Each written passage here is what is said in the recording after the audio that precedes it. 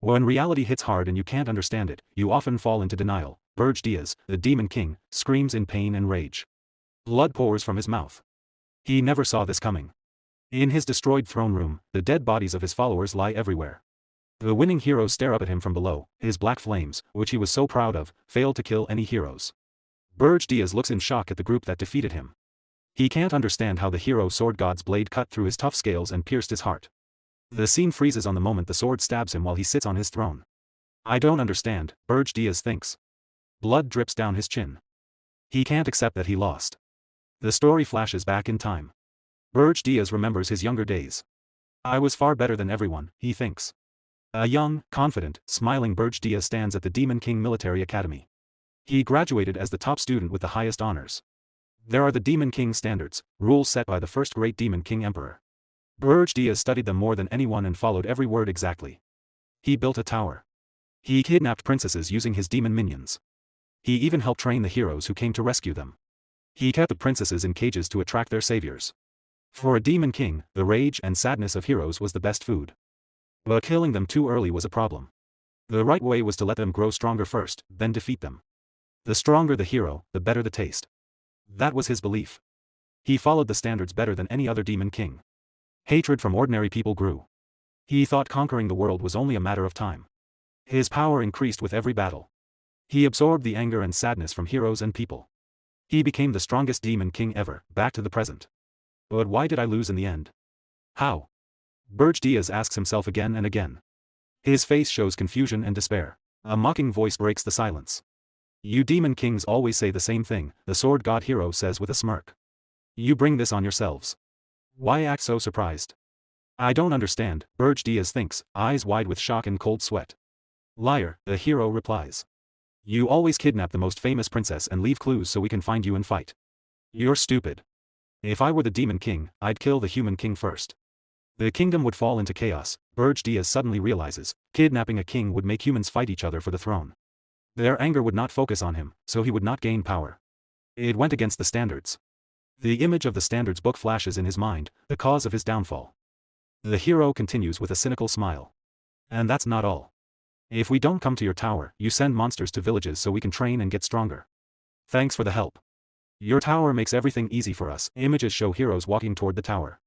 It was their perfect training ground. The first floor has only weak monsters. We train at our own pace and improve our skills. Berge feels burning rage. He was careful not to let heroes die too soon, just to gain more energy. But it was all pointless. That's what the standards taught me. The sword god stabs him again as a final cruel act. Berge's eyes widen in agony and shame. When the tower gets boring. We just kill the Demon King. A new one appears with a new tower. It's the perfect hunting spot for heroes, right guys?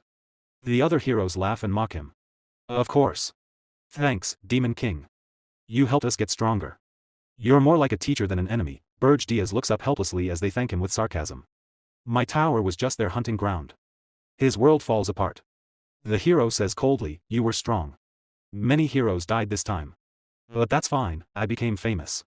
Goodbye, Demon King. He raises his sword for the killing blow. Rage explodes inside Berge. How dare a hero humiliate me like this? His hand claws into the bloody floor. What the hell are the Demon King standards? With his dying breath, he refuses to give up.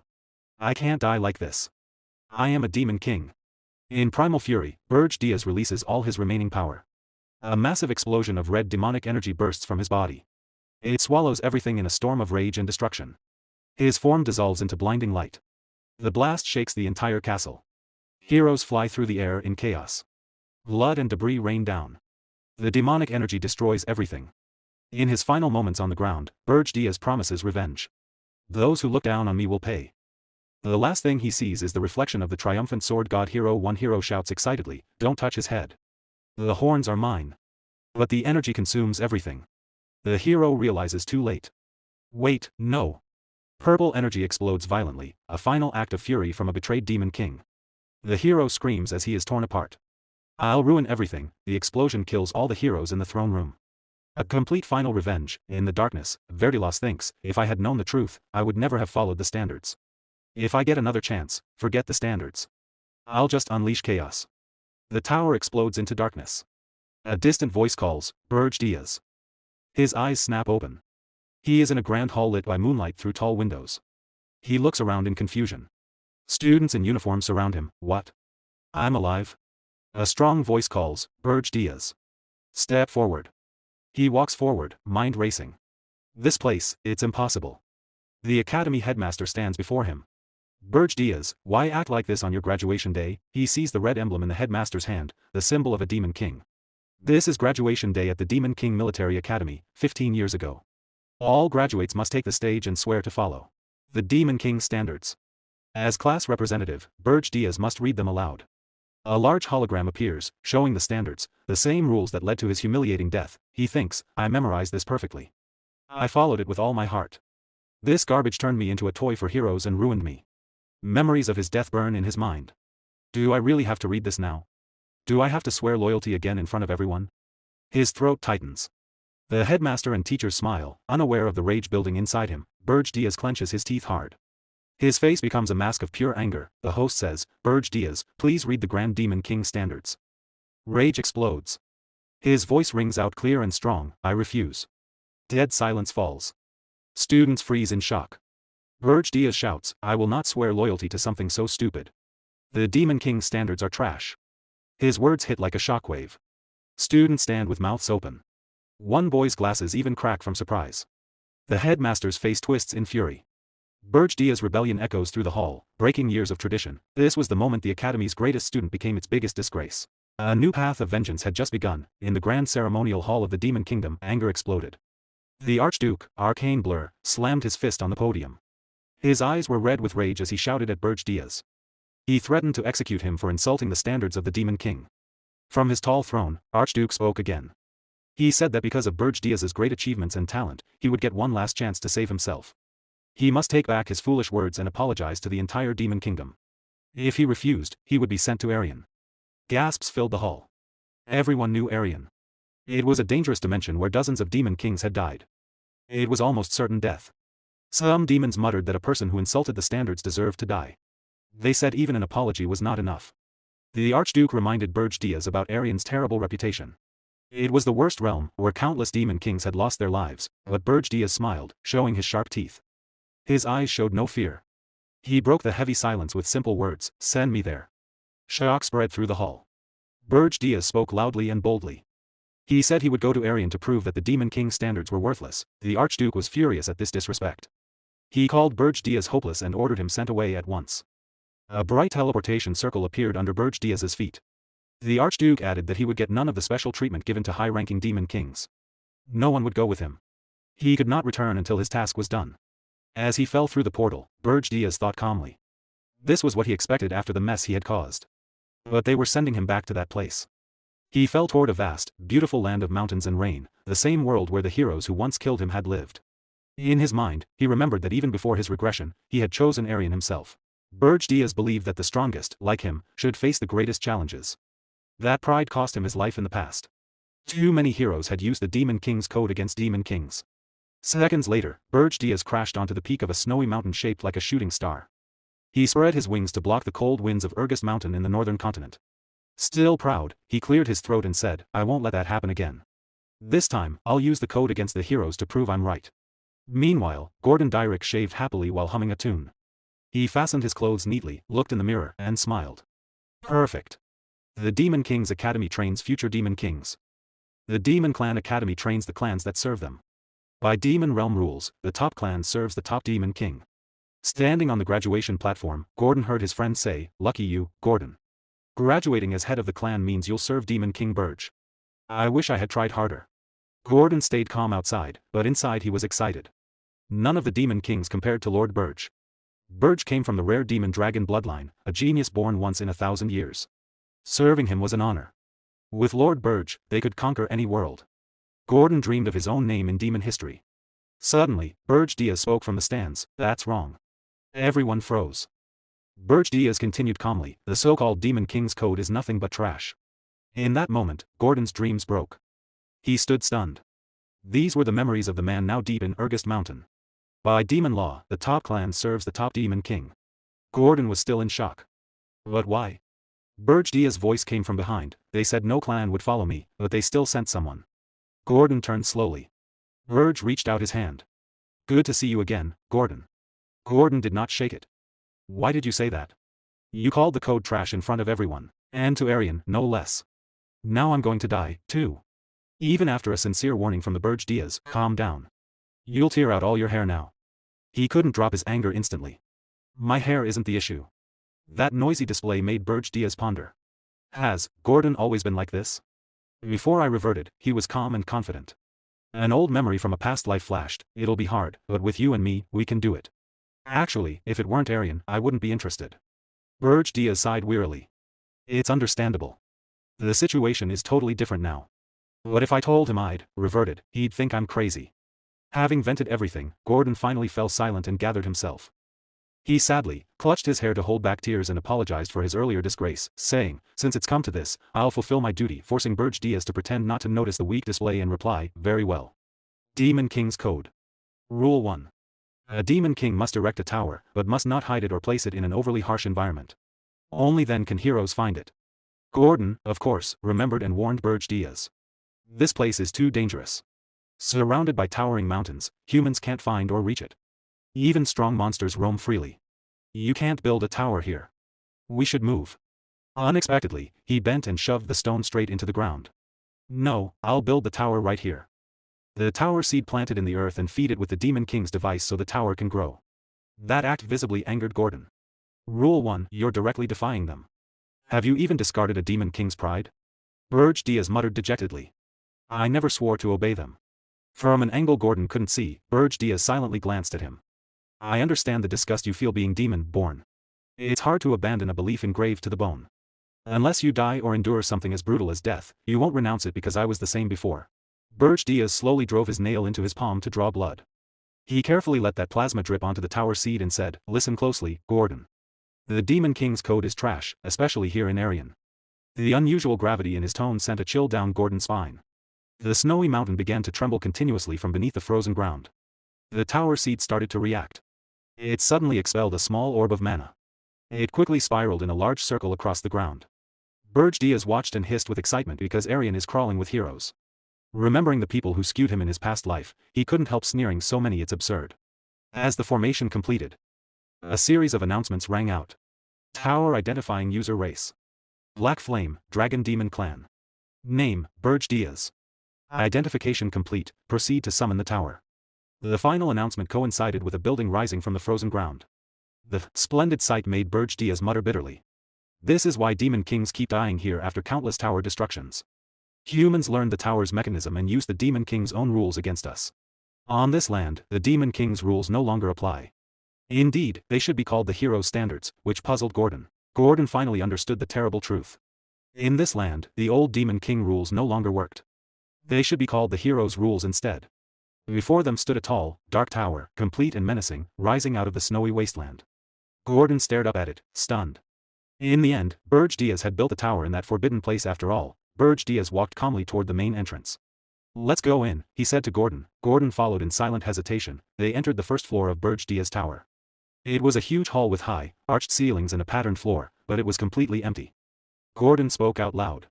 A normal Demon King tower should have traps, complicated rooms, or monsters to guard it. But there's nothing here. It was a tower with no advantages for a Demon King, no special privileges. They climbed to the top floor, the Demon King's chamber on the 5th floor. It was the same, a large empty hall with a throne at the far end, and nothing else. Every floor was deserted.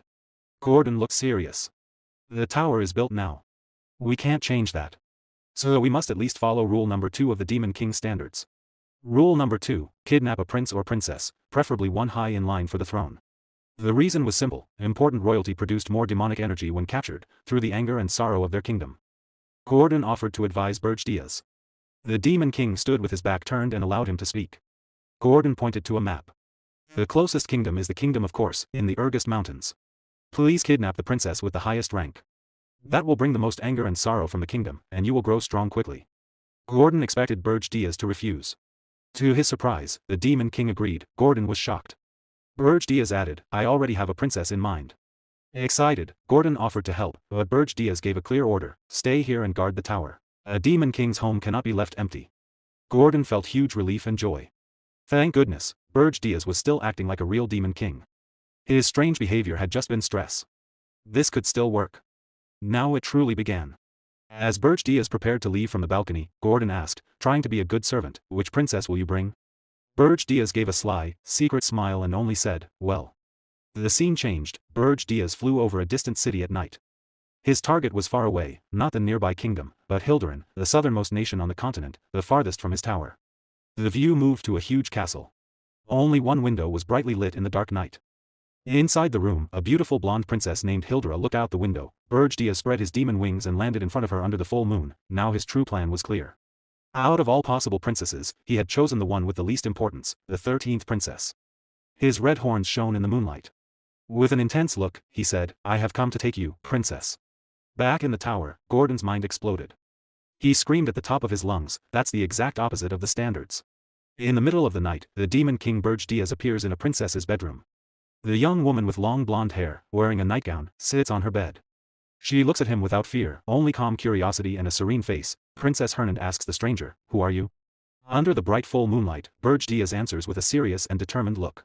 I am the Demon King who has come to kidnap you. A small, mysterious smile appears on Princess Hernand's face.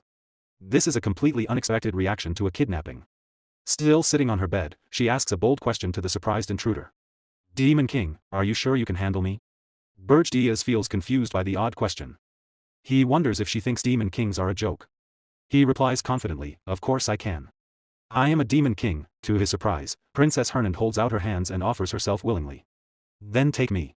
Berge Diaz grows suspicious and asks what she is planning. Hernand thinks for a moment and says that, as a princess, she always expected something like this might happen one day. Berge Diaz refuses to be tricked so easily.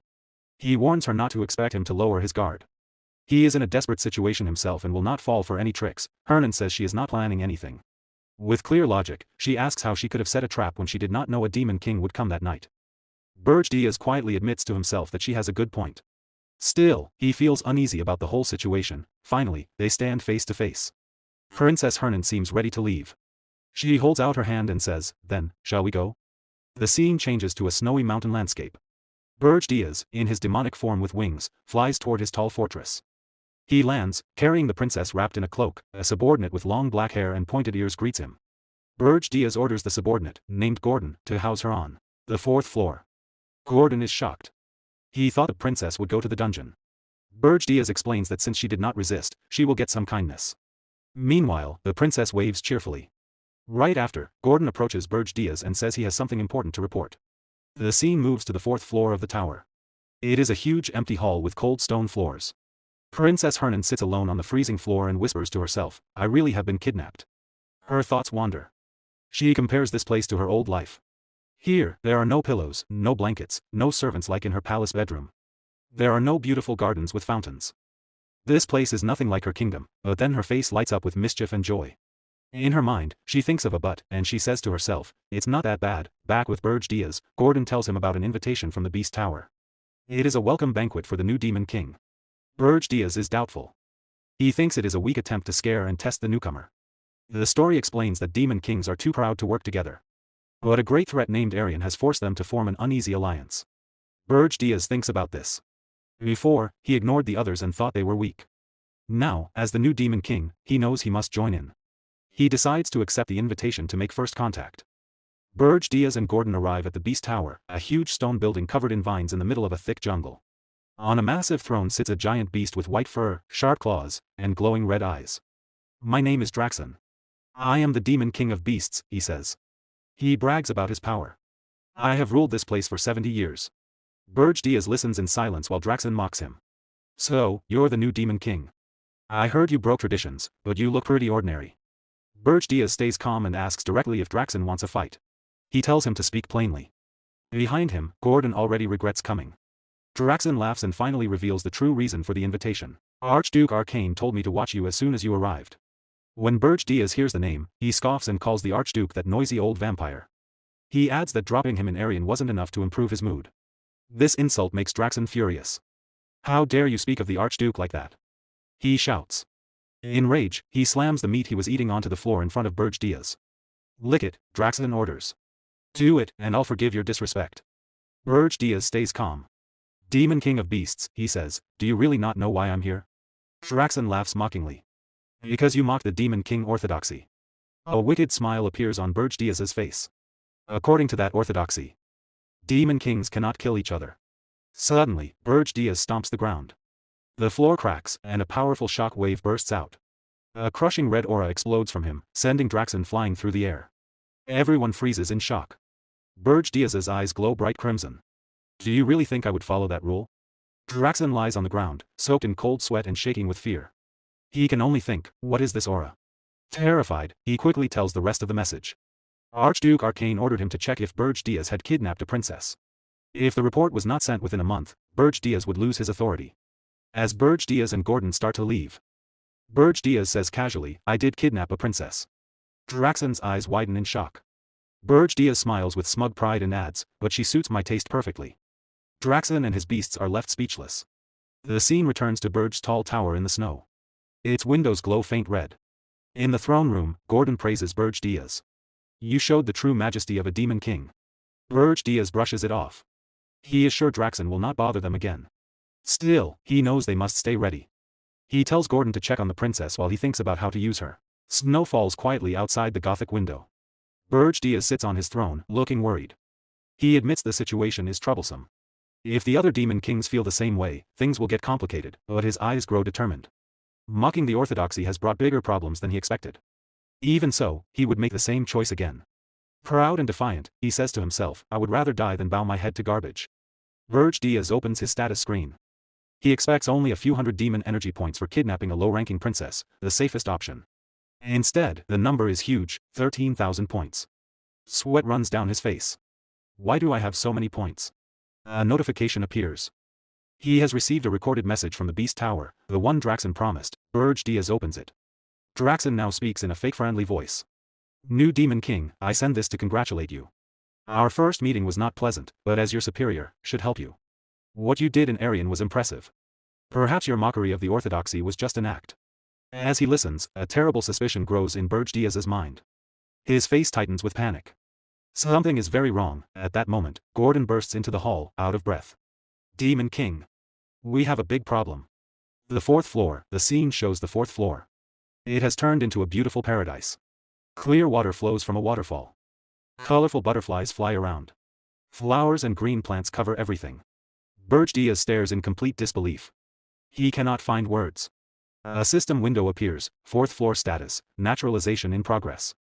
The barren hall is slowly changing into a living natural paradise. In the center stands the princess, gently petting slimes. Fire, wind, and cloud elemental spirits float around her. Berge realizes in horror, she has created a full ecosystem inside a magic tower. Only someone who has mastered all four elements could do this. He remembers visiting the castle for the 13th princess. But only one spiritualist on the entire continent can achieve something like this. He finally speaks to her directly. You are not the 13th princess. The princess smiles calmly while petting a slime. As I thought, you mistook me for Elena. Berge face twists in panic as everything clicks. Wait, don't tell me you are. She gives a proud, mischievous smile. Correct. My name is Irana Hilderin. I am the first princess of the Hilderin kingdom. The scene shifts to the kingdom of Hilderin. The news spreads like wildfire, the first princess has been kidnapped by a demon king. King Ernan, Irana's father, is furious. His eyes are bloodshot with rage. Who dares kidnap my beloved daughter Irana? He roars his orders, gather the greatest heroes and the entire royal army. Now. Armored knights rush to prepare for war. The king's final command echoes with pure fury, we will behead that foolish demon king and bring my daughter back. Back at the tower, Princess Ernan Hilderin smiles boldly and challenges her captor. Do you really think you can handle me? Berge is shocked. Even with his sharp senses, he did not sense the princess's great power. As a genius elemental mage, he wonders how she hid it from him. Ernan shows him her secret, a ring. It is an ancient royal treasure that completely hides her mana, making her impossible to detect. She looks satisfied and asks directly, so, do you plan to send me back? Berge thinks about it. If he returns her now, he will look weak to other kingdoms. It will also make it harder to gather demonic energy. With a strong look, he decides. There is no going back. He will follow his plan to the end. A system alert appears, showing Berge demonic energy points, 9511. He tells her calmly that nothing has changed. It does not matter that she is not the 13th princess. She is still his queen. Ernan looks at him with a calm and happy expression. She does not seem scared at all. The scene moves to the rich Hilderin kingdom. The king hears the news and becomes very angry. He orders his men to kill the stupid demon king and bring his daughter back. A nervous minister tries to calm him. He says they do not yet know which Demon King did it, and patrols are already searching. The king shouts at them to hurry. He cannot believe his daughter was kidnapped. While the men stand still, another minister speaks up. He wears glasses and thinks carefully. He says something is strange about this. He reminds them of the recent event with the Demon King of Lust. That Demon King drew too much attention and was killed by heroes. Now, right after that warning, another Demon King kidnaps a princess. It is very suspicious. The royal council gasps. They finally understand. This may not be simple. The king's hand shakes as he holds his throne. He is full of anger and frustration. He grinds his teeth and decides, if it is not one of the known Demon Kings, it must be a new one. Just then, a knight runs into the throne room. They found traces of teleportation magic. The trail leads north, toward the Regressed Mountains. The king's face shows shock and disbelief. The Regressed Mountains are the most dangerous and remote place on the continent. The scene changes to the snowy Regressed Mountains. A dark tower stands alone. It is Berge's tower. Inside, Gordon Derrick, Berge's loyal but worried servant, speaks up. He says the Hilderan army will come soon, and his lord cannot fight them alone. Berge Diaz only smiles with full confidence. He says there is nothing to worry about. The kingdom of Hilderan will never reach this place. Gordon looks confused. Berge stands in front of a map and explains. His tower is far north. Hilderan is deep south. Many countries are between them, so a direct attack is impossible. He smiles smugly. He knows the other nations will not help. Hilderan will have to hire the Hero Guild. Back in Hilderan, the king has no choice. With a heavy heart, he orders his ministers to contact the Hero Guild. The scene moves to the huge Hero Guild fortress. It is surrounded by snow. Heroes and mercenaries crowd around a quest board. The poster about Princess Ernon's kidnapping causes a big reaction. When they see the location is Regressed, everyone refuses. One mercenary says no way, he did not sign up to die in a monster-filled wasteland. Another laughs and says the king of Hilderan will suffer. Berge Diaz had predicted all of this. The Hero Guild cares only about money.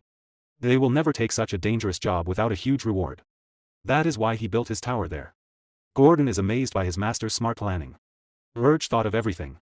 He knows so much about the human world of Arian, even though he ignores its rules.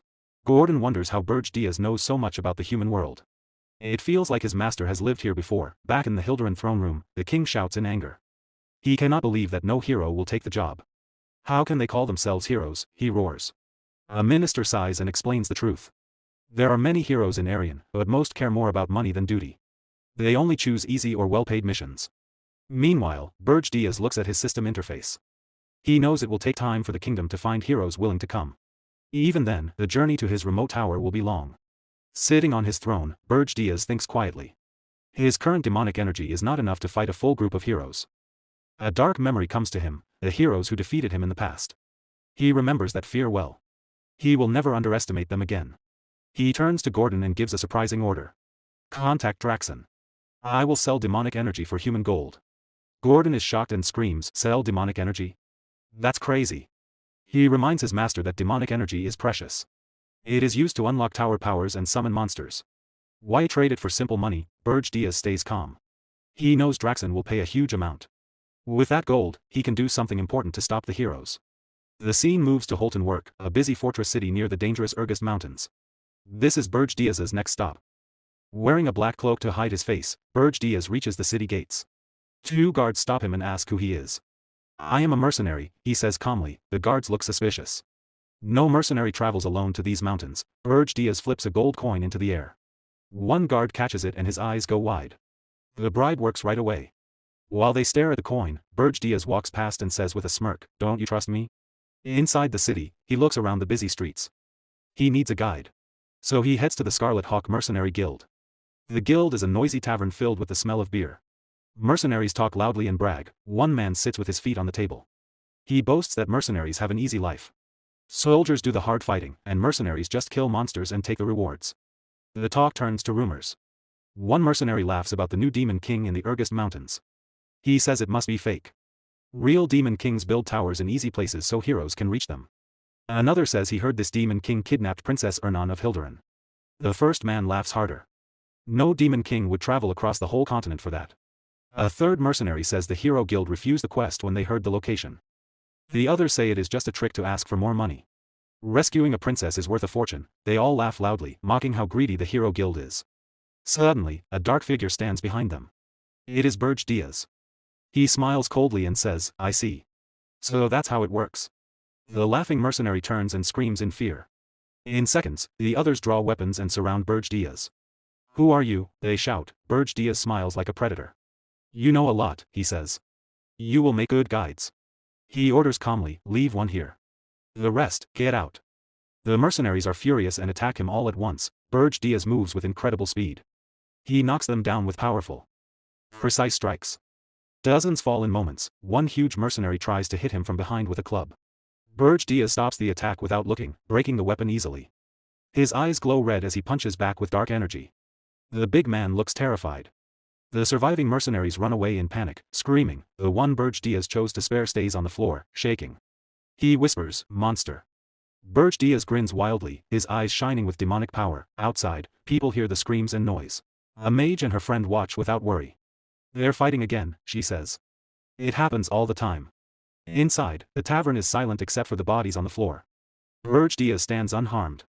He looks down at the terrified mercenary and says gently, "Do not be afraid.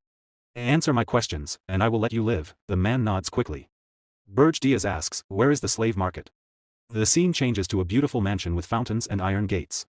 It looks rich, but it is really the slave market. The scared mercenary leads Berge Diaz there. A merchant greets them with a big smile and shows a cage of human slaves. "Do you like them?" he asks. Berge Diaz looks bored. "Do you have anything rarer?" He throws a heavy bag of gold. The merchant catches it, his eyes shining with greed. A golden tooth flashes in his smile. "Yes, of course. This way, please." As they walk deeper into the building, Berge Diaz thinks to himself. This merchant does not care that his men were just beaten.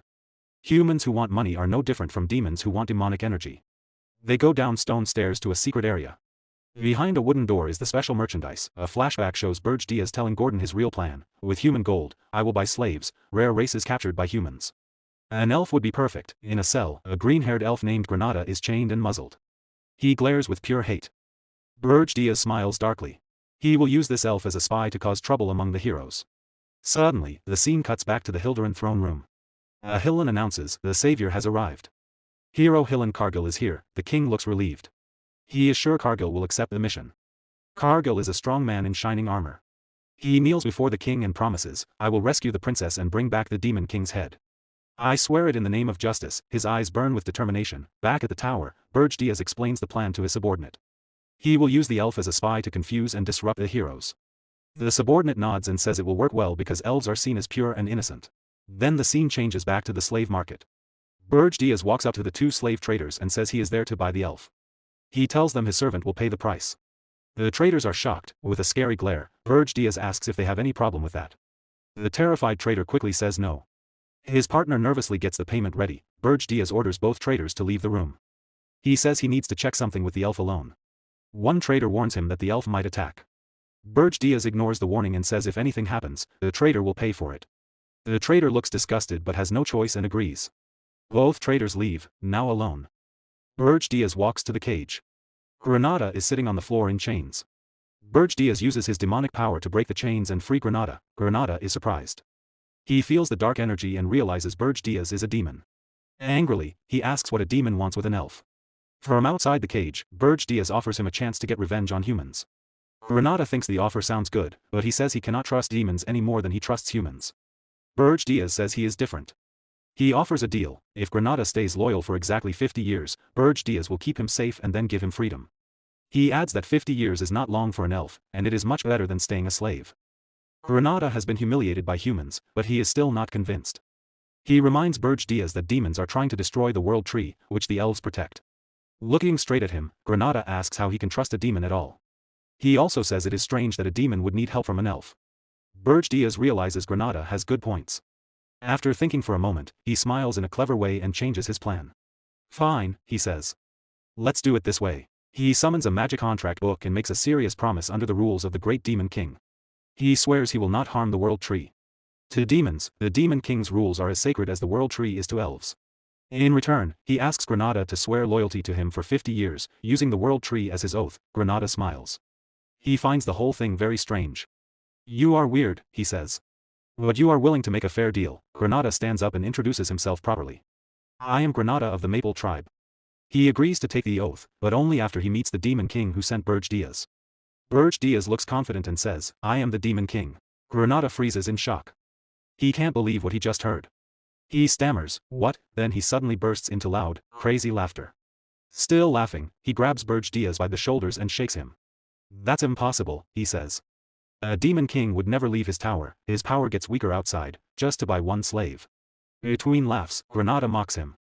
"If you really are the demon king, then I'll swear loyalty for 100 years, not 50. Later, Berge Diaz, Granada, and the subordinate arrive at the 5th floor of the tower. The place is grand but completely silent and empty. Sitting on his throne, Berge Diaz reminds Granada, "The 100-year contract was your idea." Granada finally realizes it is true. He goes into shock. His face changes from disbelief to anger. He explodes in rage. "This is all a scam," he yells. "You never said the whole tower would be empty. The first 3 floors are barren, and the 4th floor is just plants." Furious, Granada shouts, "What kind of demon king has no monsters guarding his tower? Heroes will destroy us in a year." "I won't work like this." Berge Diaz stays calm and coldly says, "We have a contract." Suddenly, Berge Diaz releases a terrifying wave of demonic power. It crushes Granada to the ground. Sweating and shaking, Granada finally admits to himself that this man really is the Demon King. Granada remembers the trip to the tower. Even though the tower looked old and empty, no monsters from the mountains came near. They were all scared of Berge Diaz's strong presence. Granada gives up. A Demon King is still a Demon King. Maybe through him, Granada can get the revenge he wants. Defeated, Granada kneels. He swears on the great name of the World Tree that he will be loyal for the next 100 years. As he swears, Granada thinks, "If the Demon King came to recruit me himself, I must be important in his evil plan." But Berge Diaz's first order surprises him completely. With a relaxed smile, he says, "Good. Now, make me dinner." Granada freezes. His mind, ready for a big dark plan, goes blank. The scene changes in a funny way. Granada is now wearing an apron. He chops vegetables with great skill. He thinks, "Wasn't I supposed to be part of some evil master plan?" To his shock, Princess Hildurin stands next to him, also cooking. She asks cheerfully, "Do you need help with the vegetable bread?" Granada has no words. The view widens to show a long dining table on the 5th floor. Berge Diaz sits at the head.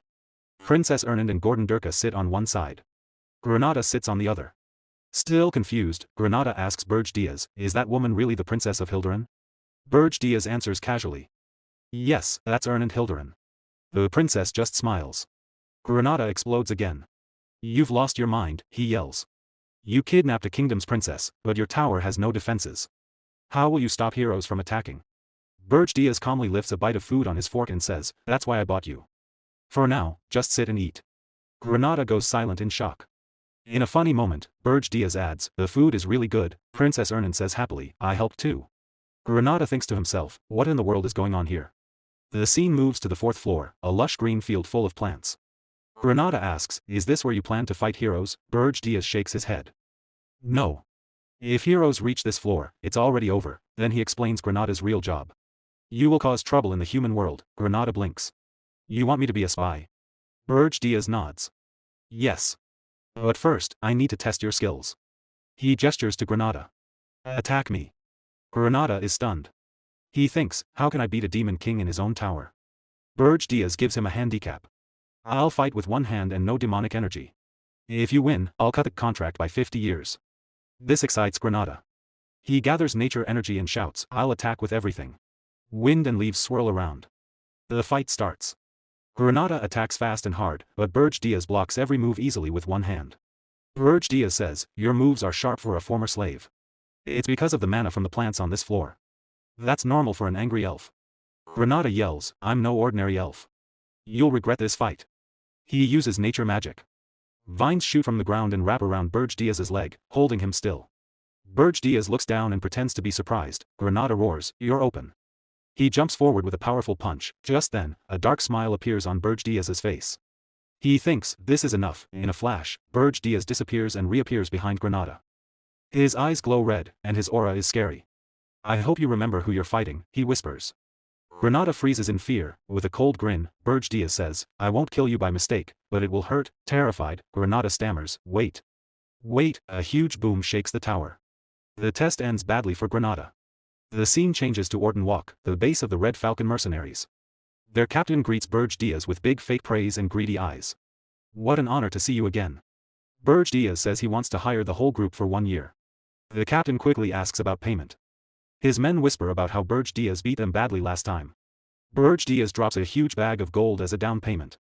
Everyone goes quiet in surprise. The mercenaries cheer and promise loyalty. The captain secretly thinks about finding a new job. Berge Diaz introduces a new member. This man will give you my orders from now on. The mercenaries look confused until the man speaks. Hello, my name is Granada. The elf's face is swollen, bruised, and covered in bandages from the training with the Demon King. The mercenaries stare in shock, then feel sorry for him. Some even cry a little. They welcome Granada warmly, patting his back and cheering for him. Berge Diaz watches quietly and thinks, they look average, but the Red Falcon mercenaries are tough fighters from the dangerous regressed region. They are skilled, strong, and hard to control. Berge Diaz thinks to himself about his real target. At this time of year, the only hero likely to answer Hildurin's call for help is Cargill, the one who defeated the Demon King of Lust. With his plan clear, Berge Diaz turns to his new mercenaries. Granada stands among them. He gives them their first official order, investigate Hill and Cargill, the hero hired by Hildurin. The mercenaries are now well paid and excited. They shout loudly together, yes, sir. In the lonely tower of Berge Diaz, surrounded by endless snow, the Demon King thought about his next step. He had already given the job of handling the heroes to Granada. Now it was time to make himself stronger. Sitting on his throne, Berge looked at his helpers and decided to focus on gaining more power. Normally, demonic energy could be used to improve the tower or to make the Demon King himself stronger. But Berge had used all of it on the tower. The only way left was to find a spirit flower. This was a special mana crystal that gave great power when eaten. Spirit flowers grew deep in the dangerous regressed mountains. The area had strong mana storms, powerful monsters, and no humans had ever touched it. The flowers had soaked up natural mana for many years, so the place was full of treasures. Spirit flowers were not as good for demons as pure demonic energy, but Berge decided it was better than nothing. He got ready to search for them. His helper, Gordon Dirk, warned him it would be risky. Looking without a plan was like finding a needle in a huge desert. Monsters would attack if they sensed weakness. Berge was sure he could beat any monster, but he knew finding the flowers would be hard without a good mana detector. Just then, someone knocked on the door. Berge and Gordon looked at each other, confused. The door opened slowly. Princess Ernand Hildurin peeked in. A small slime sat happily on her head. Are you busy? She asked shyly. Berge and Gordon were shocked to see her. A short time later, outside the tower, Princess Ernand walked excitedly through the snow. Her little spirits danced around her. Berge stood nearby, watching with no expression. I'm so excited. I have been bored lately, she said. You promised I could decorate the 4th floor any way I want, Berge agreed, but inside he wondered how strange her ideas would be. Who decorates a Demon King's tower? Princess Ernand felt very lucky.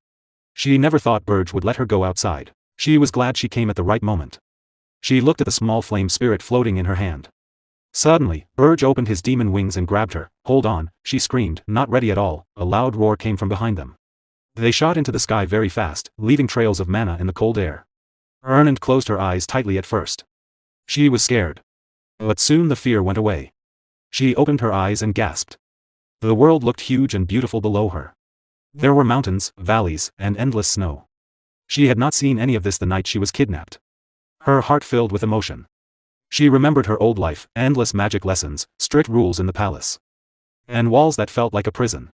She thought she would be trapped forever. Still flying, she whispered, you are the only person who has ever flown over the regressed mountains. Berge answered coldly, your job is to find the spirit flowers. Then Ernand said, just call me Ernand. We'll be together a lot. Berge got annoyed. Remember your place, he said in a cold voice. If you don't focus, I'll throw you in the dungeon. Ernand quickly said sorry and focused. She sent her small water spirits to search the mountains below. Berge thought they would not find anything soon, but he knew her spirits were faster than him or Gordon. Just seconds later, Ernand shouted happily, I found one. Berge looked and saw a beautiful spirit flower glowing in the snow. Its petals shone with icy blue mana. But then they saw a big group of huge, fierce orcs guarding it. Berge landed in front of them like a true king. If you have any honor, leave the flower and go, he said. The orcs growled. We don't obey demons. We hate you. You will die. Berge laughed in a dark way. Gordon was right. I was foolish to expect beasts to listen. Dark purple power exploded around him.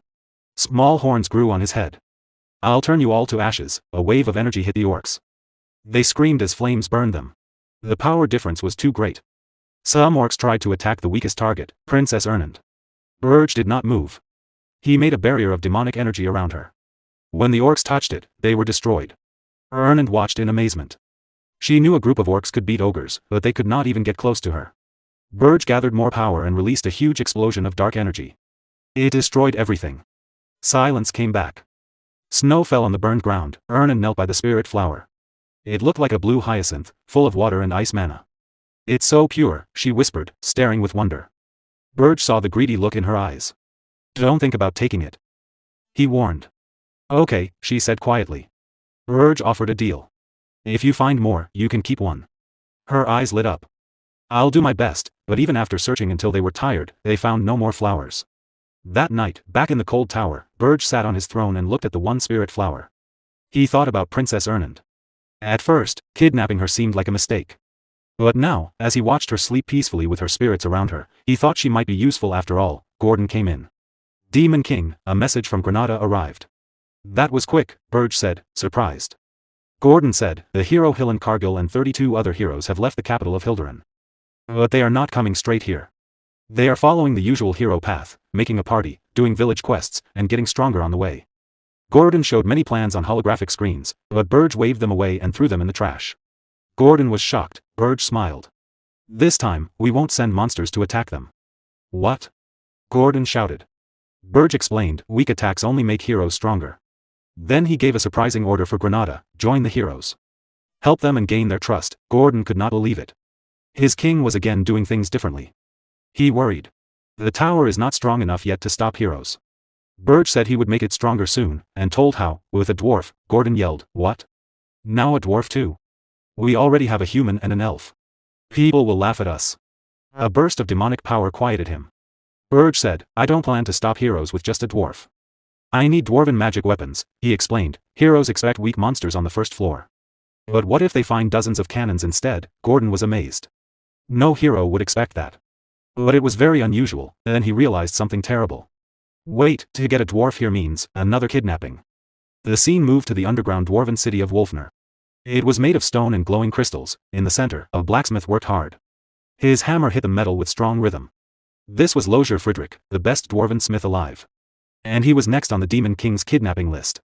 The underground city of Wolfner was home to dwarves. Before his regression, Berge Diaz had fought many dwarves, but this was his first time visiting their city. He bribed the guard at the entrance with human gold and asked for the best blacksmith. The dwarf smiled, took the coins, and said, for a human, you know how to do business. Berge Diaz hid his demonic power completely, so no one knew who he really was. With a small bribe, he got clear directions: go into the city, find the huge hole, take the lift down. Guards would check identity and assign a floor. It was strict security, no intruders allowed. But Berge Diaz did not need the lift. He jumped straight down to the lowest level. Then he walked to the deepest chamber, the heart of Wolfner. That was where the famous blacksmith Lozier Fredericks worked. The first thing Berge noticed was the dwarf's skill. The metal glowed with mana, and the flames seemed to dance.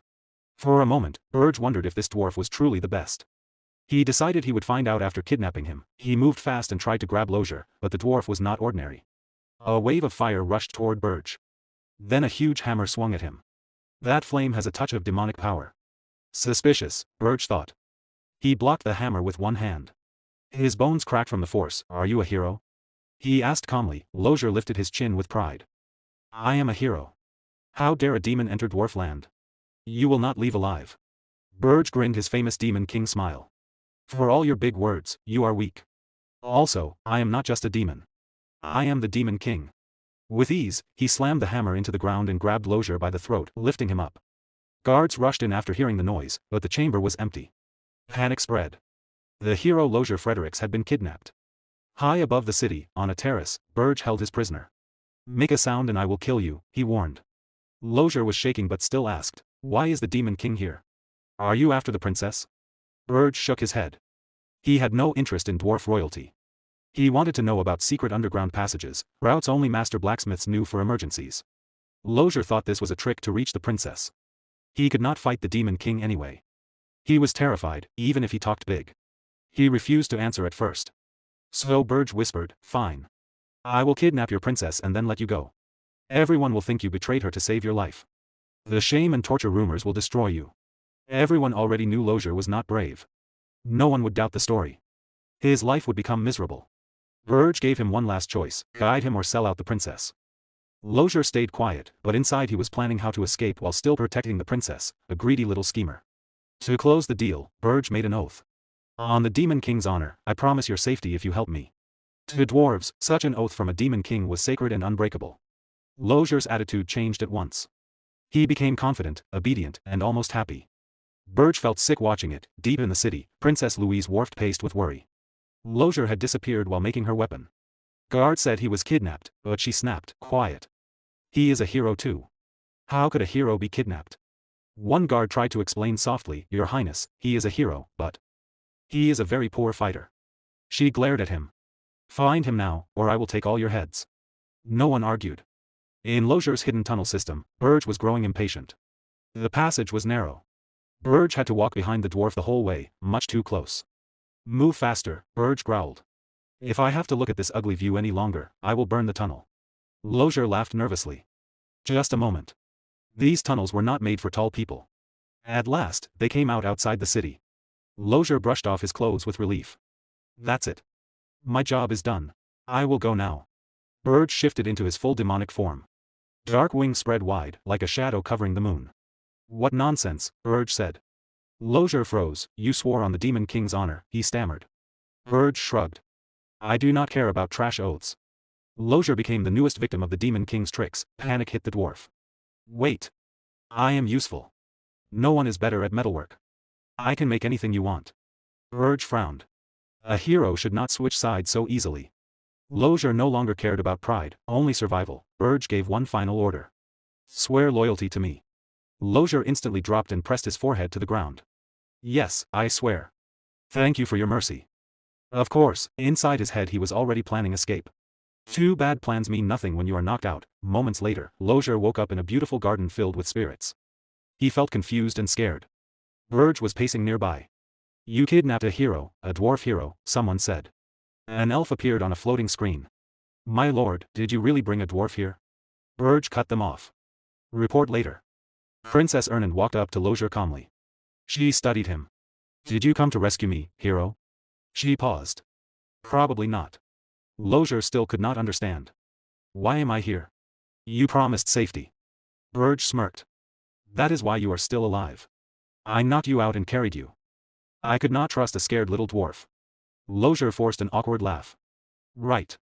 Wonderful. Berge smirked and asked, Are you that happy to be my subordinates? Lozier Friedrich emotionally while laughing said, Yes, I'm very happy. Berge wasted no time. Your first task, install many cannons on the first floor. If heroes come, destroy them. The scene began at the heroes' preparation station. A holographic communication link flickered on. Granada, an outsider, gave his report. With calm confidence, he told his superior that rumors were spreading quickly among the heroes. According to the latest news, the new Demon King was said to use black flames. Because of this, the heroes were now equipping themselves with fire-resistant gear, getting ready for battle. Granada added that another rumor had started. Many heroes believed the Demon King had not sent out any demonic beasts because he was afraid.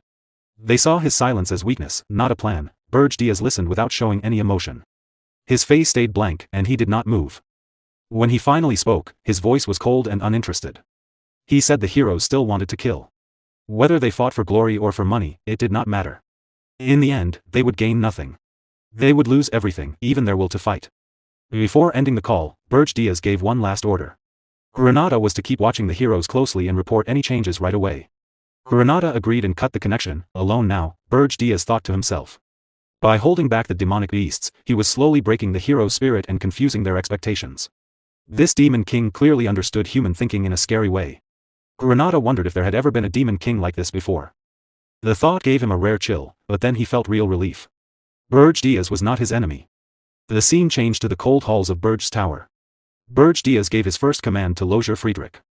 He wanted fire cannons built on the tower's first floor. But there was one strict rule: no mana stones could be used. Lozier Friedrich panicked right away. He said building such weapons without mana stones was almost impossible. Even if they could be made, they would not work well against heroes. Berge cut him off sharply. He said finding a way was Lozier Friedrich's job. He explained that heroes were favored by the world itself. They could sense energy very sharply. Any trap using mana stones would be spotted from far away. That was why mana stones were forbidden. Lozier Friedrich tried to argue again. Berge's face grew dark. Calmly, he formed a sphere of black magic in his hand. He reminded Lozier Friedrich that he had been brought here because he was the greatest blacksmith. If he failed, there were plenty of others who could take his place. Terrified, Lozier Friedrich broke down. His voice shook as he quickly said there was another way. Berge smiled coldly and said he should have mentioned it sooner. Lozier Friedrich explained that he had once invented a device that could completely hide mana traces. It had taken him 3 years to make, and the finished prototype was still in his workshop back in Wolfner. Berge Diaz's face hardened. He asked if this was just an excuse. Crying and shaking, Lothar Friedrich swore it was true. After a short pause, Berge Diaz decided to believe him, but with protection. He put a purple rune-etched collar around Lothar's neck. When Lothar Friedrich asked what it was, Berge Diaz explained calmly that it was a magic restraint. With one gesture, it could separate his head from his body. He added, with a thin smile, that the collar also changed how others saw Lothar's face, making it hard to recognize. If Lothar ever tried to remove it, Berge Diaz would see it as an escape attempt, and death would come instantly. Lothar Friedrich fully understood. He collapsed in fear and swore he would never try to take off the collar. After giving his orders, Berge Diaz left with Lothar Friedrich. Together, they traveled through several kingdoms to gather rare supplies and materials that worked with mana. The trip lasted almost a full month. Berge Diaz stored everything in his spatial pocket to keep it safe. When they finished, they returned to Wolfner, the dwarf kingdom. Inside the city, chaos had already begun. A huge boulder suddenly crashed down near a group of dwarves, breaking stone and sending pieces flying. At the center stood Princess Louise Worft, clearly furious. She shouted that a month and a half had already passed, yet the dwarves still had not found Lothar Friedrich. She called them useless and asked how much longer she was supposed to wait. An elderly dwarf stepped forward nervously. He explained that Lothar Friedrich had built many underground tunnels over the years. Their teams were searching every one, but Lothar had probably already escaped the city. Princess Louise snapped back. Of course he fled, she said. It would have been stupid to stay. She was sure Lothar Friedrich had been kidnapped. In a sudden rage, she grabbed the old dwarf by the face and lifted him off the ground. Coldly, she said she would give them 2 weeks. If the kidnapper was not found by then, every dwarf would die. Terrified, the old dwarf promised they would succeed. Princess Louise let him go and ordered the soldiers to destroy every tunnel Lothar Friedrich had ever made. The dwarves hurried to obey.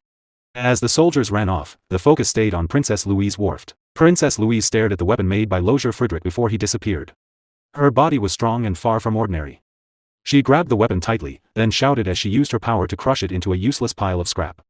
Lothar, please be alive, she yelled. You can't die until you've finished my weapon. At that moment, a hidden part of the wall slid open quietly behind her. One of Lothar's secret tunnels appeared. Louise felt the movement right away and turned quickly, her eyes sharp and focused. Because of the face mask that blocked recognition, she couldn't see who stepped out. But she knew the tunnel at once. In a cold voice, she said that only Lothar Friedrich knew about these hidden passages. She demanded to know if the man in front of her was him. Lothar Friedrich froze. Fear took over him. After a short struggle, he managed to say her title with a shaking voice. Louise cracked her knuckles. Anger showed on her face. She shouted that the bastard had dared to come back alive. A fierce smile appeared on her lips as golden vines of energy flared around her body. She accused him of hiding because he didn't want to make her weapon. Tears ran down Lothar's face as he desperately said no, that she had it all wrong. His words only made her angrier. She snapped back, reminding him that she was a princess and that he was insulting her by saying she was wrong. With full authority, she declared that from now on, he would be her slave and forge weapons for her forever. Golden energy glowed around her fist as she pulled it back. She said she would punish him first for running away. Just before her punch hit, a powerful blast exploded between them. Princess Louise flew backward through the air. She hit the ground hard but quickly steadied herself with one hand and stood up easily. Dust filled the air, then slowly cleared. Berge Diaz stepped forward calmly. He told Lothar Friedrich to grab the equipment right away. Louise glared at the stranger. The mask still hid his face from her. She demanded to know who he was and why he was helping a dwarf. In a calm, flat voice, he said he was the master of the blacksmith she had just been forcing to work for her.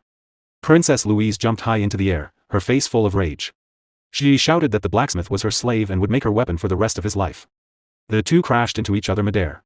Their fists met with terrible speed and power. Shock waves ripped through the air with every blow, shaking the space around them.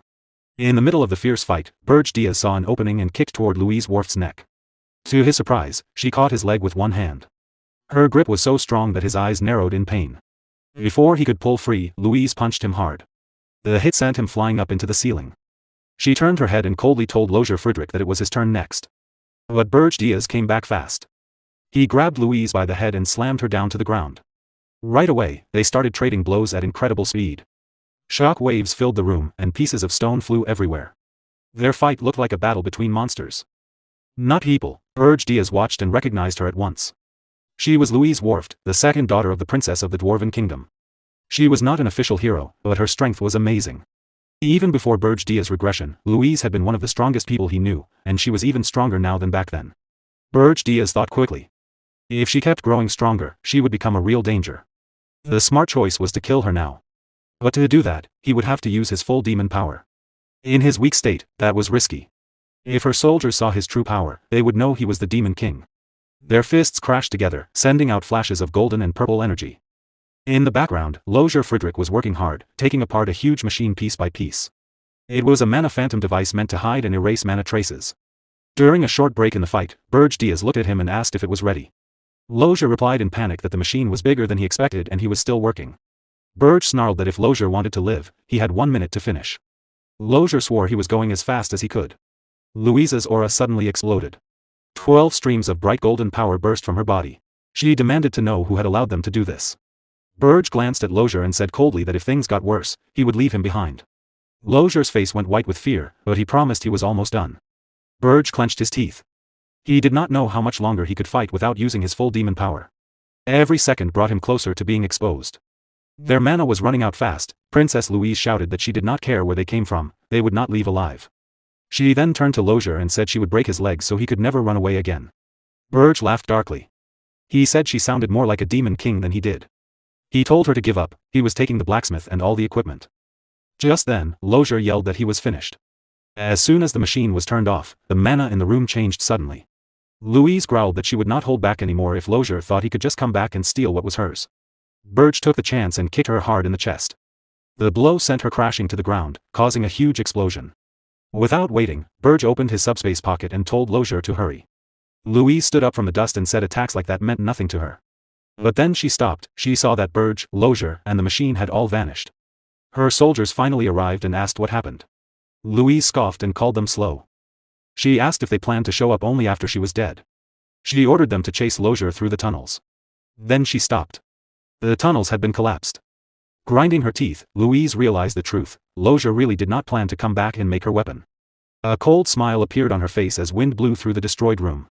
She said this was much more interesting than she expected. With angry, burning eyes and a twisted grin, she swore she would hunt Lozier down herself, even if she had to search the whole continent. When she found him, she would make him regret everything he had done that day. Then she shouted Lozier's name in rage, her eyes full of fury. Lozier Frederick. Inside the first floor of Berge's tower, the Demon King stood calmly in front of a huge magical machine.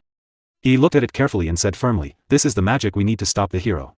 No matter what it costs, I must have this device." Behind him, Princess Ernand, the first princess of the Hilderan Kingdom, opened her eyes wide in surprise at its size. "It's enormous," she whispered. Nearby, Gordon, the Demon King's loyal servant, tilted his head in confusion. "What does it do?" he asked, sounding worried. "I was cleaning when all this started." He pointed to a strong metal frame built next to the machine. Lozier Frederick stood straight and reported, "The Mana Phantom framework is complete. Installation is finished." The Demon King nodded once. "Good. Activate it now." "Yes, my lord," Lozier Frederick answered quickly. Moments later, the Demon King released his dark energy. A scary purple glow spread across the floor, and heavy pressure filled the air. His voice turned cold. "After everything it took to bring this here, it better work." Lozier Frederick shook under the power but replied, "Activation is already starting." When the spell finished, the machine roared to life. Mana rushed wildly around the room, and blue lightning covered the tower, lighting up everything. Princess Ernand raised her arm to shield her eyes. "The light is blinding." At that moment, a clear system screen appeared in front of the Demon King. System notification: the tower has recognized the Mana Phantom. Synchronization costs 10,000 points. Proceed. The Demon King looked at the screen. "So the tower has this function," he said quietly. "Very well. I will do it myself." Another screen showed his points. Available points, 11,182, he chose to synchronize. Synchronization complete. Points remaining, 1,182, final notification, system update. The Mana Phantom now recognizes the Demon King as its master. Processing complete. The Mana Phantom's power source has been fully changed from mana to demonic energy. The Demon King looked up and called, "Lozier Frederick." Lozier Frederick shook his head quickly, full of excitement. "I did nothing, my lord. I never dreamed we could join the Mana Phantom with the tower, or change its power completely. This is the discovery of the century. Even the original creator never thought of this." At that moment, Princess Ernand stepped forward. Her eyes shone as she looked at the awakened machine. "This is incredible," she said. The Demon King turned to her and said casually, "Why don't you try a spell?" Princess Ernand smiled happily. "I'll use any spell I want, then." She started chanting. Bright magical symbols appeared in the air, and a huge Colorful ball of magic formed in front of her. Gordon's face turned pale. Wait! He shouted in panic. I just finished cleaning the tower. Please don't treat it like a playground. The Demon King ignored him and watched the spell. A spell this big should normally be seen and felt far outside the tower. He walked to the door and looked out. He frowned. He could not see or feel any sign of the magic outside. So this is the effect, he said quietly. A tower joined with a mana phantom. Curious, he sent his demonic energy into the tower. He moved his hand, and his face showed shock. The whole tower disappeared completely. A second later, he moved his hand again. The tower reappeared exactly as before. I can hide the tower whenever I want, he said slowly, and bring it back anytime. A small smile appeared on his lips, and a faint purple light glowed in his eyes. Using this power freely is still hard for now, he said calmly. But it will be very useful later. Outside the room, Lozier Friedrich could not hold back his excitement anymore. He shouted, begging for permission to study the machine. He even asked to take it apart, then quickly changed it to examine for research only. He called it a historic discovery that no one in the past or present had ever seen. The Demon King, Berge Diaz, watched him with sharp eyes. You sound like a demon ready for battle, he said. After thinking for a moment, he answered, very well. If you completely destroy the heroes trapped on the first floor, you may study it afterward. Lozier Friedrich's eyes lit up. Red energy surrounded his body. I will crush those heroes without mercy, he promised. He began chanting right away, fully focused on his examination. Berge Diaz turned to Princess Ernand. In a calm voice, he said, you will face the heroes who reached the fourth floor. Princess Ernand froze. Me? She asked, surprised. But I'm a princess. You are also a powerful spirit user, Berge Diaz replied. And you do not plan to return to the palace. He knew it might be unfair. She was still an innocent princess who did not know the world's cruelty, and asking her to fight her own people was heavy. But she stayed silent for a moment, thinking about what spell she could use. Berge Diaz stopped her thoughts. You don't need to fight directly. Just disturb the heroes and show them you are now my ally. If this works, I will grant you another wish. She looked at him seriously and nodded. I'll do it, she said. Then she added, but introduce me as your subordinate, not as a princess. Berge Diaz was surprised for a second, then agreed. Very well. Princess Ernand's face lit up with joy. Like a happy kitten. Thank you. I'll do my best. She blinked playfully and added, should I charm the heroes with my beauty? They'll probably fall for me. No, Berge Diaz said flatly. Do exactly as I say. She nodded. Understood. Later, Berge Diaz sat alone, looking at the system screen. He checked all the plans. The first floor would attack with powerful mana cannons to reduce hero numbers. On the fourth floor, Princess Ernand would act as bait to draw in the rest and finish them. Still, with more than 200 heroes coming, this might not kill even half. He needed to become stronger himself. His eyes moved to the shining treasure in his hand. Thick demonic energy wrapped around it. It was an icy water spirit blossom, corrupted by demonic power, very strong, even against demons. He decided to find more. In another place, Princess Ernand stood in a snowy land with freezing wind. She looked around and sighed. Nothing here either. This is our third try. Berge Diaz answered, maybe our earlier success was just luck. Suddenly, a huge figure appeared in front of them. Berge Diaz raised his arm, dark energy gathering. You again? He asked coldly. I'm tired of these visits. The large orc made a deep sound and bowed low. I am Krotu of the Blue Forest tribe, he said politely. I greet the Demon King. He bowed even lower and begged, we seek your protection. Berge Diaz looked at him coldly. You want to become my kin? All the orcs knelt at once. Their leader spoke for them. Our ancestors were demons who betrayed the demon realm. Because of that old sin, we ask to serve you. Berge Diaz stared down without warmth. Stop the flattery. You want to grow stronger by joining me. His eyes narrowed. You are better suited to demonic energy than spirit blossoms. An orc elder nodded to his group. He sees through us. No need to hide. He ordered, bring it out. They opened a box. Inside was a dark rim lotus, its petals sealed in ice. Berge Diaz recognized it at once. So that's why we couldn't find it, he said quietly. You planned this. You know how to bargain, unusual for orcs known only for strength. The orcs bowed their heads. To survive here, we need wisdom more than strength. Our tribe values brains. Berge Diaz gave the box to Princess Ernand and turned back to the orcs. You came because you lack power. You want strength. A small smile appeared on his face. Wisdom over strength, I like that. He raised his hand and began chanting. I will accept only one, Krotu. A demonic mark appeared and entered Krotu's body. Dark power filled the snowy field. Roam the land. Grow your tribe under my name, Berge Diaz said. Wait for my orders. I will give you a reward greater than strength, your tribe will last forever under my rule. Demonic energy covered Krotu. His body changed and grew stronger, he became a true demon. Krotu knelt deeply. I give my life and loyalty to you, Demon King. The whole tribe knelt behind him. Later, at Berge's mountain tower, power flowed through the building. Outside, an army of orcs stood in perfect rows. On the first floor, Lozier Friedrich waited with 60 mana cannons. Berge Diaz checked everything in his mind, orcs in position, tower floors ready, Princess Ernan waiting on the fourth floor. Everything was set. He looked up, his dark eyes hard. I will pay back the pain from my past life, he promised silently to the coming enemies. Far away, the hero looked up at the tall mountain and said to his friends, we finally arrived. Regressed Mountain stood in front of them. In the grand city of Holton Walk, a great banquet was held in the central hall. It honored the heroes before their final journey to defeat the Demon King. The room was filled with laughter, music, and the sound of glasses clinking. Warriors, nobles, and dignitaries celebrated together. A young hero named Lord Hillen, dressed in shining armor, spoke with the elderly Lord Castellan. The Lord smiled and said Hillen was too modest for his great deeds. Hillen thanked him for the wonderful banquet. The Lord replied that it was an honor to be part of this historic quest. After a pause, Lord Castellan suggested that Hillen should speak to the crowd. Hillen hesitated, feeling uncomfortable. But the Lord insisted. It would lift everyone's spirits. Hillen finally agreed.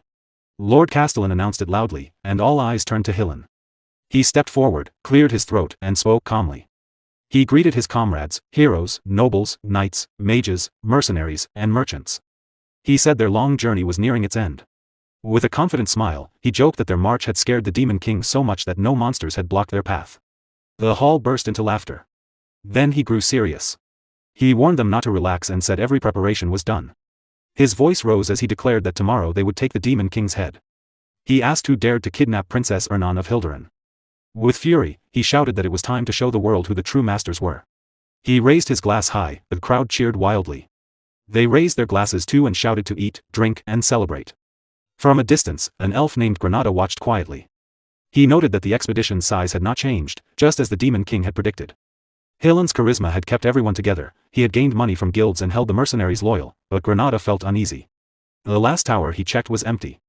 He wondered if the fight would really be easy. A dark thought crossed his mind, should he betray the heroes now? He panicked and scolded himself. If the Demon King was defeated, his curse would end, that was good for him. He shook his head and went outside for fresh air. He also needed to send a report. That night, under a full moon, Granada stood on a balcony. He used a glowing device to communicate. A calm voice said, we have arrived at Holton Walk. We will rest and climb the mountain tomorrow. Granada replied shortly, I see. Then the Demon King Berge spoke firmly, once you leave Holton Walk, do not contact me again. After a pause, he warned, beware of the snow on the mountain. Stay alert at night. And when the tower door opens, never be near it, the call ended. Granada was confused by the strange last warning. Suddenly, a voice behind him said, what are you doing out here alone? Granada jumped and turned. It was Hillen. Granada said he just needed fresh air. Hillen noticed his tension and offered him elven fruit wine. Granada drank it and felt better. Hillen asked if Granada was worried about defeating the Demon King. He laughed lightly and teased if the elf was nervous. Granada admitted, yes. Hillen looked into his wine and said quietly, actually, I don't know either. Granada was surprised. Hillen explained that attacking a Demon King's tower was always hard. Granada mentioned that Hillen had already beaten the Demon King of Lust. So a new one should be easier. But Granada realized no one knew the details of that victory. He asked Hillen to tell the story. Hillen avoided it. He smiled heroically and said his win was thanks to brave comrades who fought in front. He put a hand on Granada's shoulder and said, comrades like you. He asked Granada to guard his flank in battle. Together, they would win. Granada smiled and agreed. Hillen led him back inside. Later, alone, Hillen smirked darkly. He looked at a ring with a red gem and thought, I'm counting on you this time too, Elf Granada. The next morning, the city of Holton Walk was full of activity. The huge expedition got ready to leave. As the heroes started their march, crowds of citizens lined the streets. They cheered loudly, shouting words of encouragement and good luck. They praised the leaders with cries of, Long live Lord Granada, and Long live Lord Wharton. At the front, Granada walked with a calm, serious face, staring straight ahead. Beside him, Hillen walked proudly, smiling confidently at the crowd's admiration. The cheers grew even louder when people started chanting, Long live Lord Hillen Cargill. Soon, the expedition left the city behind. The cheers faded away. In their place came silence as they entered the harsh Regis mountain gorge. Tall, snow-covered cliffs rose on all sides. A sharp, cold wind blew through the air. The large group moved slowly through the empty, frozen land. The cold was their only constant friend. As they went deeper into the mountains, some soldiers began to talk. Their worries started to disappear. One said the weather was surprisingly good, little snow and a clear, sunny sky. He added that they would reach the tower easily at this speed. Another smiled and agreed. The goddess of victory must be helping us. A big warrior laughed and said there were no signs of the dangerous monsters everyone had feared. His friend smirked and replied, the monsters are probably too scared to show up now that Hero Hillen is here. While the warrior kept boasting, one of his friends suddenly tapped his head. When the warrior touched the spot, his hand came away covered in strange, sticky purple slime. Confused, he looked up slowly. A massive ghoul towered over them. Fear spread quickly through the group. Soldiers screamed in panic. One shouted, there's a ghoul. His face was full of terror. Another pointed and yelled, what is that thing? Look how big it is. Their confidence broke in an instant. Before full chaos started, Hillen's strong voice cut through the noise. He drew his sword with determined eyes. They finally showed up, he said, the whole expedition prepared to fight. More ghouls poured into the canyon from every side. Hillen stood strong and shouted, do not panic. Protect each other. He quickly made a plan. The canyon was narrow and short. Knights would protect the mages and push forward to break through the enemies. The battle began. Swords hit undead bodies, and magic flashed brightly in the frozen canyon. Suddenly, a warrior yelled a warning, Lord Hillen, a frost giant at the front. Hillen stopped for a moment. A huge skeletal monster made of ice rose from the canyon wall. Its size shocked everyone. Hillen quickly ordered the group to fall back. He turned to Hero Warden and said firmly, I will fight the frost giant alone. The rest of you escape the canyon. Warden looked at him in surprise, asking if Hillen really planned to face such a giant monster by himself. Hillen replied calmly, no problem. Then he jumped forward, a strong wave of blue energy hit the frost giant, but the creature did not move. It stood untouched. Hillen attacked again, moving fast against the tall monster. The giant's red eyes glowed with scary power. Its icy bones stood out against the white snow. A confident smile appeared on Hillen's face. In his mind, he thought, a frost giant can't be stronger than the Demon King of Lust. The giant roared loudly and swung its huge arm down at him. Hillen was ready. He slashed upward with great force. His sword broke the giant's icy arm into pieces. Shock waves shook the canyon. The monster roared in pain and anger. Hillen did not wait. When the giant swung its other fist, he shattered that too. With quick, powerful moves, his sword glowing blue, Hillen cut deep into the giant's body. He attacked without stopping. While keeping the giant busy, Hillen looked back and saw the group could escape. He gathered his power and struck a final series of strong blows. Then he shouted loudly, run now, everyone. The expedition rushed forward without delay. Warriors, mages, and mercenaries ran past Hillen and the giant. Hero Warden shouted too, run away. A huge explosion sounded behind them as Hillen held the giant back. Warden urged the others on, yelling that Hillen was blocking the path and they had to go now. The damaged frost giant stared after them with glowing red eyes. Full of rage, it roared one last time. Then its body fell apart and exploded in a massive blast that shook the whole canyon. The survivors reached a snowy forest nearby. They fell to the ground, breathing hard, shaking from tiredness and fear. One warrior, still shocked, muttered, dozens of huge ghouls and a frost giant taller than a cliff. This place is crazy. No human should be here. Another agreed darkly, even the Demon King's tower wasn't this bad. A third said their losses were small, all thanks to Hero Hillen's great strength. Soon they talked about where Hillen's power came from. One mentioned a rumor. Hillen had taken the power of the Demon King of Lust after defeating him. The rumor spread fast. Many now believed Hillen was as strong as a Demon King. One warrior said that since Hillen had already killed one Demon King, he must be even stronger now. These words raised their spirits. Smiles returned. They agreed that with Hero Hillen, they had nothing to fear. Granada listened and thought quietly, if it's Lord Hillen, he might really beat this Demon King. But then something new blocked their path. A group of large blue-skinned orcs stood ahead, led by a tall chieftain with curved horns. The journey was not over. The heroes tried to catch their breath. Hero Warden said seriously, no time to rest. Granada looked closely at the orcs and recognized them. These are kill orcs. Hillen's face grew hard. I feel demonic energy from them, he said coldly. They serve the Demon King. The orc chieftain, named Crew, stepped forward. His huge body and strong muscles made him scary. A cruel smile showed on his face. Foolish heroes, he growled in a low, mocking voice. Welcome to Ergest. Warden gripped his weapon and said angrily, I'll deal with garbage like you right now. He started to charge. But Granada quickly raised his hand. His sharp elf ears heard a strange, deep rumble far away. Wait, Lord Hillen, he said quickly. This sound. The rumble grew louder. Granada remembered the Demon King's warning, beware of the snow. Fear filled his face. This is what he meant, he whispered. Crew looked down at them coldly. None of you will reach the tower, he said with certainty. The ground started to shake hard. Cracks appeared in the snow on the mountain. The loud sound of moving snow and ice filled the air. An avalanche rushed down the slope. Granada screamed in anger and fear. How were we supposed to know about this? In rage, he cursed, "You crazy Demon King bastard." The avalanche hit fast. Tons of snow and ice buried the whole expedition in seconds. It swallowed warriors, mages, and heroes. As the snow carried him away, Granada's face showed pure terror. With his last strength, he yelled, "Everyone run." But the roaring snow covered his voice. Far away in his tall fortress, Demon King Berge sat on his throne. Screens in front of him showed the disaster. One by one, pictures of the heroes went dark. A dark smile appeared on his face. "Heroes, welcome once again," he said softly, full of mockery. With an evil grin, Demon King Berge watched the heroes' final screams. His plan had worked perfectly. He leaned back, eyes cold and pleased, and whispered to the dead, "This time, I will hunt you all down." The Demon King sat calmly on his throne, staring at a large screen in front of him. He looked relaxed, his face showing no emotion. When he spoke, his voice was cold and sure. He began to explain the big plan he had already started. First came the snow. On the huge frozen battlefield, the ground itself started to change. A trap was triggered in a specific area. Suddenly, a massive blizzard hit. Everything turned white and chaotic. No one could see far. The cold became deadly, and it was hard to know how much damage was done. The storm swallowed the whole area. Hillenkargel shouted orders over the howling wind. He told the heroes to set up camp and look for anyone scattered by the earlier attack. The blizzard made every move slow and difficult. From his throne, the Demon King kept explaining calmly. His second order was clear: never let your guard down at night. The enemy waiting was not normal, and being careless would mean death. As night fell, things got worse. From the dark forest, ghoul monsters appeared, hard to see in the snow. Huge forest beasts came too, shaking the ground.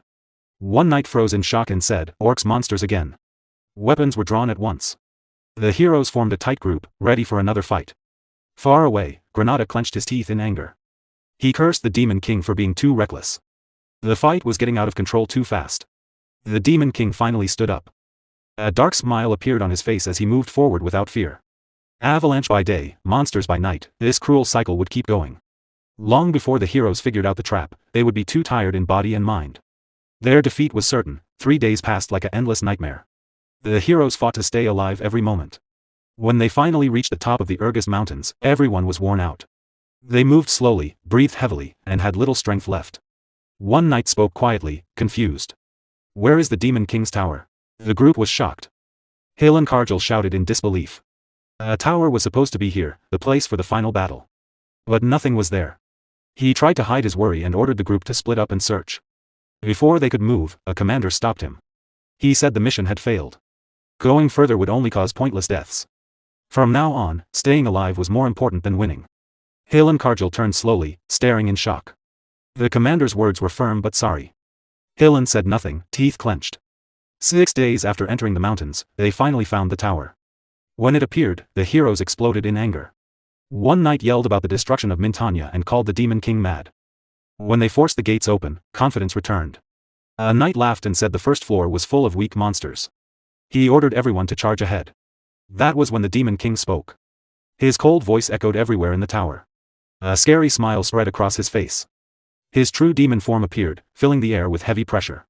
This was his third order. The moment the doors opened, anyone who entered would face hell. Magic cannons appeared all around, surrounding the heroes. Lightning cracked loudly. Hillenkargel stared in horror and asked what they were up against. Then bright blue energy beams shot out. The cannons fired. The Demon King sat still in his control room, watching. He said calmly that this was just the first attack, to test how long they could last. When the firing stopped, he smiled faintly. Hillenkargel was still standing. On the battlefield, Helen struggled to stand straight. He gripped his sword tighter, breathing hard. Rage and confusion filled him. Nothing made sense, no strategy he knew explained this. Then Granada stepped out of the smoke, unhurt. Helen felt relief and quickly said they should push to the next floor. Granada looked at him carefully. Only the two of them were left. It was dangerous. But Hillen said he had once beaten the Demon King of Lust and taken his power. This enemy was not stronger. With Granada's help, they could win. Granada nodded, and they moved on. The second floor was empty. The third floor was empty too. Hillen grew angry. A tower this size should be full of monsters, but there was nothing. Granada stayed quiet. He felt something planned was happening. Empty floors meant someone powerful was controlling the fight. He thought of Princess Ernan. They stayed careful and reached the 4th floor. Both stopped in surprise. A beautiful green forest stretched ahead, like a peaceful garden inside the tower. Helen could not believe it. A forest inside a tower made no sense. Granada said it was a curse, advanced magic that twisted space. Before Granada could say more, Helen saw a figure. A young woman in dark, demonic clothes stood there. She gave off strong dark mana. She looked delicate but dangerous. She spoke lightly, almost like a child having fun. She said she was one of the 4 heavenly kings who served the Demon King, the Dark Spirit Master. She looked at Helen and smiled. He had come to save a princess, but now that princess stood as his enemy, silence fell. Then Helen understood. His eyes widened. Princess Ernan? Granada looked hopeless. The woman laughed softly and said no, she was the Dark Spirit Master. With a small move, she used powerful dark spirit magic. Helen's shock grew. That spell was top-level spirit magic, only Princess Ernan could use it perfectly. Everything clicked. The night attacks, the hidden tower, the cannons, the empty floors, it was all planned. Princess Ernan was behind it. Helen laughed bitterly. The princess he had suffered so much to save had been protecting the Demon King all along. Rage took over. If the world was against him, he would destroy it himself. Before he could attack, the air shook. Dark purple energy exploded. The ground cracked. The Demon King appeared. His presence twisted space. His cold eyes fixed on Helen. At last, the Demon King said calmly, "I see your face, Helen Kargil." Helen pointed his sword, eyes burning with anger. The Demon King had shown himself. The full trap was clear now. Helen turned to Granada. "Give me your strength." The ground shook. Granada suddenly felt weak. His life force was draining away fast. Helen's face turned cold. He said softly, "Stay with me, and it will be okay." Granada fell, all strength gone. The Demon King recognized it, a forbidden artifact called the Elf Eater. It turned an elf's life force into mana for the user. Once started, the elf could not survive. Helen pressed his foot on Granada's face and said it was necessary, for the greater good. The Demon King smiled. He found it funny, low and shameful, but very human. He said if the ring was removed, the stolen power would disappear. Helen laughed wildly. Even the Demon King of Lust could not take the ring from him. The Demon King said one name, Gordon Derrick. Suddenly, pain hit Helen. Blood sprayed. His arm went limp. He had felt nothing coming. Behind him stood Gordon Derrick, the Demon King's loyal servant. His sword was already down. He spoke coldly about how noisy and rude humans were. Before Helen could react, Gordon hit again, sending him flying. Helen realized Gordon was a high-level demon, too strong even with the artifact's power. Then heavy pressure came. The Demon King was behind him, hand on his shoulder. Helen tried to move but could not. Space itself trapped him. A huge wolf-shaped shadow appeared, an ancient ruler of the continent. Helen knew there was no escape. Dark energy gathered around the Demon King. The ground cracked. His voice was calm. "Now you will see what a true Demon King is." The power grew, filling the area with the promise of total destruction. After the Demon King's devastating blow, Helen Kargil lay motionless on the ground, half dead but still breathing. Even in defeat, the fact that he was still alive proved his incredible strength. The Demon King looked down at him with cold respect. To survive such a powerful attack was impressive, and the Demon King openly admitted that Helen's power deserved acknowledgement. However, mercy was not in his nature. Without hesitation, he ordered Gordon Ramsay to tie Helen's hands and throw him into prison. He also commanded that the other humans collapsed outside the door be imprisoned. Gordon Ramsay obeyed at once and carried out the orders. Granada was in much worse shape. His body had withered until he looked like a white skeleton. Groaning in pain, he weakly said he could already see the afterlife. The Demon King glanced at him, praised his efforts with clear mockery, then casually used Spirit Blossom. In an instant, Granada's body was fully healed. The pain disappeared, his flesh returned, and he stood there frozen in shock. A moment later, the Demon King used Spirit Blossom on the princess as well. Watching this, Granada wondered if he had been healed the same way. Before he could think more, the dwarf suddenly shouted with excitement. The Demon King recognized the dwarf's hard work and gave him permission to dismantle the tower. The dwarf burst into loud celebration, bowing repeatedly and thanking the Demon King again and again. With everything settled, the Demon King ordered everyone back to their duties. The damaged floors needed to be repaired right away. After giving his final instructions, he turned and left. Calm slowly returned to the battlefield. In the silence, Granada thought about everything he had seen. After such a fierce fight, the Demon King still looked completely unharmed. This matched the terrifying reputation Granada had heard. To him, this was exactly what a true Demon King should be. The princess stood quietly, deep in thought. When Granada asked what was wrong, she said it was nothing. But inside, she could not shake the feeling that the Demon King had been tired. Away from everyone's eyes, the Demon King, whose true name was Berge, collapsed on the floor, completely exhausted. He clenched his teeth and admitted to himself how close the fight had been. A Demon King could never show weakness in front of others. He cursed Hill and Cargill under his breath, recognizing how dangerous that human truly was. Facing one of the 10 stars, the 10 strongest heroes on the continent, was no small matter. Halen was considered one of the weaker members, yet Berge knew the truth. In this life, he had barely used any demonic energy to strengthen himself due to limited resources. If Halen had been at full strength, victory would have been impossible. Instead, Berge had worn Halen down slowly. He provoked him, made him panic, and forced him to lose focus. In that moment of desperation, Halen left one fatal opening. Berge seized it with a full power strike and ended the battle. For now, he considered it a perfect victory, even if it did not meet the usual standards of a Demon King. Then he realized something incredible: he had changed fate itself.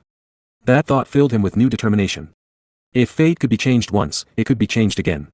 He believed he could now alter the future and finally take revenge on the heroes who had destroyed him in his previous life. The scene shifted to the whole Taiwan Walk press conference hall. Chaos filled the room. Officials shouted over each other while reporters accused them of lying. They mocked the claim that the heroes had simply given up because they could not find the tower. Angry investors demanded answers and wanted someone held responsible for the failure. One man stood firm. He insisted the mission was not over yet. According to him, Sir Hill and Cargill and the great heroes had not given up. They were still searching for the Demon King's tower. All they needed was a little more time. That was when the king exploded in rage. He cursed Hill and Cargill for his arrogance and failure. His voice boomed through the hall as he declared that Hillen had talked big but achieved nothing. His patience was gone. If Hillen failed to rescue the princess, he would be executed without mercy. The dwarf princess tried to speak up and explain the hero's journey and the difficult circumstances, but the king cut her off. He refused to listen and immediately ordered that Lower be found. Whispers spread quickly. Some said Sir Hillen Cargill had never returned. Others claimed he was already dead. As rumors grew, news of the new Demon King spread across the continent. With each retelling, the story became more frightening. Fear and despair filled people's hearts, and the world sank into sorrow. Because of this widespread despair, Berge's demonic energy points began to grow rapidly. The scene moved to the Heroes Guild headquarters, where a tense meeting was taking place. The gathered heroes questioned Hero Warden repeatedly, asking if there was any lie in his report. Warden swore on his name that everything was true. One elder hero spoke coldly. The situation was very serious, but since the new Demon King's identity was unknown, they needed to be cautious. He reminded everyone that Hillen Cargill was one of the 10 stars and could not be defeated easily. After long discussion, they decided to wait 10 more days for news of Hillen. If nothing came, all 4,728 heroes across the continent would launch a full attack to destroy the new Demon King. Deep underground in Berge's Tower prison, the Demon King visited Hillen. He noticed Hillen was already awake and commented on his fast recovery. Hillen spoke right away, saying that if he was being kept alive, the Demon King must want something. He demanded to know what it was. The Demon King smirked, pleased that Hillen was willing to talk. He made his offer clear: Hillen Cargill must become his vassal. Hillen froze, unable to believe what he had heard. The Demon King calmly placed a bag of gold coins in front of him and explained the harsh reality of a hero's life. A hero's journey cost enormous amounts of money: food for hundreds, security, lodging, guild fees, armor, weapons, and high-quality supplies. Usually, merchants and nobles paid these costs. When a hero defeated a Demon King, life became rich and comfortable. But when a hero failed, they were buried under crushing debt. This time, all the investments had been placed on one person: Hillen Cargill, the party leader. Even if he escaped, he would be labeled a failed hero and hunted by debt collectors for the rest of his life. Hillen stayed silent, knowing it was true. What disturbed him most was how the Demon King knew all this. Granada stepped forward and admitted he had told him. Hillen shouted Granada's name in fury, accusing him of betrayal. Granada shouted back, calling Hillen a scammer and reminding him of everything he had suffered. He declared he had been on the Demon King's side from the start. The Demon King explained the real reason for Hillen's defeat: there had never been a Demon King like him before. Hillen thought bitterly about those words. He himself had once broken the old standards. Now this Demon King would soon adapt and clear towers even faster. The Demon King laughed and revealed Armani's orb in his hand. He pointed out that if one of the strongest heroes was secretly working against humanity, could humanity ever succeed? The orb was a magical tool used to control subordinates. Once inside the body, it attached to the brain. The Demon King would instantly know any hostile thought, and with one gesture, he could destroy Hillen's brain. This was the test. If the orb could not attach, it meant rejection, and Hillen would die. There were plenty of other heroes to use. The scene shifted to Hillen's companions, lying half dead on the ground, groaning in pain. Seeing them, Hillen panicked and begged the Demon King to stop.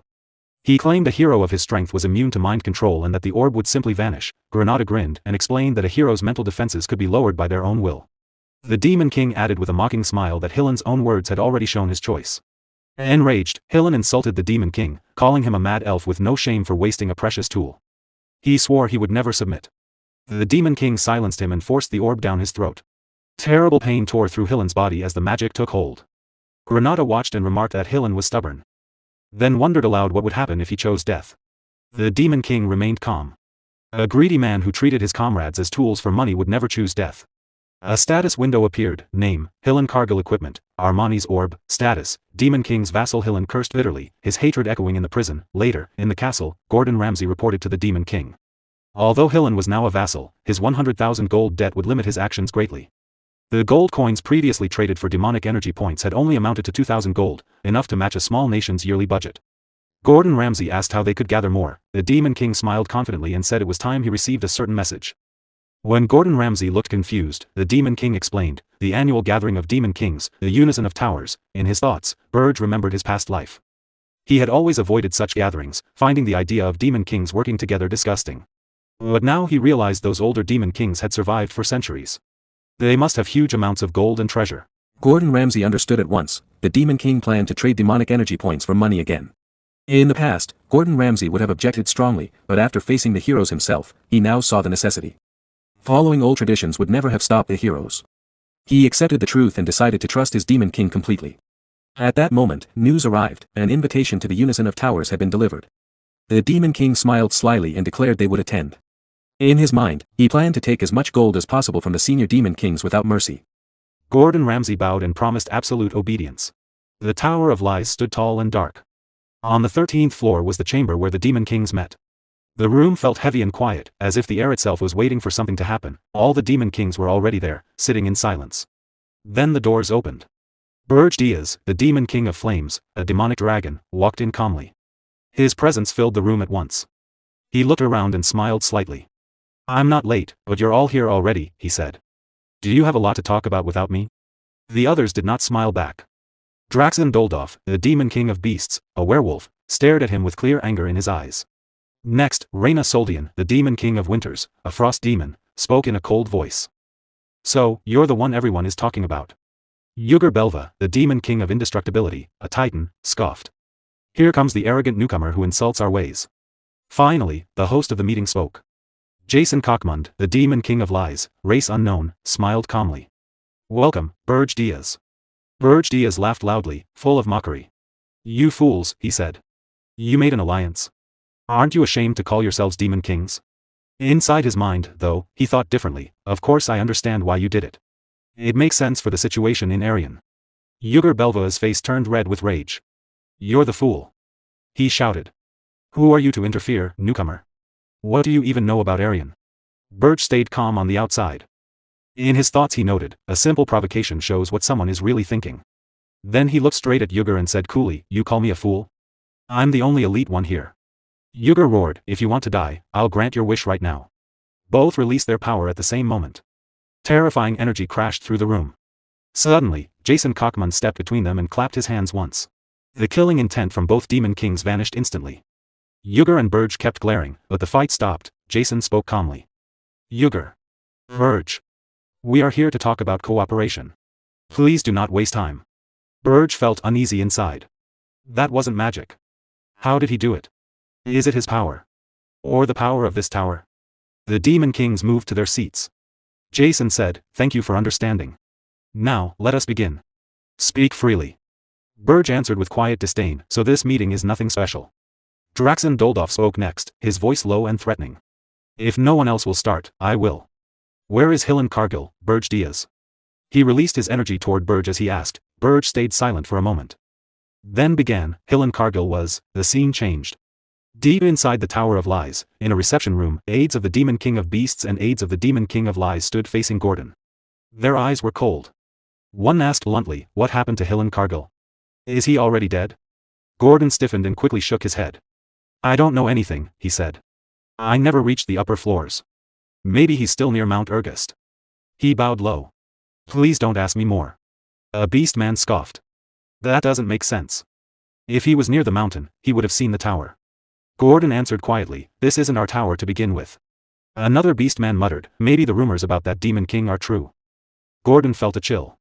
He remembered Berge Diaz's orders: if anyone asks about Hill and Cargill, say you know nothing. Keep everything secret, but something felt wrong to Gordon. Unease grew inside him. Suddenly he burst out, the Demon King I serve is a rebel and a fool. He never listens to anyone. If he's left alone for even a moment, he does the most ridiculous things. If it's going to be like this, just do everything without him. When he finished, strange relief washed over him. He felt lighter.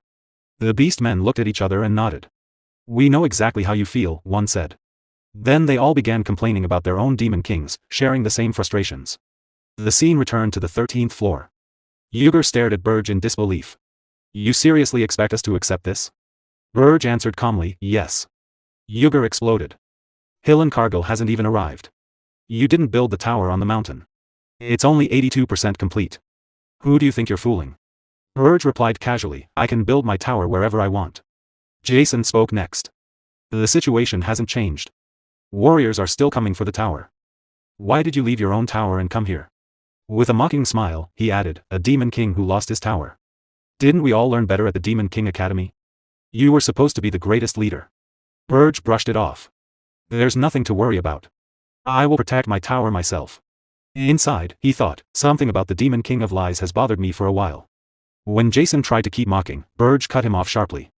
Draxon, annoyed, asked, do you really think Archduke Arcane will just ignore this? Berge shrugged. I don't care what that old man says. Draxon thought to himself, he's as stubborn as ever. Berge turned the question back. Is something bothering you? Draxon brushed it off. No. Let's move on.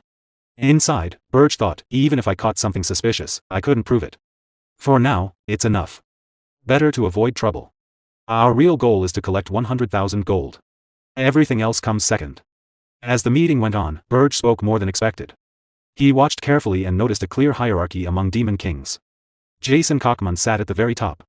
He also noticed which demon kings seemed desperate for magic points. Suddenly, Reyna Soldian gave him a cold, sharp look. Berge was confused by the hostility. Later, on the balcony of the 13th floor, Reyna stood alone, looking outside. Berge approached. What's wrong?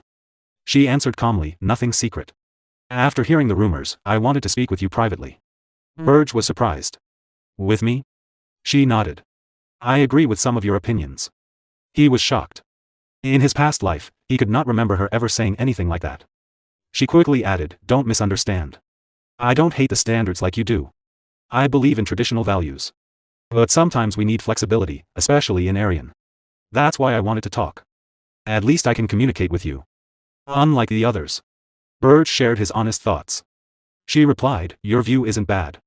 You're better than I expected. She handed him a small item, a personal communication device. If you ever need advice, contact me. As long as you don't insult the Demon King standards in front of me, I'll tolerate you. She finished softly, I hope someone who can communicate properly doesn't disappear too soon. Berge asked, why not talk to the Demon King of Lies instead? She answered, he can't read your mind the way you think. He's better than the other two, but even he has limits. Then she left the balcony. Alone, Berge thought, I still don't fully trust her. But her clear, honest attitude is valuable. This talk alone made the meeting worth it. At the same time, in Berge's own tower, on the first floor, a princess arrived carrying a tray of fresh cookies she had baked. Her eyes were bright and happy. She offered them to Lozier Friedrich. Please try one. Lozier stared in surprise. Snacks inside a Demon King's tower?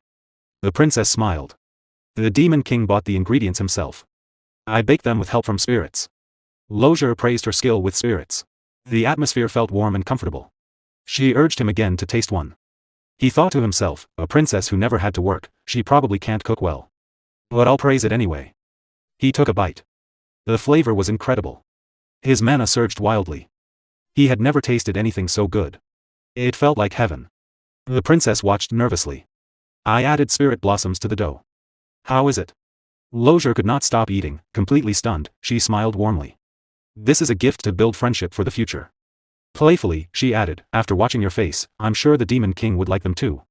Lozier agreed, excited. The moment felt gentle and sweet. The scene returned to the Tower of Lies. Berge came back from the balcony and found the meeting room empty. They're all gone, he said. Jason nodded. The meeting has ended. Berge remarked, it was short. Jason noticed his expression and offered tea. Do you regret anything? No, Berge said quickly. Jason smiled calmly. You need something as a human, Berge. You need money, desperately. Berge froze, shocked. How does he know that?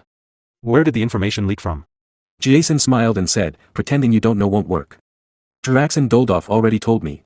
He waved his hand, opened his storage space, and cheerfully continued, let's stop these pointless mind games. Come on, let's make a deal. I'll trade demonic energy points for human money. Berge Diaz, the Demon King, stared at him coldly. What's your real goal? Jason laughed. What do you mean? I'm on your side, Berge. From now on, let's get along. The scene shifted to the first floor of Berge's tower. Berge Diaz stood in front of a huge pile of gold coins. He looked at the hero, Hillen Cargill, and said, take 100,000 gold from this. Make sure no one can trace where it came from. Hillen's eyes went wide. He stammered nervously, You really got the money? Inside, Berge thought, if Jason follows the flow of this money and figures out everything we're doing, we could end up as his puppets. I can't tell what he's planning, so we must be very careful. He turned back to Hillen and said, I turned the rest of your hero party into black knights and black mages. The man in the middle is Amon from the Golden Moon Merchant Guild. I learned his name when we made the contract. Hillen looked surprised and confused. Berge continued, use these people to grow the money. They will obey your orders. Amon trembled under the Demon King's dark aura that controlled him. In his heart, he thought, I can't believe we become the Demon King's servants. This is humiliating. Please save us, Sir Hillen. Hillen took a deep breath and said to Berge, since my party members are still alive, this isn't a complete failure. I can pay off my debts now. Does that mean I can keep working as a hero?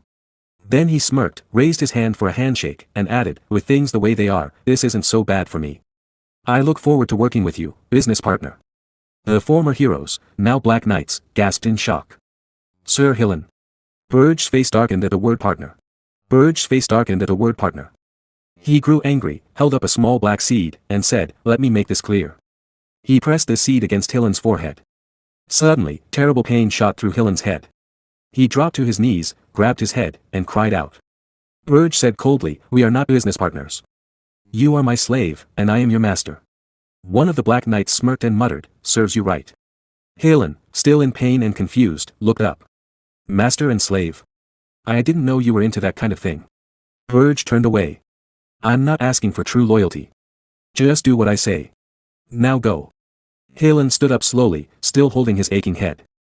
Suddenly, a soft voice called from behind him. Hillen.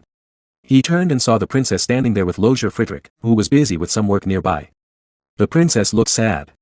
She held out a letter and said, could you please deliver this to my younger sister, Elena? Hillen took the letter. Elena? You mean the 13th princess of the kingdom of Hilderan? I can do it, but... Why are you helping the Demon King? You're one of the reasons I ended up in this mess. The princess lowered her eyes. I'm sorry. But I have no plans to return to the kingdom right now. A hero like you surely knows the royal family's secret. Hillen Cargill thought quietly about the royal family's secrets in the kingdom of Hilderan. He remembered the rumors he had heard. If they were true, he could understand why the princess was acting this way. In the end, he agreed to deliver the letter to Elena. Later, inside Berge's tower, Gordon Ramsay spoke to Berge Diaz with worry. He said it was not that he distrusted the Demon King, but he was not sure if the hero Hillen would really obey orders. Berge replied that Hillen was not just someone who only cared about money. At first glance, he might seem greedy like many humans, but that was not true. Hillen was not noble either. What he really wanted was fame and attention. He acted boldly in everything so people would notice him. Berge added that if Hillen was controlled properly with the Armani orb, no one would make a better spy. Gordon Ramsay thought to himself that the Demon King understood humans very well. He realized he could not stay idle any longer. Berge smirked and said it would be interesting to watch a hero, working for the Demon King, destroy human society from the inside. Gordon Ramsay quickly agreed and promised his full loyalty. Just then, someone knocked on the door. Both of them looked surprised. The princess walked in carrying a plate of cookies. She calmly offered them some. Berge took the plate and said she had been coming and going freely lately. He warned that if it bothered him, he would lock her in the underground prison for a month. The princess smiled and told him to try one first. Berge looked at the cookies and called them nothing special, just a simple human dessert. He took a bite. His face changed at once. The taste shocked him. It was a flavor he had never experienced. The princess watched closely and thought, he reacted. Does he like them, just like everyone else? A light sweat appeared on Berge's face. He gripped a chair, then smirked and said, for a human dessert, it's not bad. Inside, the princess was stunned. He had resisted it. Berge then said the cookies contained spirit blossoms, a dangerous ingredient. The princess admitted it openly. She knew he would notice right away. Berge realized this was connected to a reward he had given her earlier. She clearly wanted something in return. The princess laughed softly and said yes, that was true. Berge stayed silent, looking confused. Time passed. Halen Cargill and his group safely descended the mountain with Crutus as their escort. They reached Holton Walk, then quickly used the teleport circle to travel to the kingdom of Hilderan. As for Granada, he soon restored order among his mercenaries.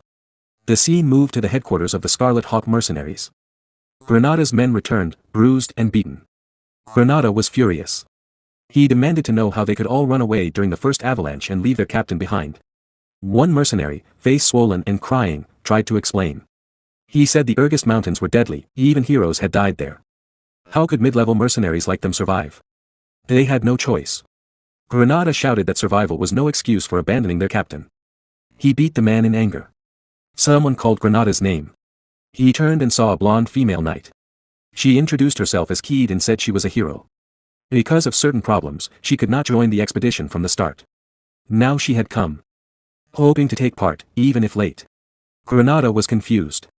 Why would a hero come here? Some of his men, already drinking, laughed and said she was the one who had paid for their drinks while the captain was away. They suggested another round. Granada hit them and told them to be quiet. He thanked Keed for the drinks but said the hero's expedition was already over. Keed looked shocked.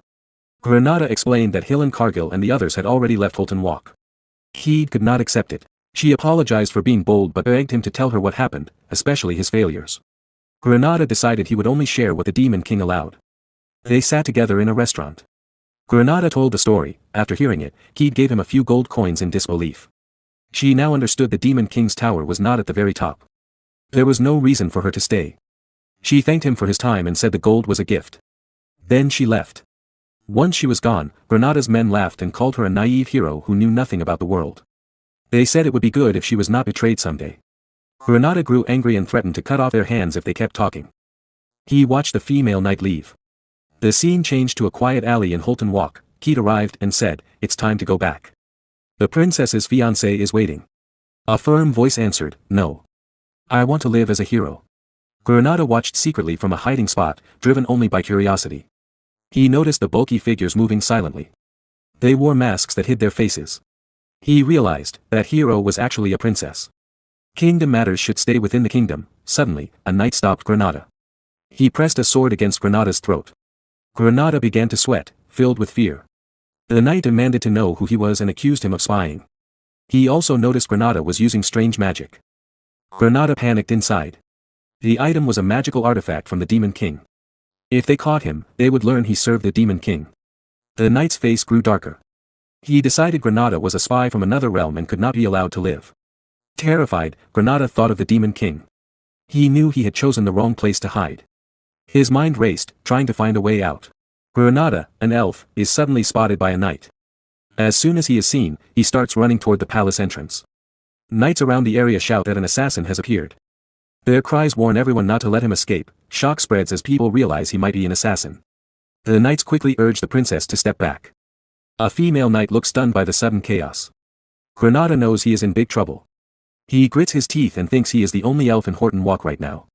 If he uses his elf powers, he will be targeted easily. Still, he decides he must use his strength to survive. He doubts if he can escape safely. The knights surround the princess to protect her. They tell her to stay back and leave it to them. But the princess refuses. She says she is a warrior too. Granada panics inside. He knows he has no choice but to use his power, even if his identity as an elf is revealed. The knights shoot arrows at Granada. The situation gets worse. At that moment, Berge appears. He says he was wondering why everything was taking so long. He uses his power to destroy the arrows in midair. Granada is shocked. Berge spreads his wings, flies up, and holds a magic flame in his hand. He tells Granada he must have been playing around in a place like this. Granada looks at him in disbelief and anger. He recognizes Berge as the Demon King. Even after seeing such power, Granada cannot fully believe it. Berge casually says there is no need to worry about wounds that heal with saliva. Granada replies angrily that he is being serious. The knights panic and shout. They think the Demon King has come to kidnap the princess. They believe he wants sacrifices. They focus on protecting her. The princess, who is also a knight, steps forward. She says she does not care about her own safety. She tells the knights not to hesitate. She says this is their chance to capture the Demon King. She orders them to attack without worrying about her. Berge Diaz looks at the princess with mild surprise. He learns something new about her. The knights do not believe it. They shout and get angry. They question why the Demon King is even there. Granada, annoyed, agrees with the knights. He demands to know why the Demon King is here. Berge Diaz answers calmly. He says it was a coincidence while he was running an errand. The knights get angry. They call him a liar and refuse to believe it was just a coincidence. The scene shifts to an earlier time. Berge Diaz is in a tower. He listens as the princess tells him what she wants. She asks for senile powder. Berge Diaz knows senile powder is used for spirit contracts. The princess smiles and confirms it. She tells him a story from hundreds of years ago. An elf named Senya returned to the human kingdom. The king ordered her to make a supplement so humans could form spirit contracts more easily. This led to the creation of senile powder. Berge Diaz says the princess does not need it because of her talent. She pretends to look sad and says he overestimates her. She explains there is little mana in the tower.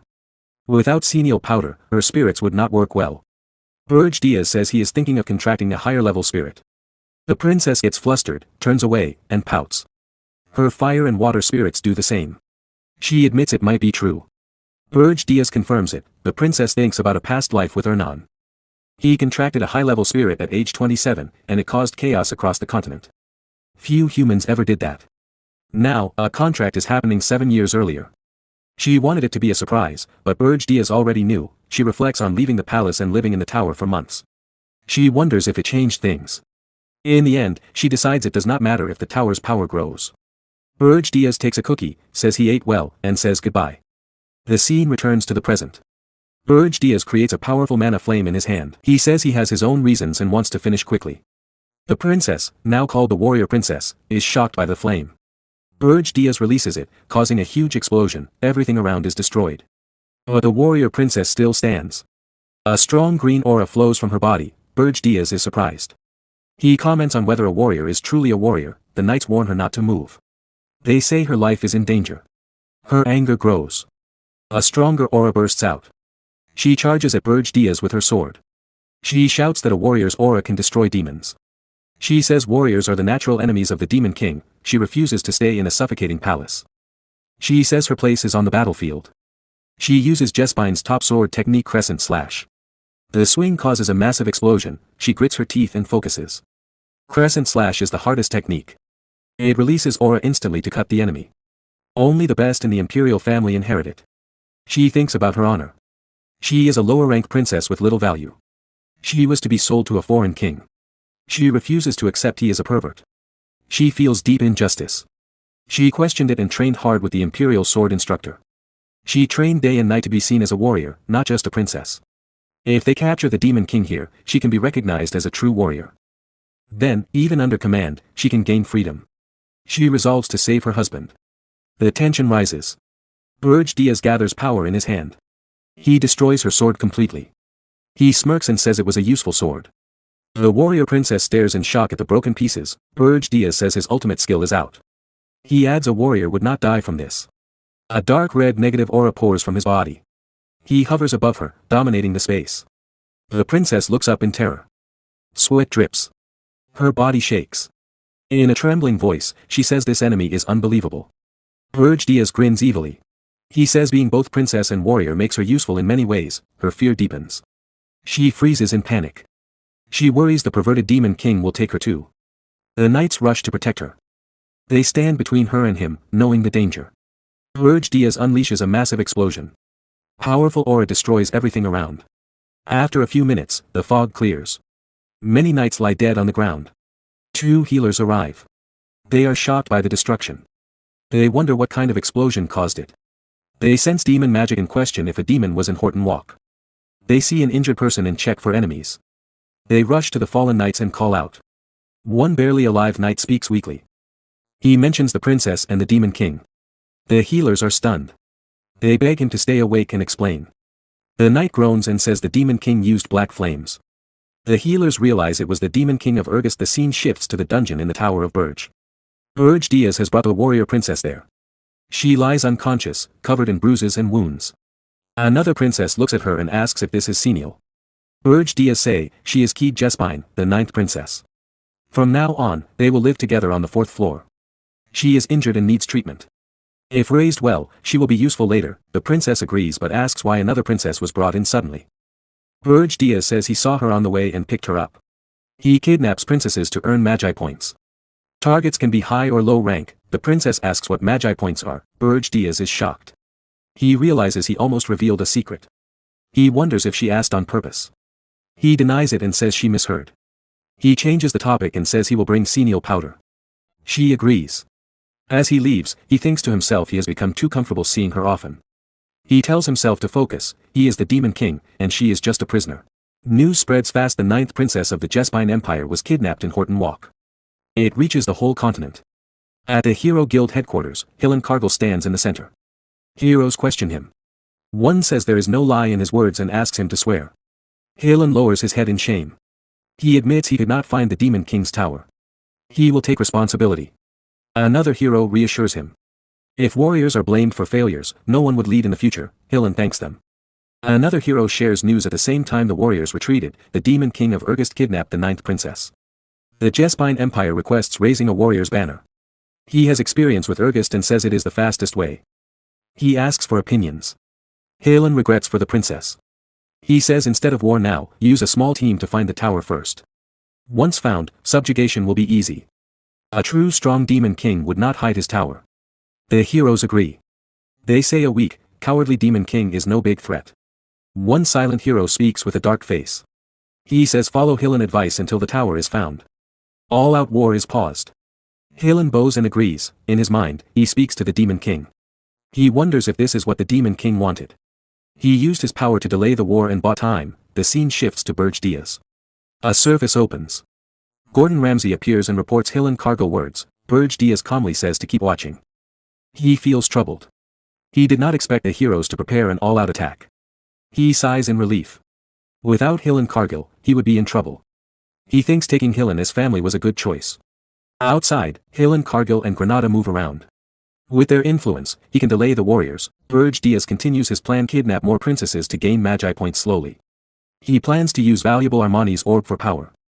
Dwarves remodel the tower, making the 1st floor stronger. With Krutu influence growing, and a contract with a high-level spirit, including Princess Ernan, even small groups of warriors cannot challenge him. With a strong tower ready, Berge Diaz prepares true revenge against the warriors who killed him before. To do that, he need to obtain senile power. He dreams of taking a city full of powerful wizards and warriors, a magical city in Amur if he can get it without being caught. This is going to be way too hard. The scene moves to the kingdom of Akan, in a city famous for magic engineering called Amore. On the edge of the world's biggest magic market stands a small, plain shop named Jetson's Paradise.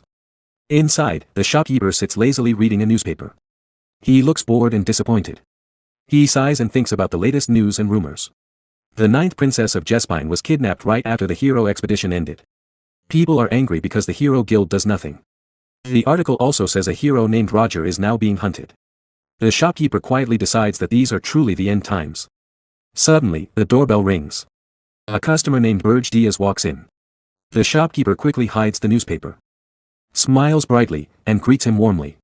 He asks if Diaz is looking for something special. Diaz looks around with no interest. He says he wants some powder and asks if they have it. In his mind, he thinks, this powder is for the princess. She asked me to get it herself. The shopkeeper gets very excited. He says yes, they have it. He acts overly happy, as if Diaz is his very first customer ever. Diaz feels annoyed and thinks the shop looks old and dirty. The kingdom of Akan is famous as the holy land of magic engineering. Heroes, mages, and alchemists from everywhere come here. Big famous shops are always full of strong people. Because of that, hiding demonic energy is risky. That is why Berge Diaz chose this quiet, almost empty shop on purpose. The shopkeeper happily shows 2 glass vials of sun powder. He laughs and says Diaz is very lucky. He offers a special discount, only 1 gold coin per vial. He acts like it's the biggest sale ever and says no other shop has this deal. Diaz gets angry. He tells the man to stop shouting and says the price is still too high. He picks up 1 vial and looks at it. He says normal sun powder is green, but this one is purple. Why? The shopkeeper laughs and explains it is a new, secret version made inside the mage tower. It is not for sale yet. He calls it super rare and says it is a great deal. If Diaz does not buy it now, he will never get it again. Many people want this powder. The shopkeeper smirks to himself. He thinks Diaz looks like a noble and must have a good reason to come to this faraway shop. He decides to cheat him and charge more. Diaz understands the trick. He gets very angry and thinks about killing the seller. But then the doorbell rings again. The shopkeeper turns away happily to greet the new customers. One of them whispers that they cannot believe they have to start in such a bad place. Diaz looks at the door and freezes.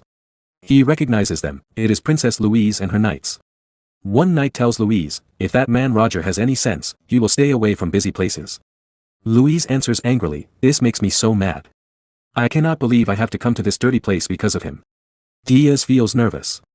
He is the one who kidnapped Roger, so he is worried. The knight walks to the shopkeeper and says they are looking for someone. Diaz watches her carefully. He notices her angry temper, rough voice, and twin tails. He is sure this is Louise Ver. He hopes she does not recognize him because he used a magic item last time. The shopkeeper laughs and says he understands. But his memory only works if he sells something. The knight looks shocked. Louise gets furious, insults him, and puts her sword to his neck. She shouts that he dares to try cheating her and does not understand how serious this is. The shopkeeper turns pale and screams in fear. He says murder is forbidden in the capital. He begs them not to kill him. In panic, he says if they threaten him, at least by something. Louise gets even angrier and calls him crazy. But the shopkeeper, still scared, smiles weakly and makes a bold offer, "Buy something, and I will accept any punishment after."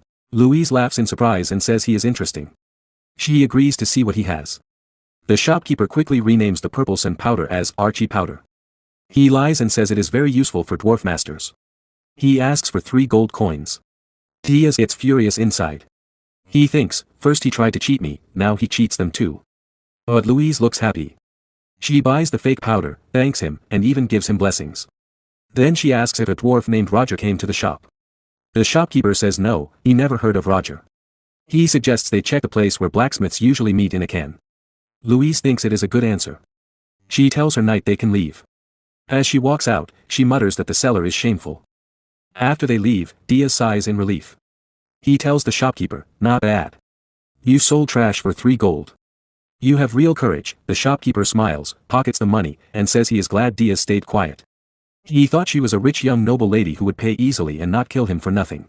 He smirks and says Diaz seems interested in business. For 10 gold, he can share a secret. Diaz thinks the man is a huge scammer, but he actually respects the skill a little.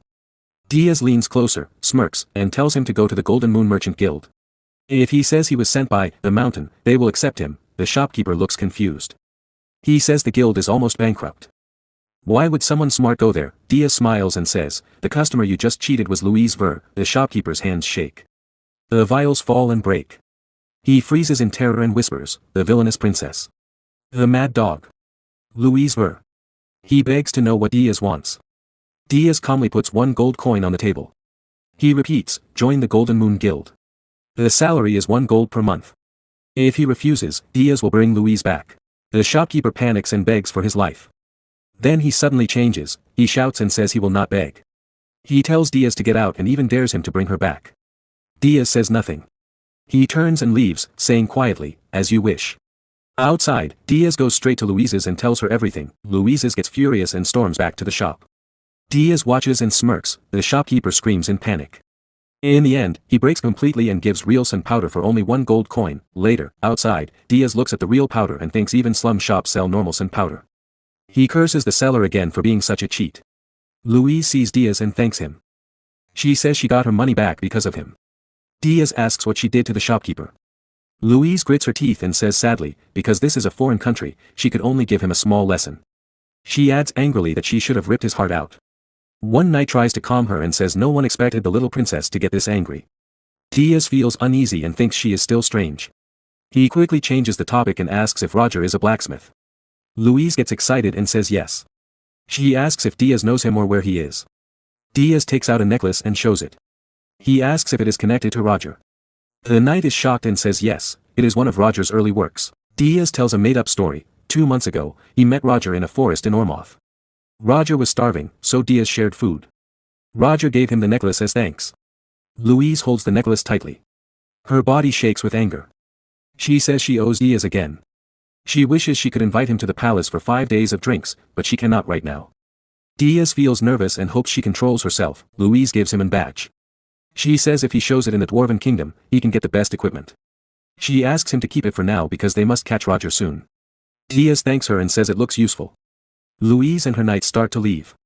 One knight asks what is next. Louise says she will contact the queen and ask for more soldiers. She smirks and says this time Roger will not escape. She promises he should wait for her. Diaz stands alone. In his mind, one word repeats, heart. Old memories come back. After his regression, rebirth, he forgot something important. Around this time in the past, Draxen found the heart of a mystic beast. He absorbed it and became much stronger. That power changed everything. Diaz realizes that power is what he wants most now. As the new Demon King, he is still weak because of dimensional limits. If he fights Laos one-on-one right now, with Laos having top gear, he might win, but only barely. That is not enough for revenge or survival. He decides, he must get stronger. His plan is clear.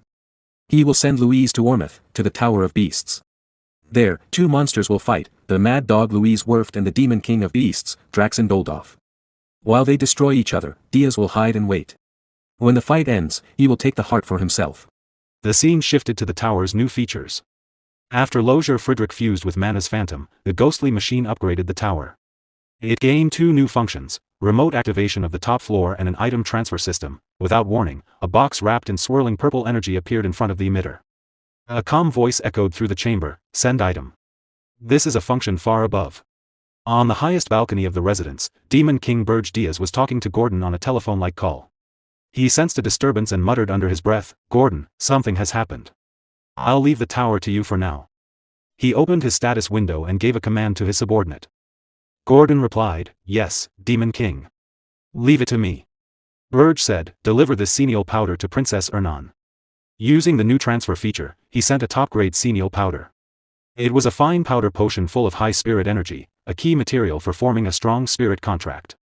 This will greatly help the princess, he added with quiet confidence. Princess Ernan's eyes sparkled as she examined the potion. She could barely contain her excitement. Wow, this is top-tier quality. Did you get it from the Kingdom of Aachen? She asked. Gordon nodded firmly. The Demon King himself secured it. Use it carefully, he advised. Meanwhile, Berge reminded Gordon about the fourth-floor prison. There, a blonde-haired girl, Princess Keed, sat calmly on the cold stone floor. She looked strangely peaceful despite being locked up. Teach her swordsmanship so she can fight at full strength, Berge ordered. I'll test her when I return. In another place, during a fierce training match, Keed faced Gordon. Their swords clashed with great force. Energies exploded as they met. Gordon blocked her strike and glared at her coldly. At least land one hit, he said. Then you can speak to me. Berge also told Gordon about the first floor of the tower, where the new item had appeared. Set up the Hell Force on the first floor. Tell Lozier to reinforce it even more. The dwarves were filled with excitement. One rushed to the massive blast furnace, his eyes shining like a child who found treasure. What is this? I've never seen a furnace like this before. How does it even work? He shouted, inspecting every detail. Behind him, Gordon watched silently. The dwarf ran his hand along the glowing surface in awe. That color, it almost feels alive. This is all thanks to the Demon King's grace. His mouth hung open in disbelief. This is incredible.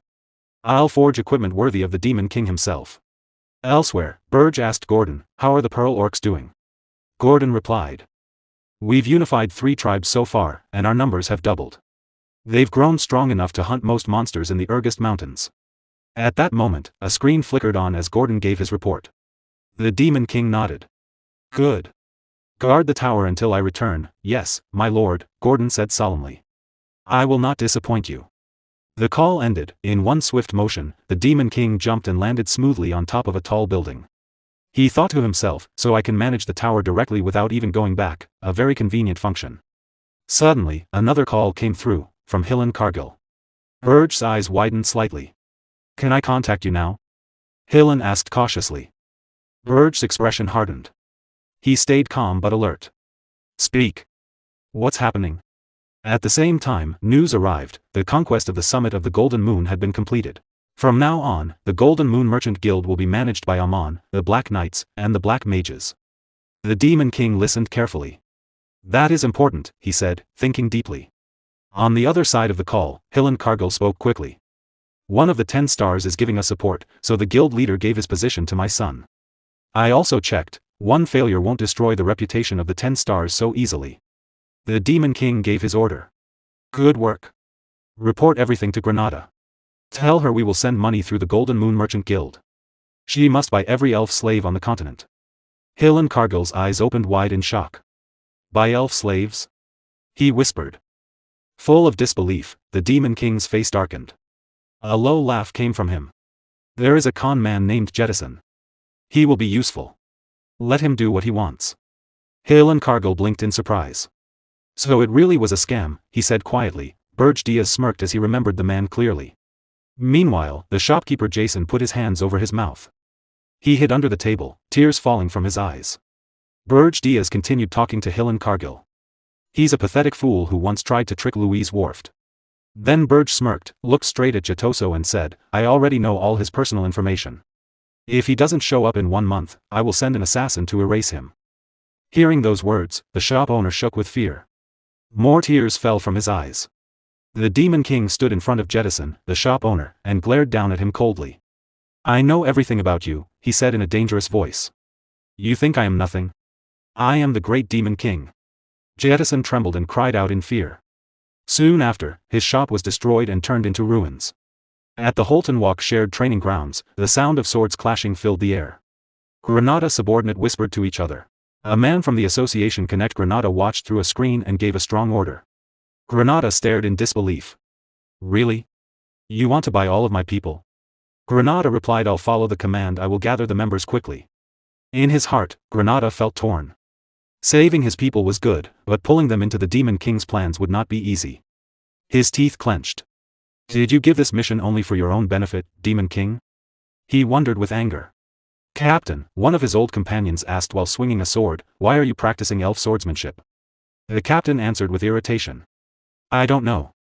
That old man told me to. He lived 100 years longer than me. A younger soldier stared in shock. The youngest subordinate looked at Granada and asked a voice, Captain, the captain has lost his mind, how about we run for it, Vice Captain? Vice Captain nervously stared but didn't speak. Suddenly someone said lightly. Vice Captain was our captain originally, right? If you go, we'll follow you. Suddenly behind Granada all of his subordinate trying to run away. Granada's jaw tightened. Still thinking, he could feel the Berge fear. This is troublesome, he thought. As a slave all my life, maybe following the Demon King is better. Granada used his fingers to use magic to stop the vice captain and other subordinate. They looked at fear. Suddenly, confused roots burst from the ground and wrapped around the runaway vice captain, holding him in place. Stop! The vice captain shouted sharply. You are embarrassing me in front of my men. Pain and anger filled his voice. Others shouted too, but Granada ignored them. He focused only on the screen. Hillencargill looked up with worry. What's happening? It's nothing, Granada replied calmly. Then what he going to do, no? He asked. Hillencargill replied, who knows? What did he say again? I think he said he was going to look for treasure, Granada asked with confusion. Treasure? Deep in the Ormouth Rainforest Kingdom, the scene changed again. The dwarf princess Louise Worft pushed through thick jungle. Her armor brushed against vines as her companions followed. A dwarf ran up to her in a hurry. Ormouth officers sent an ultimatum. An anonymous source demands we leave immediately. She did not slow down. Her eyes burned with determination. I still haven't found him, she said firmly and kept walking into the dark forest. Cold sweat ran down her face. Her subordinate urged her again. Your Highness, we can only check areas allowed by the anonymous order. She clenched her teeth in anger. No. There are still places I haven't searched. Then her eyes locked onto Beast Mountain in the distance. She froze. No way. Even the Beast King's land was forbidden and very dangerous, princess. A dwarf shouted desperately, but she stepped forward without stopping. It's fine. They can't touch me. Sweat soaked her armor, but excitement shone in her eyes. She laughed sharply. Dare to challenge me? We are the royal family. Our whole nation uses dwarven weapons. If they want war, we will give them war. Under her breath, she added, and I haven't forgotten the fallen princesses from 200 years ago. Her eyes became hard with resolve. The Demon King, once defeated in one battle, was rising again. I cannot rush blindly, she told herself. Beside her, the companion whispered nervously. But what if there were never any Lozier here? What if that man lied to us? Her glare became sharp. That's possible, she said coldly. But stay quiet, or I'll knock your head off first. She marched forward and looked toward the distant tower. Demon King, this is serious. Inside the tower, the wolf Demon King slowly lifted his head, a demon girl appeared and bowed. The dwarf princess is approaching Beast Mountain. His eyes widened. What? The wolf Demon King growled. Rage twisted his face. Why is that crazy princess here? Has she found out about the heart of the summoning beast and come to take it? No.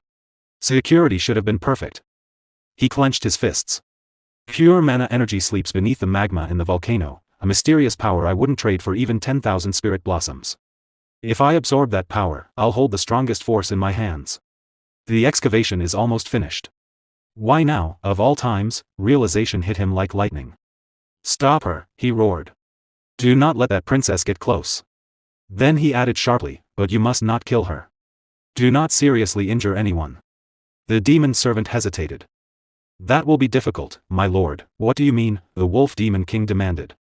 Back in the forest, the princess stopped suddenly. A tall, muscular figure blocked her path. His presence was heavy and threatening, his voice was calm but deadly. Are you insane? Do you want to die here? Why have you come? The princess narrowed her eyes.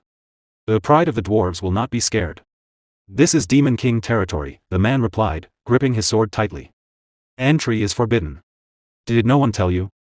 A dark chuckle came from him. There's always a risk of being killed by demons. He was Max, the second prince of Ormith, the princess answered without fear. They won't touch me. Move aside. I won't leave until I find Lozier. Max's face twisted in anger. Dwarves really lack brains.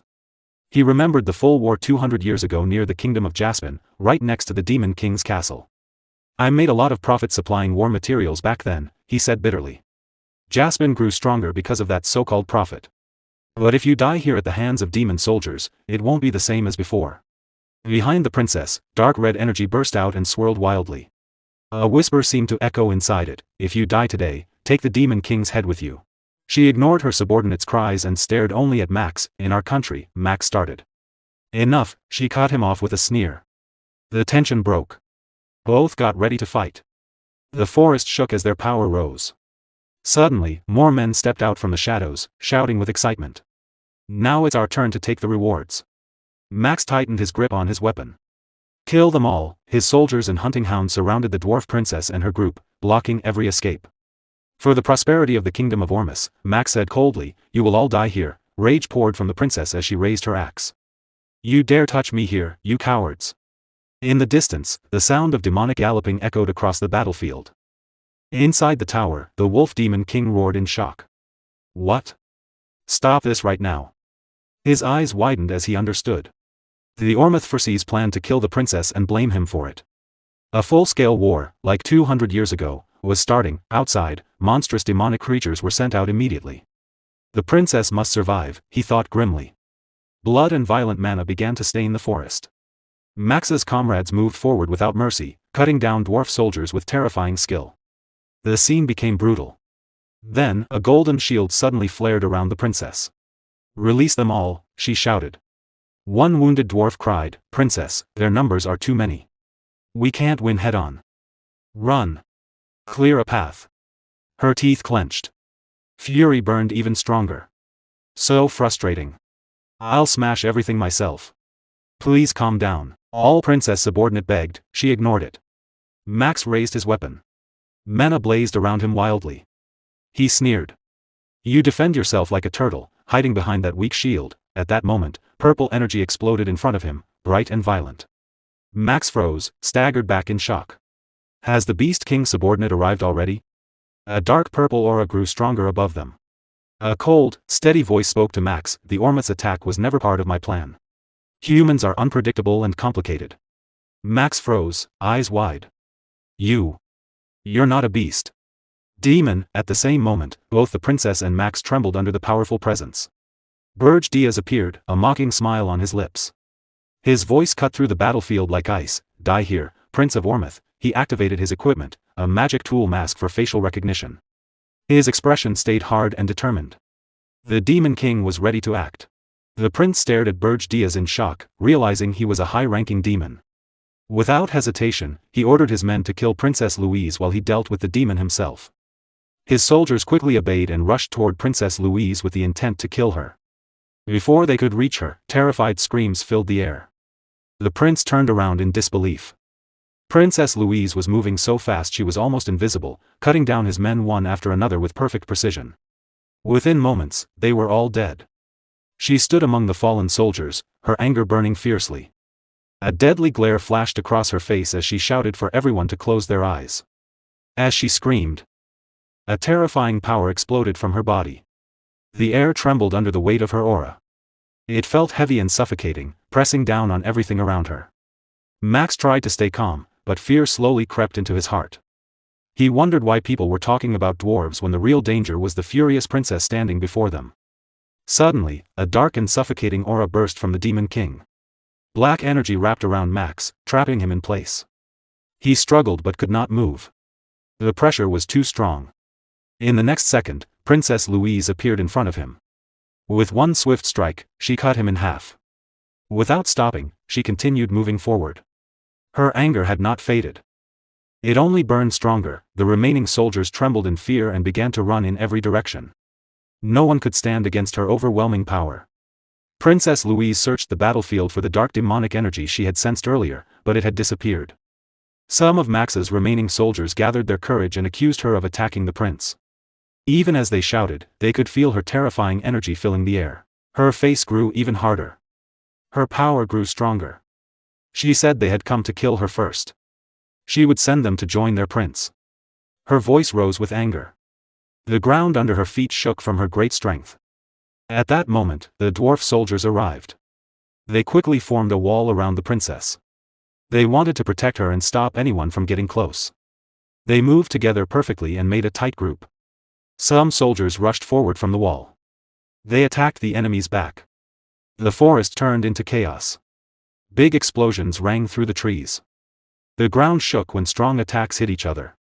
Smoke and waves of force tore through the area and the battlefield. From far away, the Demon King watched the fight with calm eyes. He knew Louise would not die here. He decided to let things happen and start his main plan. He looked up at the tall building ahead, called the Tower of the Beast. The scene moved to the tower. A huge wave of power came from it. The power was thick and strong. It made the air shake. Inside, the Beast King stood in anger. He shouted at one of his subordinate. The subordinate quickly started to report about the Demon King's magic. But before she could finish, the Beast King cut her off. He said coldly that the magic did not come from his family. Another demon lord had sent demons into his land. From their strength, they must be top-level demons or even stronger. His face grew dark. His anger rose. In his mind, he thought carefully. While the dwarf princess and Prince Orms fought, other demon groups were attacking at the same time. The timing was too perfect. He decided to check it himself. The scene went back to the forest. The Beast King reached the battlefield. His presence felt heavy and strong. He asked right away what had happened to the dwarf princess and the invading demon. One soldier tried to answer and called him Demon King. But before he could finish, another soldier said they had just arrived. The princess had been surrounded by Orm's soldiers. The Beast King's anger grew. His power rose. A bad thought came to him. He feared that if the big attack from 200 years ago happened again, he still did not have the power to stop it. A beast soldier said nervously that the princess was already surrounded by Orm soldiers. He tried to save her. But before he could explain more, the scene changed to Princess Louise on the battlefield.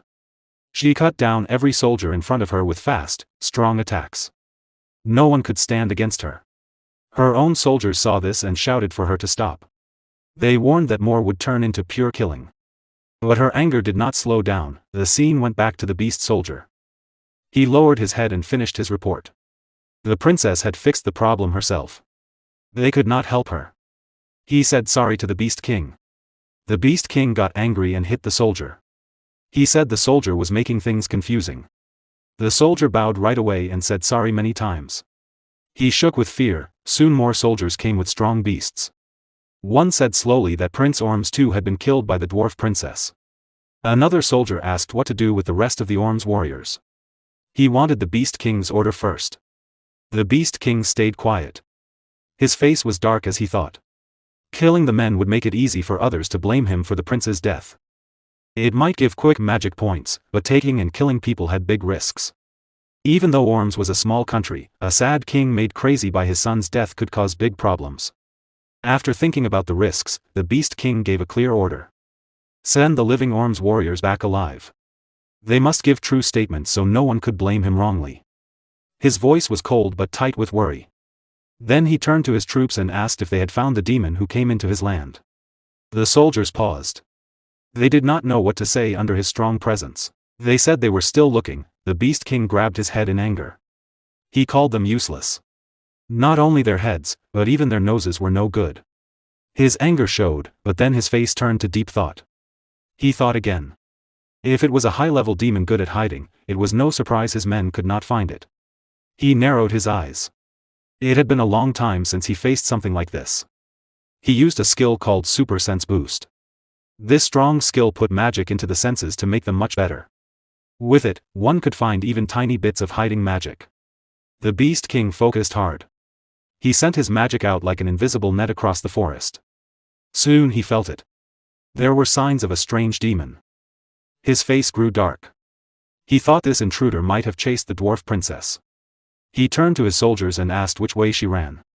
One soldier pointed fast and said she went that way. The Beast King disappeared in a flash. He ran forward at high speed. His angry voice roared through the forest as he cursed the Demon King. Everything became clear in his mind. His eyes grew wide. He understood the truth. The fight between the dwarf princess and Prince Orms, even the magic shown, was all a plan to pull him away from the volcano. Anger burned through him like fire. His power flared as he ran fast toward the mountain. The ground cracked under his feet. The wind howled around him. The scene moved deep into the Beast King's land. Inside a big cave near the volcano, many beast warriors stood guard. Bear demons carried things in and out quickly and carefully. It felt like a secret plan in action. The view went deeper into the cave, to the heart of it. The Demon King had already reached the hidden spot. He stood in front of a huge pool of strange lava and looked at it closely. The hot flow glowed in an odd way. It sent out strong power. He thought to himself that this was no normal lava.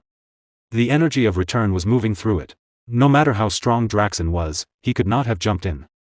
He wondered if the lava was being taken out through building work, but he did not care. As he spoke, dark power rose around his body. Strange skills showed as his power grew. Flames spun around him but did not burn him. He said calmly that the black flame dragon scales could move even in lava. Just then, someone felt him there. A sharp tiger demon saw him and attacked with full power right away. He put all his strength into his weapon and struck to kill. The Demon King raised one hand calmly and stopped the attack with ease. The weapon could not move even a little. He said without worry that it was normal for a high-level demon to find him from this far. The tiger demon grew angry, showed his teeth, and shouted for him to stop. Before he could do more, the Demon King said coldly, "Come with me." He pulled the tiger demon and jumped straight into the big pool of lava. As they fell into the burning hot liquid, the tiger demon's screams filled the cave.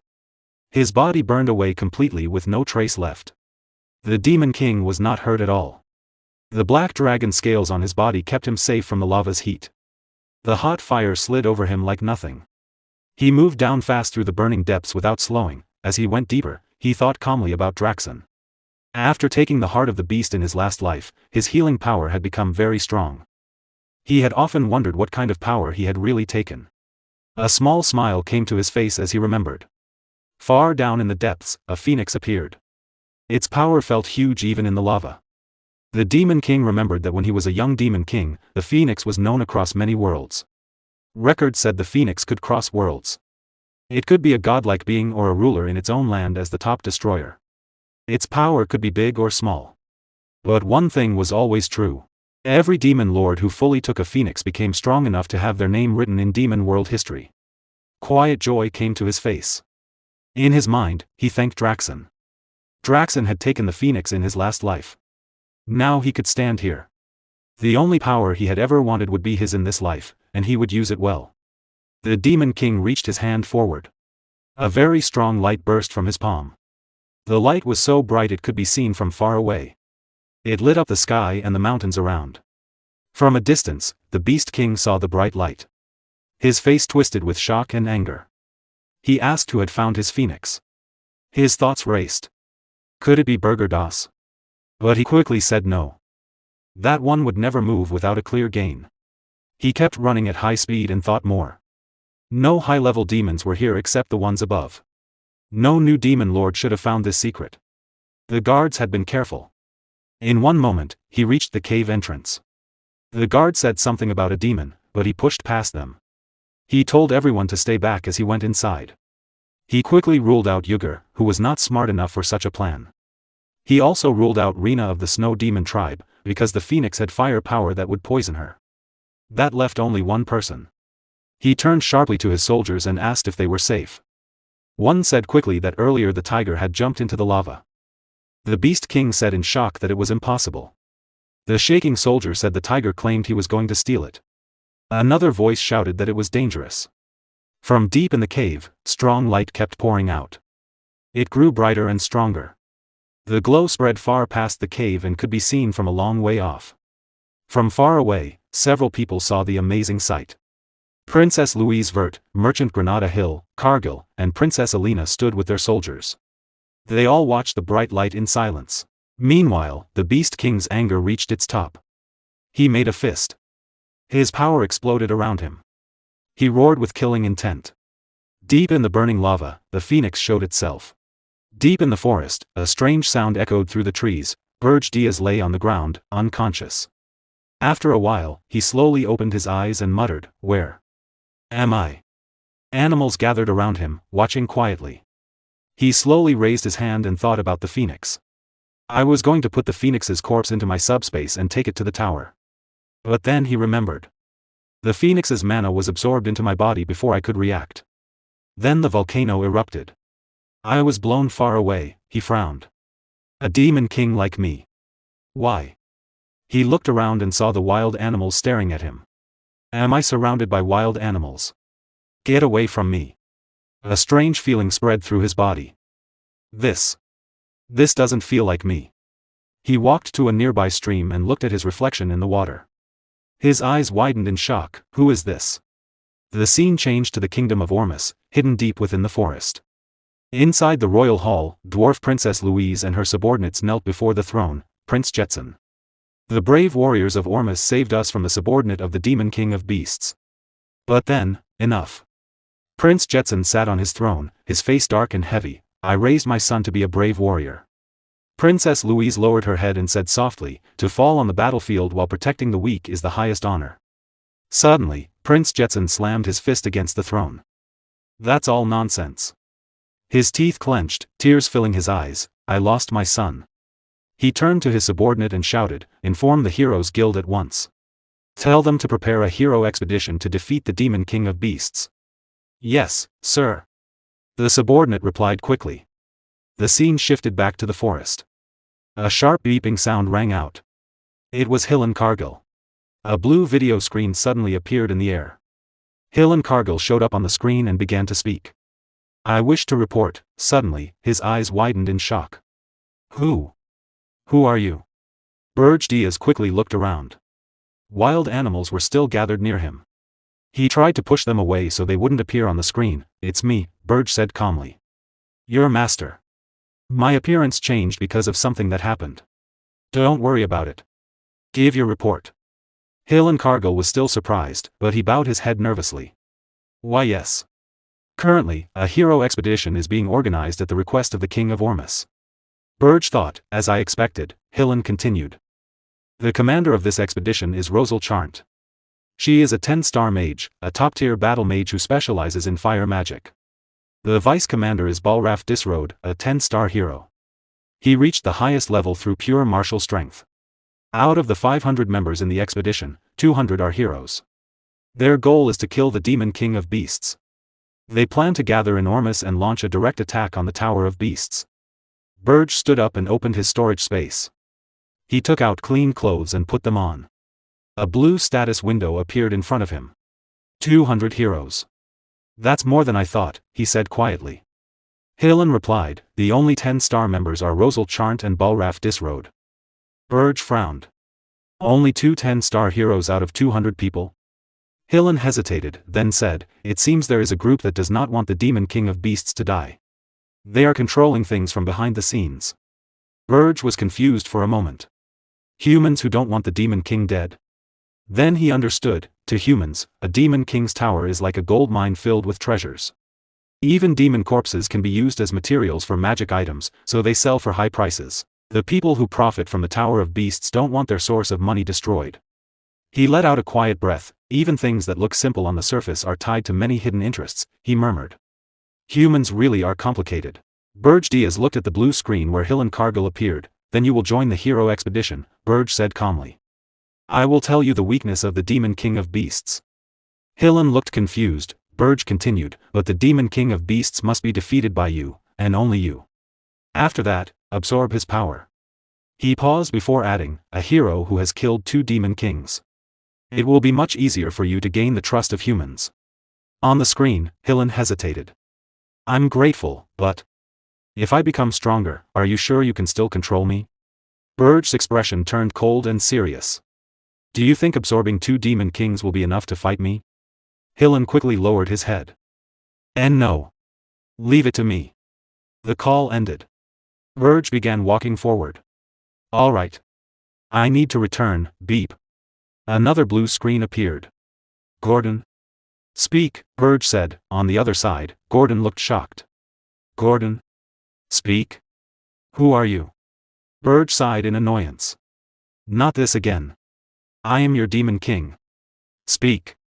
Gordon was still confused. Master. Why do you look like that? I said, just speak. Ah, yes. Gordon quickly replied. An emergency summons has been issued from the Tower of Beasts. Berge's eyes widened in surprise. Draxon. Really? Correct. The message just came in, Gordon answered. The scene shifted to the Tower of Beasts. The Beast King, Draxon, stood in front of a large gate with his subordinate beside him. 2 portals slowly appeared in front of them. From the first portal, Yugur Belva, the Demon King of Indestructibility, stepped out. He looked at Draxon Doldov and asked, What is it, Draxon? From the second portal, Reyna Soldian, the Demon King of Winters, appeared. She frowned and said, It always smells terrible here. Draxon Doldov looked at them and said calmly, Go upstairs first and wait. I will come with the last guest. All right, Yugur replied. Yugur and Reyna walked forward with their subordinates and entered the tower. Draxon remained standing alone. He clenched his teeth in anger. A red aura burned in his eyes. Berge Diaz. Jason Kokmundo. You are late, he thought. Are you weighing your options? His eyes grew colder. Berge Diaz. If you are late, I will consider you a suspect. The scene changed to the forest. Berge Diaz quickly returned to his demon form. Dark wings spread from his back. I let my guard down for a moment. He pushed off the ground with strong pressure and shot into the air. There's no time. A blue screen appeared beside him. Gordon spoke from it. Since Master is already near Ormus, I am the only one who needs a portal to the Tower of Beasts. No, don't. Berge shouted while flying. Gordon looked shocked. What? Are you already on your way? Yes. I'm heading there right now. The call ended. Berge thought quickly. If I arrive without using a portal, Draxon will ask why I was nearby. That will increase suspicion. But arriving late will also make him suspicious. First, I must return to my own tower. Then I will take the portal with Gordon to the Tower of Beasts. He flew as fast as he could. At this speed, I won't make it. I'll be a few minutes late. Faster. I need to go faster. Suddenly, his heart burned with a powerful aura. Flames wrapped around it. His wings changed shape, turning into large wings made of fire. He stared at them in shock. Phoenix wings. Wait. I don't want to use my mana right now. Then he realized something. His heart was burning with Phoenix mana. He touched his chest. Impossible. Is it still alive inside me? That's why the animals gathered earlier. Suddenly, his eyes widened. His speed increased greatly. It was too fast. He tried to control it, but he couldn't. The air pressure distorted his face as he shot through the sky like a burning comet. In moments, he reached Berge's tower. But he couldn't stop. He crashed straight into the tower's barrier. The barrier protected the tower, and it did not break. Black smoke filled the air. Berge fell to the ground inside the tower. He held his head and said nervously, I arrived on time. But I can't control it. He took a deep breath. I must be careful until I fully tame the phoenix. He stood up. Gordon, are you ready? He paused and felt his chest again. It seems the phoenix used all its power. And fell asleep. Gordon's voice came through the screen. Yes. Are you on the first floor right now? Yes, Berge replied. Come down quickly. We are going to the Tower of Beasts immediately. The scene shifted to Ormus Place. Many heroes had gathered there, and they were all staring at Rosal Charnt. They whispered to each other, blushing with excitement. Is that the Rosal Charnt who awakened all magic at the age of 5? The idol of the magic tower. Rosal Charnt? It's my first time seeing her in person. Should I ask for her autograph? One hero said shyly, it feels embarrassing to make such a fuss when we're fellow heroes. Another stepped forward and said proudly, Rosal, it's an honor to fight by your side. I will record today as my greatest achievement. Someone else added, behind them, another hero thought, those people. I was just about to greet her. Meanwhile, Rosal was sitting on the ground. She waved her hand carelessly. Yeah. If you're done, get lost quickly, you losers. Rosal Charnt, commander of the Dawn's Flame Strike Squad. One of her subordinates quickly shouted, Commander, please watch your language. Our squad's reputation gets worse every day. Rosal narrowed her eyes. What did I do? As far as I can see, they're just losers. How am I supposed to clear the tower with trash like that? Suddenly, the heroes turned their heads and began whispering again. Is Hillen Cargill joining this time too? The 10-star hero who defeated the Demon King of Lust? I heard the Erzist expedition failed. But a 10-star hero is still a 10-star hero. Hillen Cargill walked up to Rosal and raised his hand in greeting, long time no see, Rosal Charnt. I came to help with this expedition. Rosal smirked. Still thick-faced as always, I see. You're not wearing that dirty ring anymore. Did you leave it behind because there are no elves here? Hillen laughed nervously. Let's save that topic for later. Damn it. She knows exactly how I killed the Demon King of Lust. He thought. If she starts talking, my reputation will be ruined. If not for the Demon King's orders, I would never have met her. Rosal stood up and said confidently, in that case, I'll finish off the Demon King of Beasts. Don't bother me with your dirty hands. Hillen laughed. Of course. But in his mind, he thought, funny. The Demon King of Beasts' head is mine. A portal appeared in the Beast Tower, and the Demon King Berge stepped out of it with his subordinate, Gordon Ramsay. At the same time, another portal opened nearby. Jason Cockmund also arrived with his own subordinate. Standing in front of them was Draxen Doldorf, the Demon King of Beasts. His face showed clear anger, and his eyes were full of fury. He spoke in a harsh voice, Jason Cockmund, Berge. You made it in time. I will explain everything once we are inside. Berge calmly nodded his head, though inside he felt relieved that they were not late. Soon, all the Demon Kings gathered on the top floor of the Beast Tower. Yugur Belva looked curious and asked, Draxen Doldorf. What happened that you called for an emergency meeting? Berge stood beside him silently. Meanwhile, Jason Cockmund, the Demon King of Lies, smiled and said, I heard that the hero's journey against the Demon King of Lust has started in Ormuth. Is this related to that? Draxen Doldorf clenched his teeth angrily. Since you already know some of it, I'll be honest, he said with anger. One of the Demon Kings gathered here sent a high-ranking demon into my territory. Hearing this, everyone was shocked. Draxen Doldorf continued, that demon stole the corpse of the phoenix I was planning to absorb. And that bastard also caused the second prince of Ormuth to die. Which started the current hero's journey. Yugur Belva was surprised and thought to himself, Draxen Doldorf was hiding a phoenix. Reyna Soldian, the Demon King of Winter, also thought quietly, losing his summoning beast like that was foolish. Jason Cockmund thought to himself, deliberately starting a hero's journey is basically an attempt to kill another Demon King. Draxen Doldorf continued speaking angrily, maybe that demon even killed the dwarf princess. He might have been trying to start a full-scale war across the continent. His anger grew stronger as he clenched his teeth. Someone is trying to kill me. But I'm not going to die alone. Then he shouted loudly, to kill that traitor. I will purchase the key of the black box. Inside every tower, there is a black box. This box records all the actions of a Demon King. Originally, it was created to analyze past problems and improve future invasions. However, Demon Kings who follow the pride and standards of Demon Kings think such tools are unnecessary. Using the black box also consumes a huge amount of demonic energy points. If the tower is destroyed, the black box disappears with it as well. Because of this, most demon kings no longer pay attention to it. When Berge Diaz heard about the black box, he felt nervous. The black box. I never expected this, he thought. If Draxen Doldov opens the black box in my tower, there will be no way for me to escape suspicion. At that moment, Draxen Doldov spoke. To open a black box, I need permission from the Demon King who owns that tower, he said. Everyone here will grant permission gladly, right? His eyes were filled with anger as he continued, well. Unless one of you is the culprit. In that case, you might hesitate. Hearing this, Berge Diaz felt nervous and afraid, that bastard Draxen. He thought, suddenly, Reina Soldian, the Demon King of Winter, calmly raised her hand, Reina Soldian, grant permission. Behind her, Jason Cockmund raised his hand with a big smile. I, Jason Cockmund, grant permission.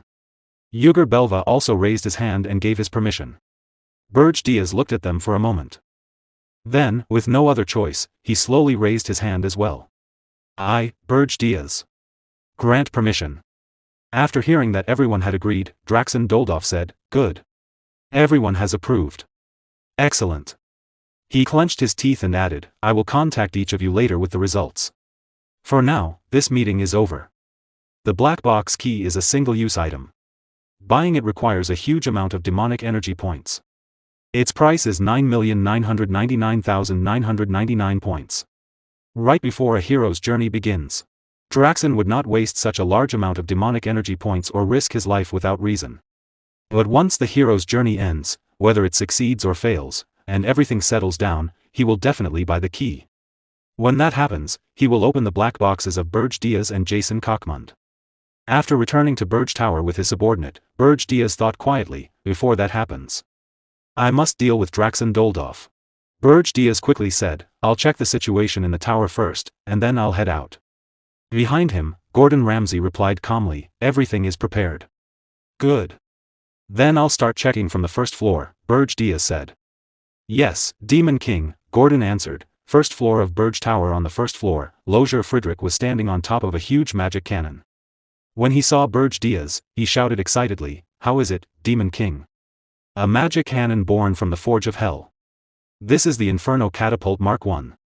Lozier Friedrich laughed loudly. He was the boss of the first floor. His eyes were shining with excitement as he proudly shouted, behold this majestic and beautiful creation. I have never made such a masterpiece in my life. Thanks to the Forge of Hell, it can unleash 3 or more elemental attacks of hell. It's a mobile catapult tank that can freely move across the terrain, something that has never existed before. He continued explaining proudly, it fires condensed shells made of mana, each one with different attributes. It can even draw mana from the atmosphere when it runs low. It can perform focused fire, multi-target attacks, tracking, area defense, evasion, rapid fire, and even arcing shots. This is a one-of-a-kind, latest model decisive weapon unlike anything ever made. Berge Diaz watched him nervously and said quietly, I told him to build whatever he wanted. But is that guy really okay? Gordon Ramsay replied calmly. He's gone a little crazy, but the weapon's performance is reliable. If you are worried, you could take back the Forge of Hell. Berge Diaz shook his head. No, leave it. Let's see how far he goes. Behind them, Lozier Friedrich continued shouting happily, thank you, Demon King. I'll make them bigger and stronger. I'll build tons of them. Second floor of Berge Tower, on the second floor. Princess Keed Jaspin, the boss of that floor, shouted angrily, I told you. I would make you regret training me. She released a huge wave of light from her sword. But Berge Diaz calmly stood still. He raised one hand, caught the laser-like wave, and easily shattered it into pieces. You haven't changed, he said calmly. Princess Keed did not stop. She gathered aura around her sword and shouted, now the real fight begins. She used her technique, Jaspin Combat Sword Technique, Crescent Moon / variant, Crescent Moon Shatter. She jumped forward and focused all her aura into one powerful attack aimed at Berge Diaz. Berge Diaz laughed with a wild smile. You've improved a little, he said. But you still need more training. He then summoned a dark magic orb filled with dark energy. When Keed saw it, she froze. Her eyes widened in shock, and sweat appeared on her face. This can't be. You countered my technique so easily. A huge explosion echoed through Berge Tower, shaking the entire building. When the noise faded, Princess Keed was lying on the floor, completely defeated. Berge Diaz looked at her and calmly asked, "Why is Princess Keed on the second floor?" Gordon Ramsay replied, "On the fourth floor, Princess Ernan is preparing a summoning. So we temporarily moved Princess Keed here." Berge Diaz looked surprised. "A summoning? Fourth floor of Berge Tower." On the fourth floor of Berge Tower, Ernan Hilderin, the boss of that floor, was using Senial power to perform a summoning. She closed her eyes and raised both of her hands. Many magic circles appeared around her as she quietly chanted the spell. Sweat ran down her face as she continued, "Great Spirit of Water. Guardian of Water." She cut her finger and let a drop of blood fall onto the summoning circle, bound by blood and blood. "Soul and soul. I form a contract." Her blood touched the magic circle, and the light of the spell grew stronger. Then she opened her eyes and said with the last of her strength, "In the name of Ernan Hilderin, I ask you. Please answer my call." Inside the large magic circle, water slowly began to rise. From that water, a spirit appeared. She opened her eyes and looked surprised. "Oh. Someone talented enough to summon me inside a Demon King's tower," she said. "Interesting." She raised her hand and spoke again, "By the primordial covenant, I, Nerunial, a high-ranking water spirit, acknowledge the human who summoned me." She reached out and touched Ernan's hand. "I accept Ernan Hilderin as my sole companion." A bright light filled the entire room. When the light faded, Ernan's body floated gently in the water, unconscious from exhaustion. After a few minutes, her body slowly began to fall, just before she hit the ground. Berge Diaz caught her in his arms. Ernan slowly opened her eyes, weak from using so much energy. "Demon King?" she asked softly. Berge Diaz smirked. "I almost missed a rare sight." "Good work." Ernan gave a small laugh. "It's nothing. It's thanks to the Senial power you saved for me, Demon King." Suddenly her expression changed. With a sweet smile and a red face, she said, "I love you, Demon King." Then she suddenly realized what she had said. Her eyes widened in panic, and she began blushing heavily. "And no. That wasn't me." Berge Diaz looked at her with an angry expression. Ernan quickly tried to explain. "Please believe me. That voice sounded like mine, but I really didn't say that." Berge Diaz looked behind her and said calmly, "You summoned an annoying spirit." Ernan turned around and looked behind her. She was shocked. The spirit Nerunial was standing there, laughing. "Oh my, what should I do? I accidentally said it out loud," she said playfully. "But I really do love the Demon King." She smiled mischievously. "That's no fun. You already figured it out?" she continued happily. "I am Nerunial, a high-ranking water spirit. My hobby is reading romance novels. My favorite genre is forbidden love." Berge Diaz thought to himself, "What kind of nonsense is that?" Ernan was also shocked and confused. "What are you even talking about?" she shouted. Princess Ernan blushed and nervously tried to cover her face with her hand. Flustered, she said, "What? Dating? What are you talking about?" The water spirit Nerunial smirked and replied teasingly, "The pure love story of the Demon King and the princess is already famous in the spirit realm, you know." Then she added with a playful grin, "I couldn't miss out on such a juicy situation.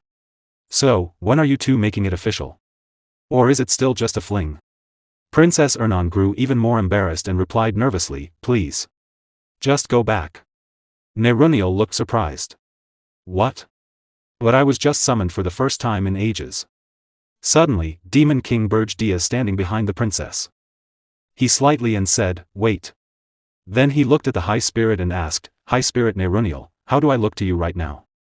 Nerunial cheerfully replied, "What? Well. You look like a handsome Demon King who's destined to end up with the princess." Berge Diaz shook his head slightly. "I'll ask again." He then used his phoenix power, concealing his demonic aura with a layer of pure energy. After doing so, he asked once more, "Now. How do I look to your eyes?" Nerunial's expression suddenly changed in shock. "Just a moment ago you were a lump of demonic energy. But now? What is this pure mana? You're not a Demon King. But a spirit." Behind her, Princess Ernan was also surprised to see Berge Diaz in this form. Berge Diaz looked at his own hand and murmured, "To think it could even fool the eyes of a high spirit." He then smirked slightly. "That means the other Demon Kings and even the heroes won't be able to notice either." His eyes sharpened as he continued, at this rate. The Demon King of Beasts. I might be able to take him out myself. Hearing that, Princess Ernan looked confused and asked hesitantly, the Demon King is going to take out another Demon King. The scene shifted to Demon King Berge Diaz, flying rapidly toward Ormus with his demonic wings spread wide. On a blue communication screen, Gordon Ramsay appeared on a call. He shouted furiously while grabbing his hair. Demon King. Are you serious? What kind of Demon King goes out to kill another Demon King? Berge Diaz calmly replied, I thought I explained everything earlier. The scene then shifted to a few hours earlier in the tower. Gordon Ramsay had asked, where are you going? The Demon King casually replied, to kill Draxon. At the time, Gordon Ramsay didn't fully understand and simply said, yes. Have a safe trip. Then he suddenly paused and exclaimed, wait, what? The scene returned to the present. Gordon Ramsay shouted again, what kind of explanation is that? I don't understand it at all. Berge Diaz replied calmly, I thought you said you would stop questioning my decisions. Gordon Ramsay quickly answered, this is a completely different matter. Setting aside the fact that it goes against the usual rules, if the other Demon Kings find out what you're planning. Still flying through the sky, Berge Diaz replied seriously, exactly. If I don't eliminate Draxon before he opens the black box, then I'll be the one who's finished. Gordon Ramsay looked shocked and replied nervously, I understand your reasoning, but even so, isn't it too dangerous? You still haven't overcome Arian's dimensional energy. Dimensional energy works on a simple principle, every dimension is naturally hostile to other dimensions. A dimension fiercely rejects foreign intruders and crushes them with its dimensional energy. Demons, whose powers are suppressed by this dimensional energy, become significantly weaker than they are in the demon realm.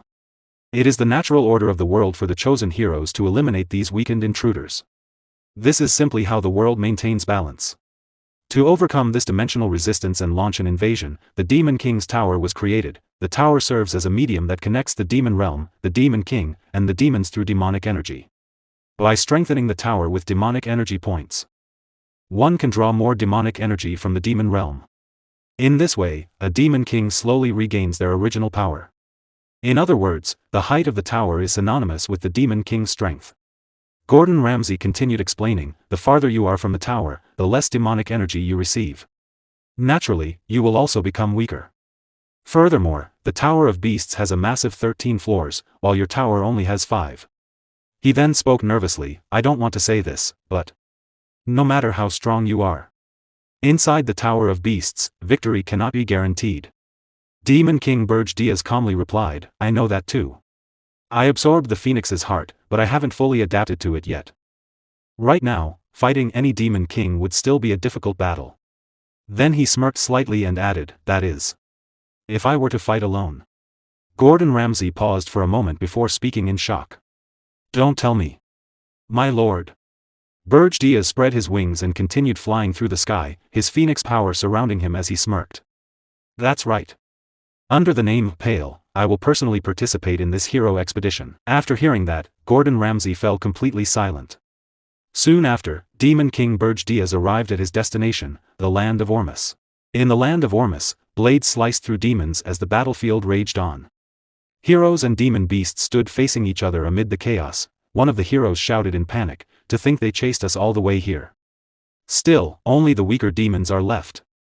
Another hero, holding a blade covered in blood, shouted, everyone, provide cover while we retreat. The demons are falling back. Help the wounded. The scene then shifted to a nearby area where many injured heroes were lying on the ground. Helen Cargill was giving a severely wounded hero a potion while the man screamed in pain. Suddenly, Berge Diaz appeared behind him and calmly asked, what happened here? Why is everyone so exhausted? Helen Cargill turned around in shock when he saw him. Ah. You. Berge Diaz immediately said, stand back. Helen Cargill stepped aside and replied nervously, Lord Pale. Well. After enough heroes had gathered, we immediately launched an assault on the Tower of Beasts. Just as you advised, we targeted the Beast Demon King's weakness. His tail. Thanks to that, we managed to weaken him, but Helen Cargill suddenly remembered the moment and shouted, Lady Rosal. Now. The memory continued. During the battle against the demon beasts, Rosal Charnt had just finished killing many of them and dropped to one knee from exhaustion. However, her eyes had been severely injured, blood flowing down her face. She gritted her teeth, barely holding herself together. Hill and Cargill watched in shock, his eyes wide. At that moment, the king of demon beasts, Draxen Doldov, released his full power and roared, unleashing a terrifying aura. As a result, Hill and Cargill continued sadly, Lady Rosal suffered severe injuries. So we had no choice but to retreat. He himself had carried Rosal away from the battlefield while the demon beasts continued chasing them. In the end, the hero expedition was a failure. After hearing that, Berge Diaz remained silent for a moment. Then he gave a faint smile and thought to himself, I see. Now I completely understand, in other words. I'm completely screwed. Sweat covered his face as his expression turned pale. But Hill and Cargill continued speaking. Even though we lost, we managed to deal significant damage. He'll have to spend time healing his fatal wounds, and we also killed many of his demons. Hearing that, Berge Diaz reacted immediately. If that's the case, there's still time. He thought nervously. We just need to resume the expedition before Draxen repairs the tower. Then he quickly asked, wait. Rosal Charnt was attacked? What was Balraf Disro doing? Wasn't his job to protect the mage? Hill and Cargill gritted his teeth and replied. That guy. Disrode. Before he could finish, Rosal Charnt herself appeared in front of them and said coldly, he ran away right before the attack on the Tower of Beasts. Berge Diaz looked confused when he heard that. Rosal Charnt clenched her teeth angrily and said, Balraf Disrode sponsors are the ones who profit from the tower's continued existence. They're all money-crazed bastards. Berge Diaz looked at her and said, you must be Rosal Charnt. Rosal turned around and replied, I see you came to join the expedition late. But as you can see, we're a complete mess right now. Berge Diaz then asked calmly, are you willing to try again? Rosal was shocked at first. What? Then she angrily pointed at her injured eyes and shouted. Of course I will kill the beast Demon King. After he did this to my eyes. There's no way I can back down now. Hill and Cargill looked at her nervously and said, but we have too many wounded. We ran out of potions just now. This isn't a situation where we can start another attack immediately. Berge Diaz grinned slightly. That, he said calmly, is actually a surprisingly simple problem. Hill and Cargill looked at him in confusion. Berge Diaz smiled and said, I have plenty of potions. I prepared them in advance for the hero expedition. Berge Diaz said calmly, these potions cannot regenerate lost body parts, but they will allow you to fight again. Rosal Charnt looked at him carefully and asked, who are you? Why are you going this far to help us? And what is that faint heat I've been feeling since earlier? I've never felt such pure heat before. How did you cultivate such energy? Berge Diaz placed a hand on his chest and began to say, this is, but before he finished speaking, he paused and looked around at the surrounding heroes. Many of them were sitting on the ground, wounded and exhausted. Their expressions were full of despair after their defeat. It was clear that they had completely lost their morale. Looking at them, Berge Diaz thought to himself, morale that has already been broken cannot be restored with potions alone. Since I have to lead them to kill Draxen anyway. It wouldn't hurt to show them once. At that moment, Berge Diaz released his pure phoenix energy, letting it spread around him like warm flames. Please, he said calmly, just follow me quietly. All the heroes immediately turned their attention toward him as the pure phoenix energy filled the area.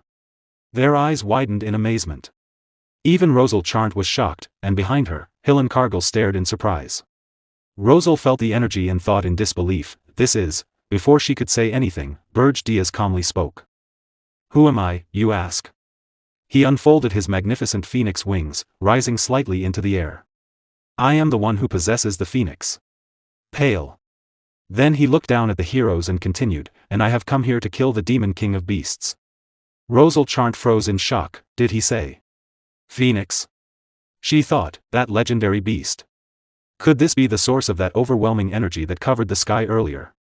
With mana alone, he rivals a 10-star hero. Where did someone like this even come from? As the heroes looked at Berge Diaz in his phoenix form, their morale began to rise again. The spirit of the expedition was reignited. Even Hill and Cargill watched calmly, feeling renewed hope. Rosal Charnt clenched her fist and thought, the beast Demon King. We might actually be able to catch him. Draxen, the Beast King, stands inside the Tower of Beasts. Just by looking at him, it's clear he is extremely furious. To reclaim the tower, I used far more demonic energy than expected. His subordinates gather in front of him, guarding the entrance as he continues speaking while holding a black box key.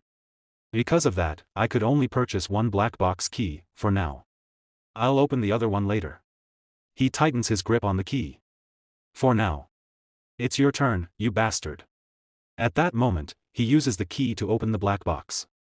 As it opens, a notification appears, opening the black box of a Demon King who granted permission. A blinding light bursts out. The Beast King stares into it and says, "Now show me everything. All the secrets you've been hiding." As the truth unfolds before him, his expression changes completely. Shocked, he mutters, "No wait. This is the truth." He realizes the black box cannot be manipulated. If this is real, then everything makes sense. So, he was hiding something like that. I must inform the other Demon Kings immediately. Visibly disturbed, he grows tense. Just then, one of his subordinates rushes in. Annoyed, the Beast King snaps, "What is it?" The servant hurriedly replies, "My lord, the heroes have invaded." What? The servant continues, "The new 10-star hero, Ralph Schmitz, is leading the vanguard. Ralph Schmitz, the guild master, stands at the front, leading the charge." 1 hour earlier, enormous, the Demon King Berge revealed his phoenix power in front of the heroes. At that moment, the humans still hadn't fully grasped the true presence of the Demon King. However, after witnessing the phoenix, their spirits reignited, filled with confidence. They shout, "Yes! Let's try again. The legendary phoenix is on our side. The beast Demon King is nothing." They raise their swords high. "Everyone, draw your swords. Let's slaughter all the demons. The phoenix is with us, the Beast King's treasure is ours." Their morale is completely restored. Watching this, Berge thinks, their morale has recovered. But I'm not sure if I can use the phoenix's mana freely in battle. He remains cautious. Stepping forward, he says, "Since the 10-star heroes alone aren't enough, I'd like to reinforce our forces." Hillen Cargill remains silent, but Rosal steps forward with a slight smirk. "That's fortunate. A kind-hearted hero has just asked to join the battle." Hearing this, Berge feels confused. Then, a figure appears. Berge's eyes widen. It is the 10-star hero, Ralph Schmitz, the strongest among the shield masters. Ralph advances steadily with unwavering resolve. Standing at the front, he holds back waves of beasts on his own. His presence stabilizes the battlefield, his shield blocking every attack. Then suddenly, he merges his shields. In that instant, his shield transforms into a completely different form. A bright light shines from it as it opens like a mouth, releasing a terrifying burst of energy. The blast sends all the monsters flying backward, clearing the path instantly. Thanks to him, the hero forces reached the first floor of the tower. Watching closely, Berge thinks, Ralph Schmitz, the second strongest tank among the 10 stars. His shield reflects any impact. He's extremely troublesome. Memories from his past life resurface. He was one of the heroes who defeated me. And mocked me. I want to tear him apart. But Draxon takes priority. Meanwhile, Rosal becomes furious. "Ralph Schmitz also arrived late, just like you. If I had waited a little longer, with both of you here, we could have won without casualties." Berge calmly responds. "Confidence in your abilities is fine. But never underestimate a Demon King." He continues, "A Demon King always has a trump card. Revealed at the brink of death." Thinking further, he realizes, if Draxon has already reclaimed the tower and used the key, there won't be enough demonic energy left to stop the heroes. I might finally see it. His trump card. Later, the scene shifts to the top floor, the 13th floor of the Tower of Beasts. The Beast King sits calmly on his throne, waiting. The heroes and soldiers enter, confused. The demons are gone. This is definitely the top floor. So why is it only him? The Beast King glares down at them, holding a red flame in his hand. "You insect-like heroes. I didn't expect you to return so soon. I've been preparing something just for this." Rosal senses something unusual. There's an enormous concentration of magic. Is that why there are no other demons? The Beast King smirks, then swallows the red flame. "That's right. To wipe you all out at once, I gathered all my subordinates' power into one place." His power rises dramatically. Berge analyzes, instead of placing monsters on each floor, he absorbed an entire floor's power. The Beast King declares, "I will kill you without leaving a trace." His aura becomes overwhelming. Even the strongest, Berge Diaz, Ralph, Hillen, and Rosal, are shocked. Then, he's coming. Berge Diaz warns. The Beast King roars. A massive wave of energy explodes outward, pushing the heroes back. Some are forced beyond Ralph's defensive barrier. The pressure becomes unbearable. Some heroes rush forward. The Beast King is trying to increase his power. Now is the time to attack. Stop. It's dangerous. Another shouts. But it's too late. The overwhelming aura blasts them away. Ordinary heroes cannot withstand it, even Ralph's shield begins to crack. But he regains focus, reinforces his power, and restores the shield. Then he releases a powerful wave of energy toward the Beast King. The Beast King steps forward. Now in his true form, his presence is on an entirely different level. His eyes glow with rage as energy swirls around him. With a single wave of his hand, he deflects the incoming attack effortlessly. Hillen is shocked. My magic. Rosal stares in disbelief. He deflected that so easily. Someone whispers in fear, so that's the Beast Demon King. The aura feels like poison, choking everyone. What is this terrifying magic? I can't breathe. Some heroes collapse, clutching their throats. Suddenly, Phoenix wings appear. Berge Diaz activates his Phoenix power, spreading radiant wings. A powerful defensive magic fills the area, removing the crushing pressure instantly. The heroes recover, breathing again. We'll never forget this kindness. But Berge Diaz remains focused. I can't let Draxen gather more demonic energy. He commands firmly, stay inside the barrier. Anyone who can still fight, prepare yourselves. The battlefield falls silent. The final battle is about to begin. The Beast King observes them. There are 4 of you. And one of you has particularly annoying mana. His gaze sharpens. You. Who are you? Berge Diaz meets his eyes, and a dark, ominous smile slowly spreads across his face. The battle reached its boiling point as Draxen finally recognized Berge Diaz. Rage exploded within him, and he roared furiously about the theft of the Phoenix. Enraged that Berge Diaz had dared to step foot inside his tower, his fury shook the surroundings. Despite this, Berge Diaz remained completely unfazed. With calm authority, he silenced Draxen by creating a domain and activating sound removal magic.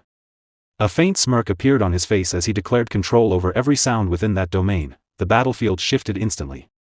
Rosal understood the brilliance of the move. While Draxen's roar was nullified, the silence also prevented enemies from hearing spell chants, giving them a subtle advantage. Without wasting time, Rosal unleashed high-rank binding magic, Sage's chains, attempting to restrain Draxen. You pathetic insect. You think a cheap trick like this can work on me?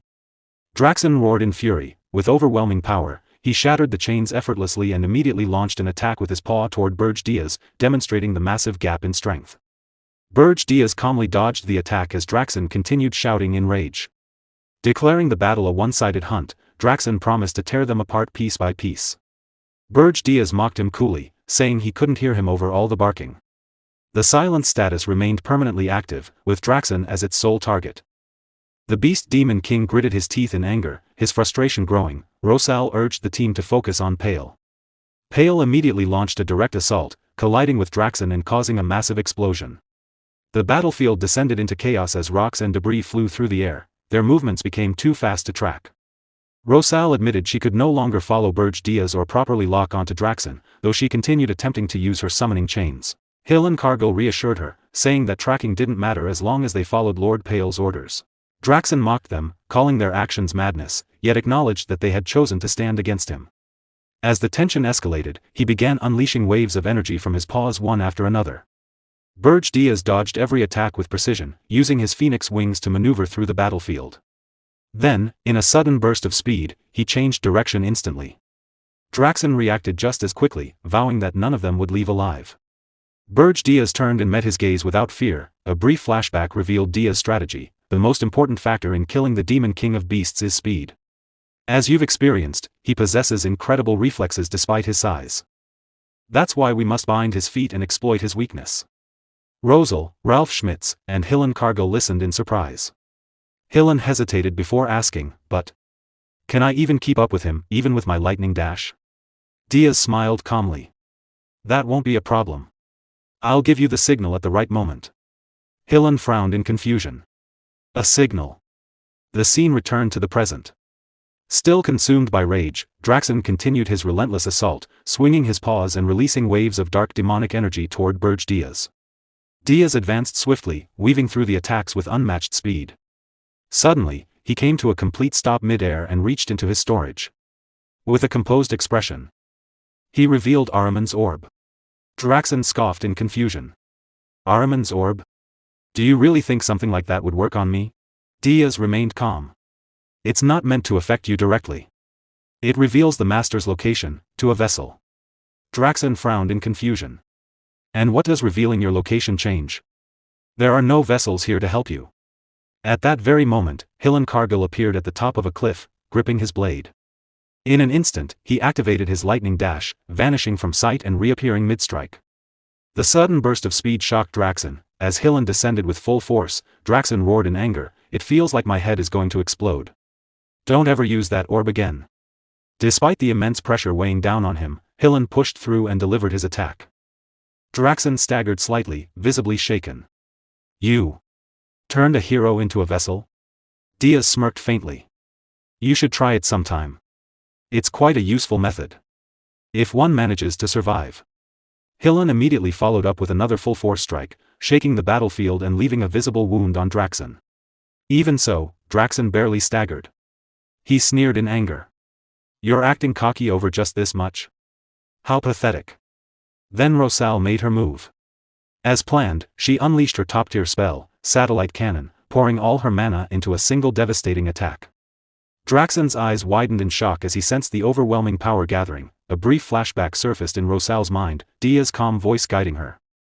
"When Hillen creates even a split-second opening based on my signal, it will be your turn, Rosal Charnt. Pour everything you've got into it. The grudge of your lost eye. Turn it into power." Back in the present, Rosal's expression hardened with fury. "You dare do this to my eye?" With a shout filled with rage, she released all her mana at once. "I'll wipe you out in one blow."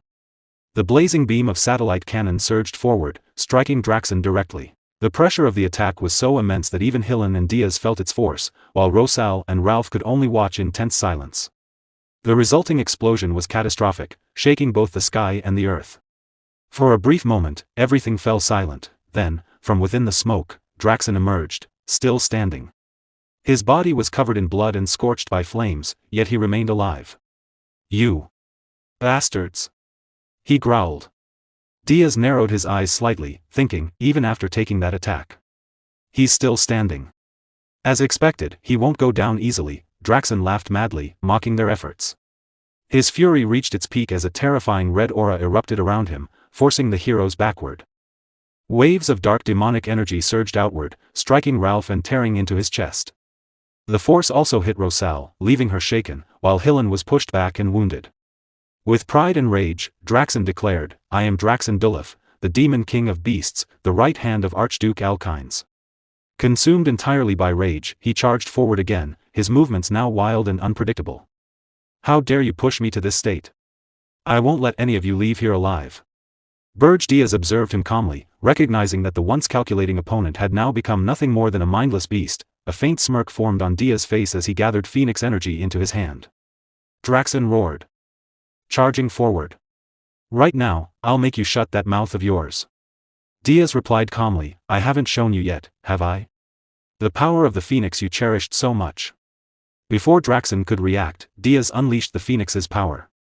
The attack struck Draxen directly, forcing a cry of pain from him. "Not yet. I won't die from this." Diaz moved instantly, striking again with precise timing and interrupting any chance of recovery. Draxen was knocked back toward Ralph, who braced himself and unleashed a powerful wave of mana through his shield, slamming it into Draxen's back. Draxen screamed as the attack connected. Meanwhile, Rosal, though wounded and lying on the ground, identified his true weakness, his tails. Without hesitation, she gathered what remained of her strength and launched a precise attack, severing one of Draxen's tails. He screamed in agony as his body reacted violently. Seizing the opportunity, Rosal cast Sage's chains once more. This time, the glowing chains held firm, suppressing Draxen's mana and binding him completely. Hillen Cargill stepped forward and activated his healing ability, restoring his allies while reinforcing his own body for the final strike. With Draxen restrained and weakened, the team moved as one. In a single, clean motion, the final blow was delivered, severing Draxon's head. Silence returned to the battlefield. The oppressive aura vanished, the ground stopped trembling, and the air slowly calmed. Berge stood over the fallen Demon King, a faint smirk still resting on his face. After confirming the victory, he calmly declared that he would make good use of the Phoenix. With that, he bid farewell to Draxon.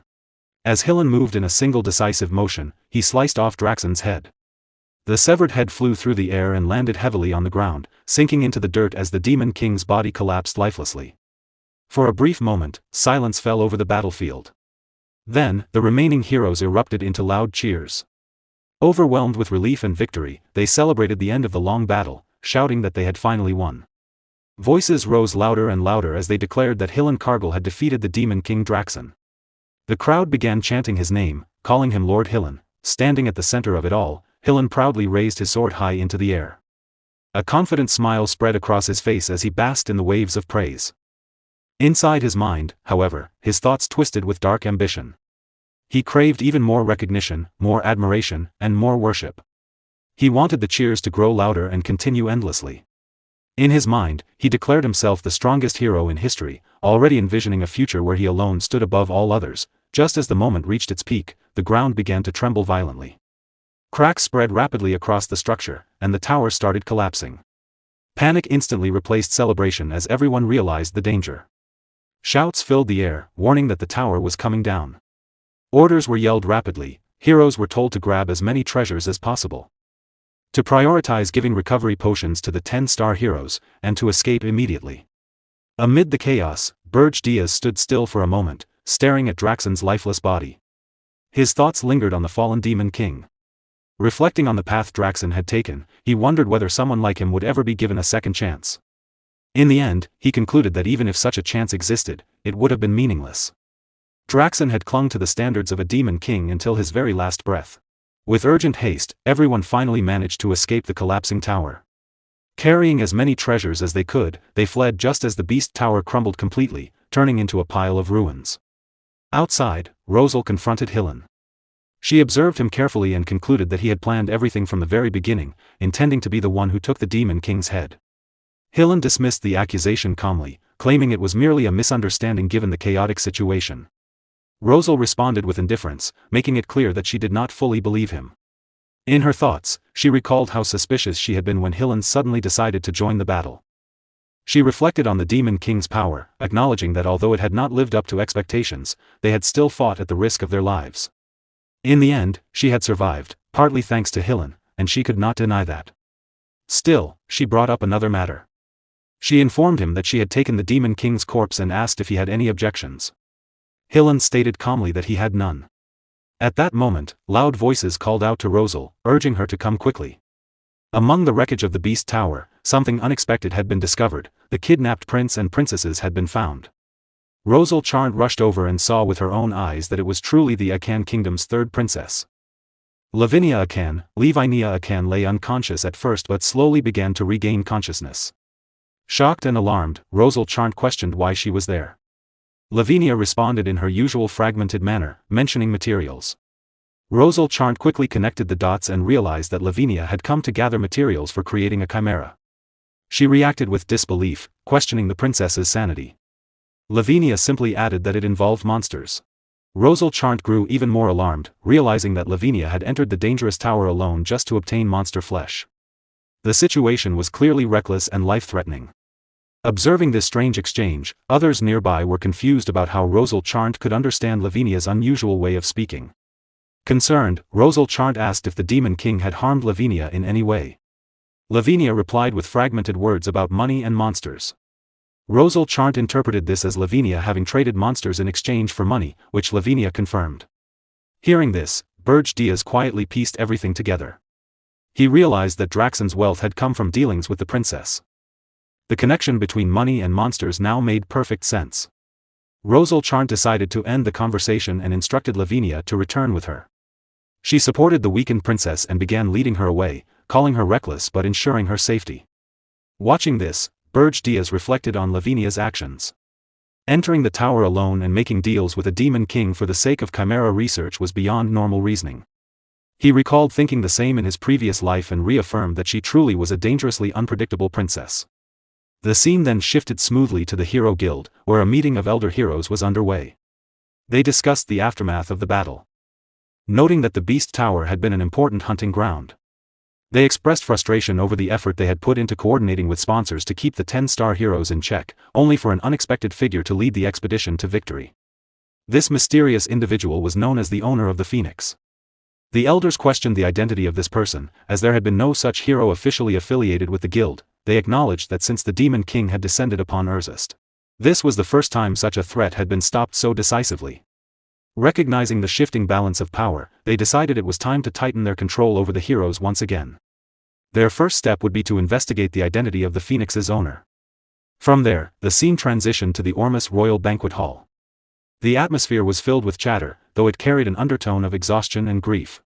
The king, overwhelmed with emotion, expressed his deep gratitude to the heroes for killing the Demon King and rescuing the princes and princesses. Despite the limited preparations, he urged everyone to enjoy the banquet. Knights gently advised the king to rest. But he continued to sob, unable to contain his emotions. Among the attendees, Rosal Charnt stood out in a stunning dress. She sipped a cocktail and observed the somber atmosphere, noting that although the banquet felt gloomy, the drink itself tasted good. Hillen approached her and complimented her appearance, remarking that the dress suited her well and acknowledging that the princess had safely returned to the Akan kingdom. Rosal responded with suspicion, questioning whether he was trying to leave a good impression. Hillen laughed it off, saying such an attempt would be meaningless in her presence. Rosal shifted the conversation, asking about Pale. She wanted to speak with him, especially regarding the Phoenix. Others nearby echoed her curiosity, expressing their desire to meet Pale and thank him for saving them. Ralph then spoke up, praising the owner of the Phoenix. His voice shocked everyone present, as they had not expected him to speak at all. The crowd reacted with disbelief. Hillen then revealed that Pale had already left, causing further surprise among the attendees. The narrative then moved to the Regressed mountain range, specifically Berge Tower.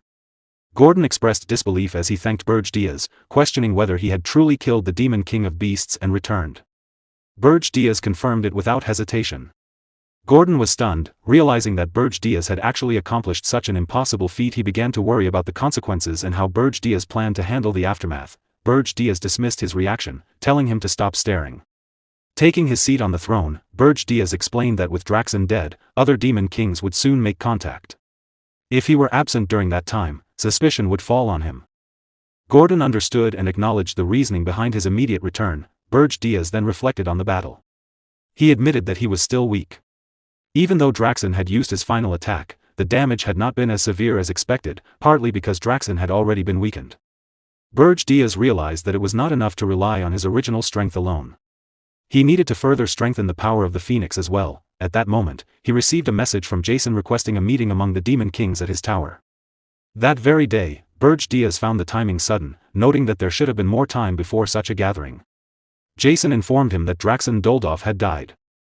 Internally, Berge smirked, already aware of this fact because he had been the one to kill him. However, outwardly, he feigned shock and concern. Jason then added that there was something important to discuss regarding the situation and revealed that a new Demon King had already descended. Berge was genuinely surprised by this. Realizing how quickly a replacement had appeared, he considered the possibility that Archduke Alkine might have anticipated Draxen's death and prepared in advance. Despite this, Berge reassured himself that there was no evidence linking him to the incident. As the black box had disappeared along with the tower, he felt confident in his position and decided to attend the meeting. The scene transitioned to the Tower of Lies, specifically the 13th floor, where the Demon Kings had gathered. Reyna Soldian, the Demon Queen of Bitter Cold, Jason Kochmund, the Demon King of Lies, and Yugur Belva, the Demon King of Adamant, were all present.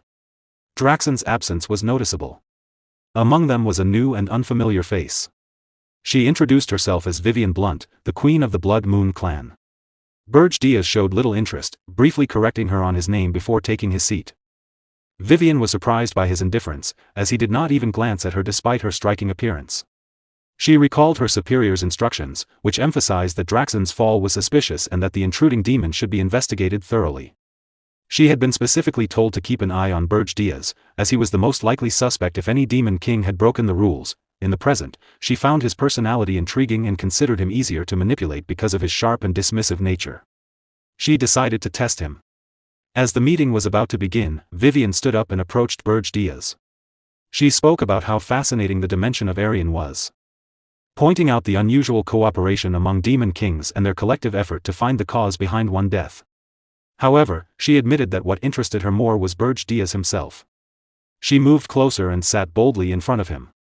Berge Diaz questioned her actions, clearly irritated. Vivian claimed she was simply curious about what kind of demon could disrupt the entire demon realm so drastically. She then complimented his appearance and made a suggestive advance. Berge Diaz immediately rejected her, pushing her hand away and insulting her. Vivian was left shocked and offended by his blunt rejection. In disbelief, she reminded herself that she was a succubus queen, someone who was rarely ever dismissed, let alone insulted so directly. Reina Soldian, slightly irritated, bluntly told Vivian to return to her seat. Vivian stood there, stunned by the sharpness of her tone. Reina continued firmly, explaining that although the gathering was meant to welcome Vivian, it also served a more serious purpose, to uncover the cause behind Draxon's senseless defeat. She emphasized that everyone present must maintain their dignity. Jason, observing the situation, was shocked that Lady Reina herself was presiding over the meeting. Meanwhile, Vivian responded with a grin, teasing Reina by suggesting that she desired the same man. Growing frustrated, Reina dismissed Vivian's thinking as shallow and foolish. Vivian brushed it off casually, saying that was enough for the day before taking her seat. Jason then stepped in to restore order and called for the meeting to resume. The discussion shifted to the 10-star heroes, who were described as the main force behind the current hero expedition. From there, the meeting continued in a rather monotonous manner. The Demon Kings began sharing the information each of them had gathered individually. As the discussion progressed, one topic stood out above the rest: the emergence of a new powerhouse known as the Owner of the Phoenix. Opinions among the Demon Kings were divided, with varying interpretations and concerns. Despite these differences, they ultimately reached a unified decision to investigate the Phoenix's owner more thoroughly and to proceed with caution. Meanwhile, Berge Diaz reflected that since he had been in the middle of the hero expedition disguised as Pale, it was unlikely that the demons had been spying on him. However, he realized that from now on, he would need to be more careful about revealing his identity. His thoughts then shifted to Vivian Blunt, the Inquisitor sent by Archduke Alkine. At that moment, Vivian playfully blew him a flying kiss. Berge Diaz turned his face away, dismissing her as unworthy of his attention. The scene then shifted to the first floor of Berge Tower. Princess Keed noticed that the surveillance around her had become less strict. She cautiously observed that no demons seemed to be nearby, and Princess Ernan was nowhere in sight. Seeing this as an opportunity, Keed decided to escape. Fixing her eyes on the exit, she believed that once she crossed the door, she would finally be free. With determination, she began running toward it. However, just as she approached, Ernan suddenly appeared along with her spirits. Ernan confronted Keed, stating that for the sake of the tower's peace and Keed's own safety, she would stop her escape. Realizing the danger, Keed drew her sword and warned that staying any longer could lead to unpredictable consequences. She admitted that she had not wanted to fight, but now she had no choice. The two locked eyes as tension rose between them. Before the situation could escalate, Gordon arrived. He told Keed that she could leave if she wished, claiming that he did not care what happened to her, and made a dismissive remark about humans. Keed was left shocked and confused. She could not understand why they had kidnapped her only to act indifferent now. Despite her confusion, she suspected that there was some hidden scheme behind their behavior. Nevertheless, she decided to take advantage of the situation. She planned to escape the tower, survive in the Urzest mountain range somehow, and then head straight to Horton Walk to request reinforcements. Acting quickly, Keed dashed toward the door. However, the moment she touched it, a powerful aura burst forth, throwing her backward and sending her crashing to the ground. Everyone present was shocked. Gordon calmly explained that this reaction was normal. It meant that anyone not permitted by the Demon King could not leave the tower. Despite his warning, Ernan stepped forward and approached the door.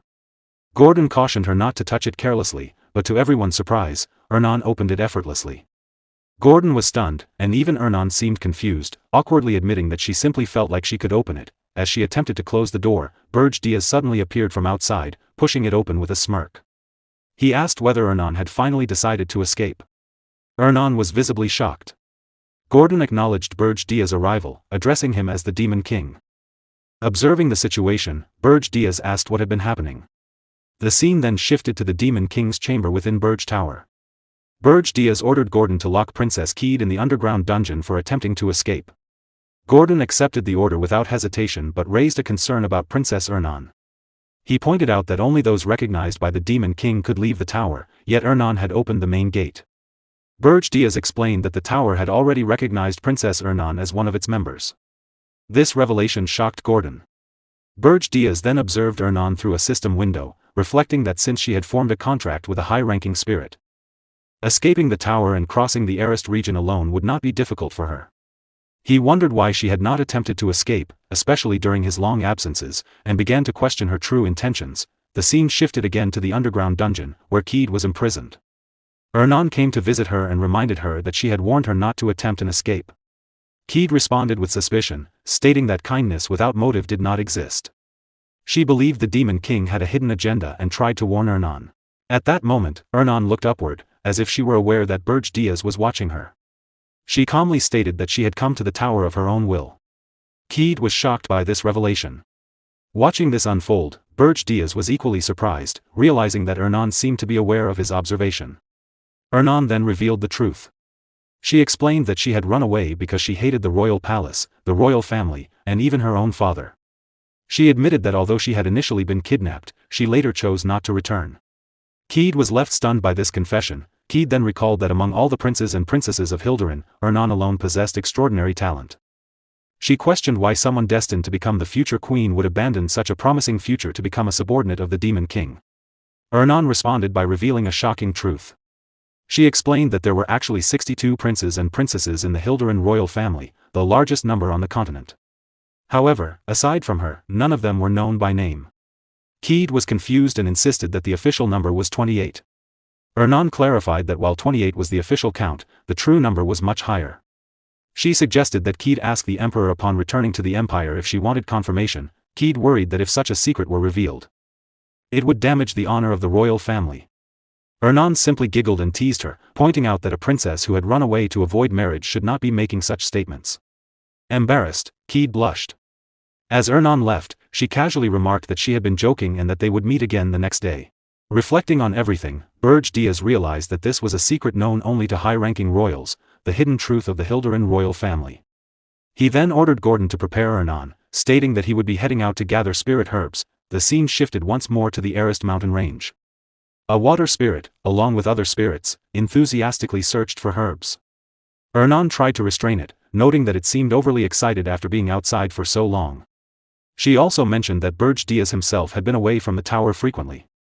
At that moment, Berge called Ernan by name. She was visibly startled.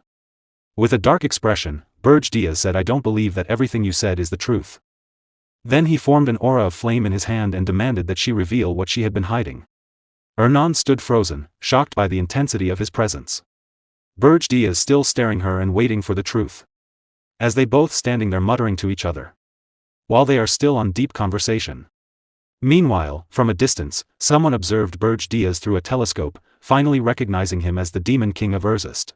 Princess Ernan looked at Berge nervously. Berge slowly opened his eyes, his expression sharp and serious. "There's no helping it," then, he said. He released the dark energy he had been holding in his hand.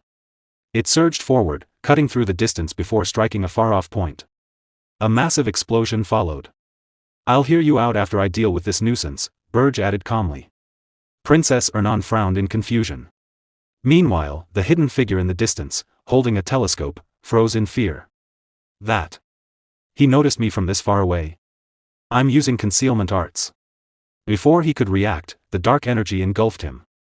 Flames consumed his form as he screamed, "My clone." Berge, still watching from afar, spoke coldly, "Pretty tricks."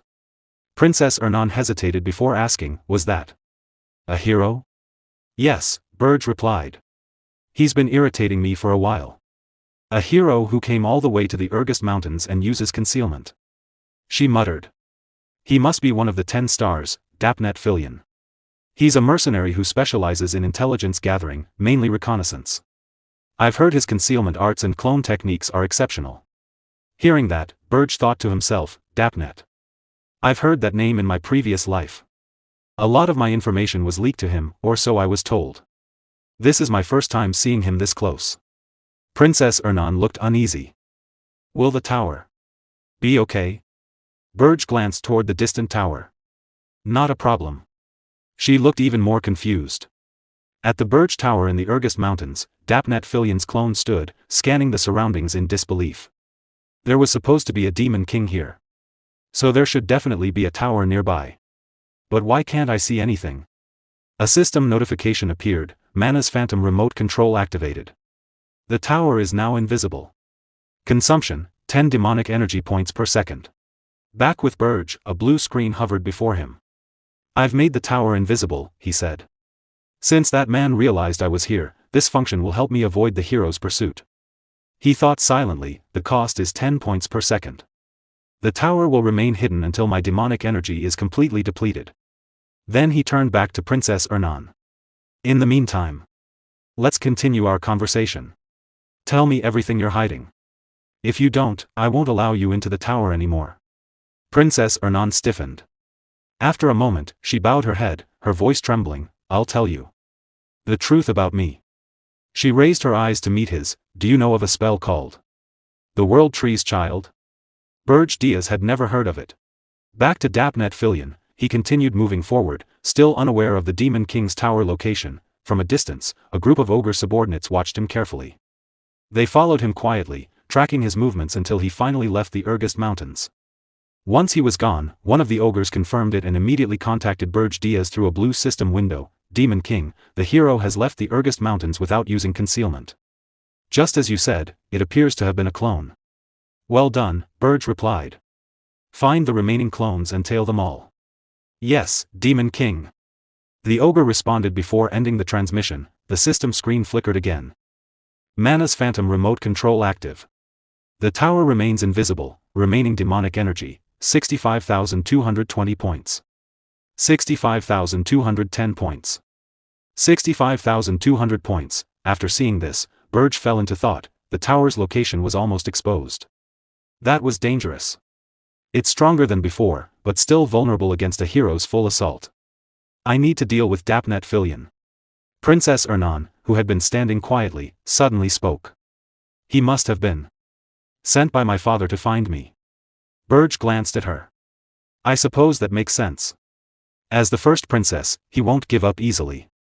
Or could this be connected to what you mentioned earlier, the World Tree's Child? She hesitated. It's a long story. I have time, Berge said calmly. After a brief pause, she began. Long ago, the kingdom of Hilderan was a powerful empire. But after countless wars, its strength declined. And it was reduced to a mere kingdom. Her voice grew heavier. My father wishes to restore those glorious imperial days. To achieve that, instead of an army of 10,000 soldiers, a single, truly powerful mage, one who could dominate the battlefield, is far more valuable. Berge narrowed his eyes. Don't tell me. She nodded. Yes. But geniuses aren't created through education alone, and naturally gifted individuals are rare, Princess Ernan said quietly. Berge Diaz looked at her in shock. No way. She continued, her voice steady but heavy. Yes. The World Tree's Child is a spell that creates. She pointed to herself. Enhanced humans, like me. Berge's expression hardened in disbelief as he processed her words. Princess Ernan went on, from the fetal stage, massive amounts of mana are forcibly injected to create a genius in magic with extraordinary mana sensitivity. Berge frowned slightly. Humans are doing the same things as demons, it seems. He paused before adding, but even so, the fetus and the mother couldn't withstand it. Could they? She lowered her gaze. No, many died. There was a trace of sadness in her voice as she continued, and even those who survived often lived with deformities. Or didn't live very long. Berge remained silent, absorbing the weight of her words. Only the successful cases are ever revealed to the public, she added bitterly. At that moment, Berge suddenly noticed something. His eyes snapped toward a distant point. Princess Ernan was still speaking, but both of their gazes shifted at the same time, toward a massive, one-eyed creature slowly approaching them. Berge Diaz raised his hand, gathering dark energy into his palm, preparing to release it. It must have sensed the mana she released just now and came this way. He thought. Seems like a top-tier monster. Step aside, princess, but before he could act, Princess Ernan suddenly stepped forward, placing herself in front of him and stopping his attack. I've cast it successfully. She thought. I was created to be an overwhelmingly exceptional genius, the one-eyed creature responded immediately. Its massive eye glowed as a large, red magic circle formed before it. With a roar, the creature unleashed its spell and charged forward. At the same moment, Princess Ernan cast her own magic, forming a large blue circle in front of her. Her mana sprite appeared and used ice magic to reinforce her spell, blocking the incoming attack. Blue energy flowed around her, surging with power. A massive wave of ice burst forward from her spell and rushed toward the creature, then struck the giant one-eyed monster head-on. The ice spell struck the one-eyed creature, spreading across its body. The freezing force crushed its eye, and shards of ice tore through its flesh as blood splattered outward. Berge stepped forward, observing the fallen monster. A human defeating a top-tier monster in a single blow? He said. No wonder the king refuses to give up on you. Princess Ernan steadied herself, her gaze cold. This is blood-stained power. Berge looked at her carefully. With strength like that, and being closest to the throne, you still don't want to return to the kingdom? You expect me to believe that? It's the truth. She shouted angrily. Try using the magic tool you gave to Hillen on me. I've told you everything honestly. Berge replied calmly, Armani's orb shatters easily against a spirit's mana. It can't be used on a spirit user. He began gathering dark energy in his hand once more. So speak your true intent. If you're trying to deceive me again, I'll show you what a demon king truly is. Princess Ernan's expression hardened with anger. Suddenly, she grabbed his hand and pulled it toward her, pressing it against her chest. I'm telling the truth. She shouted. Berge froze, confused. What are you doing? Listen to my heartbeat. She insisted. I've only told the truth. What on earth? Before he could finish, Berge felt something unusual. Through his phoenix, he could sense her heartbeat, and her emotions, at the same time. His eyes widened in surprise. I can sense it through the phoenix. Ernan Hilduran's heartbeat. And her emotions. What she feels right now is anger, sorrow, and embarrassment. Princess Ernan clenched her teeth. This is a spirit's method of communication. Pure mana can sense vibrations between each other. That's how we understand one another's thoughts. I truly told you everything. Berge fell silent. She's telling the truth. Princess Ernan lowered her head, her voice soft and heavy. When I first saw you, I knew immediately. You were different from other demon kings. I thought you might be able to help me. Berge hesitated. Help you? What are you saying? Still holding his hand against her chest, she looked up and cried out, please. Help me. I want to bring down my father, and the kingdom of Hilduran. Berge's eyes widened. These words. Are they truly her sincere feelings? After hearing everything Princess Ernan had explained, Berge finally accepted her words and decided to trust her. Princess Ernan responded with gratitude, her face turning slightly red with embarrassment. Watching the two of them, Neruniel couldn't resist teasing. She grew curious about what was happening between them and wondered how they had become so close without her noticing. She playfully accused Ernan of acting innocent while secretly hiding something. Berge was left shocked by her reaction, while Ernan, flustered and shy, tried to explain that it was nothing like that and that it was simply the spirit's method of communication. Neruniel, however, continued teasing with a chuckle, implying that such communication involved more than just words. She clearly enjoyed the moment. Bringing the focus back, Berge calmly acknowledged that he understood Ernan's seriousness. He suggested that they continue discussing Hilduran once they returned to the tower. Ernan agreed without hesitation. Before moving on, Berge gave another instruction. He told Ernan to use the spirits to locate the real body of Daphne Filian, as they were planning to capture him. The scene then shifted to a freezing mountain where the snowfall grew heavier.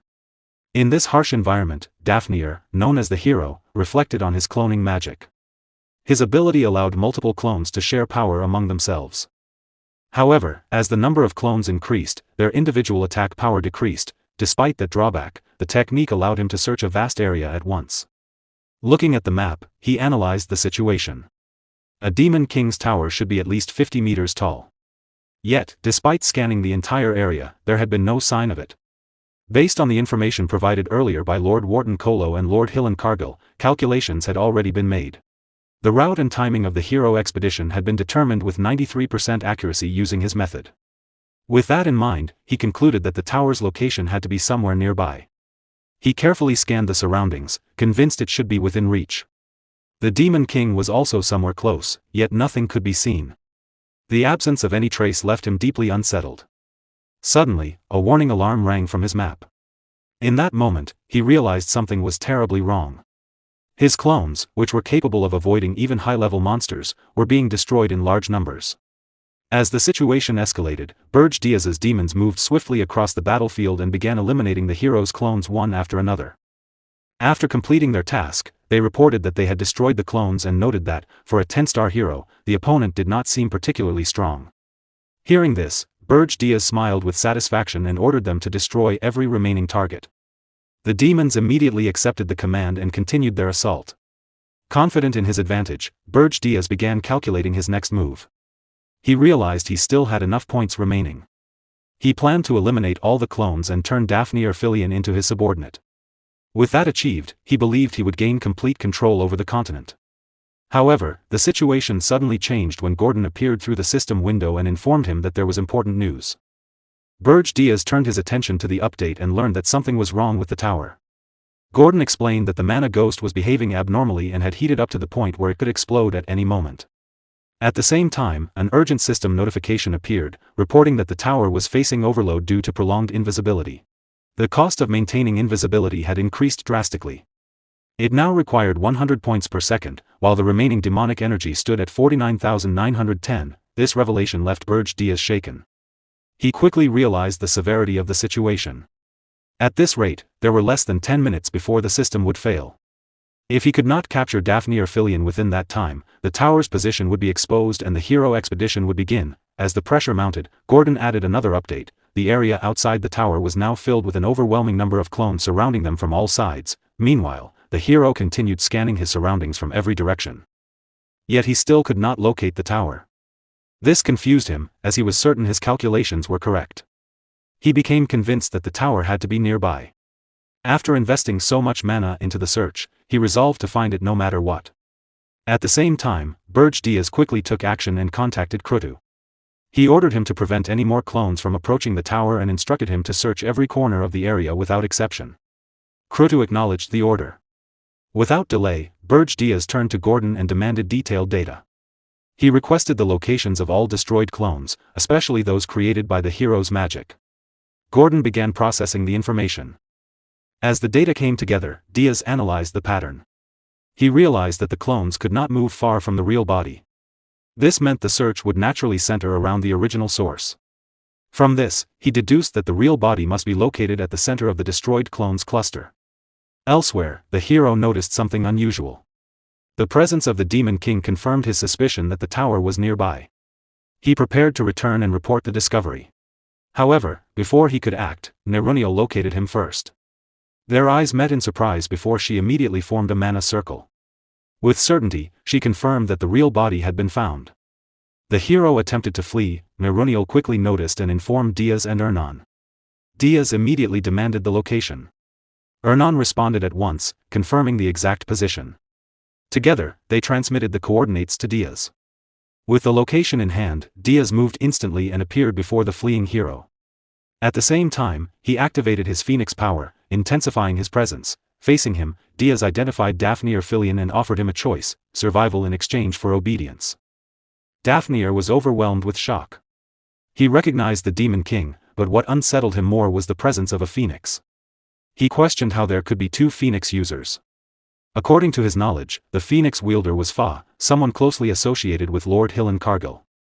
This led him to suspect that Fa might actually be the Demon King, with Hillen Cargill serving as his subordinate. He also recalled seeing a spirit earlier, which made the situation even more confusing.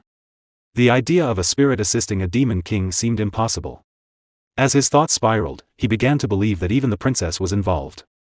Instead of surrendering, he saw an opportunity. If he exposed such a massive secret, he could secure a comfortable life. He decided to escape and use the information later.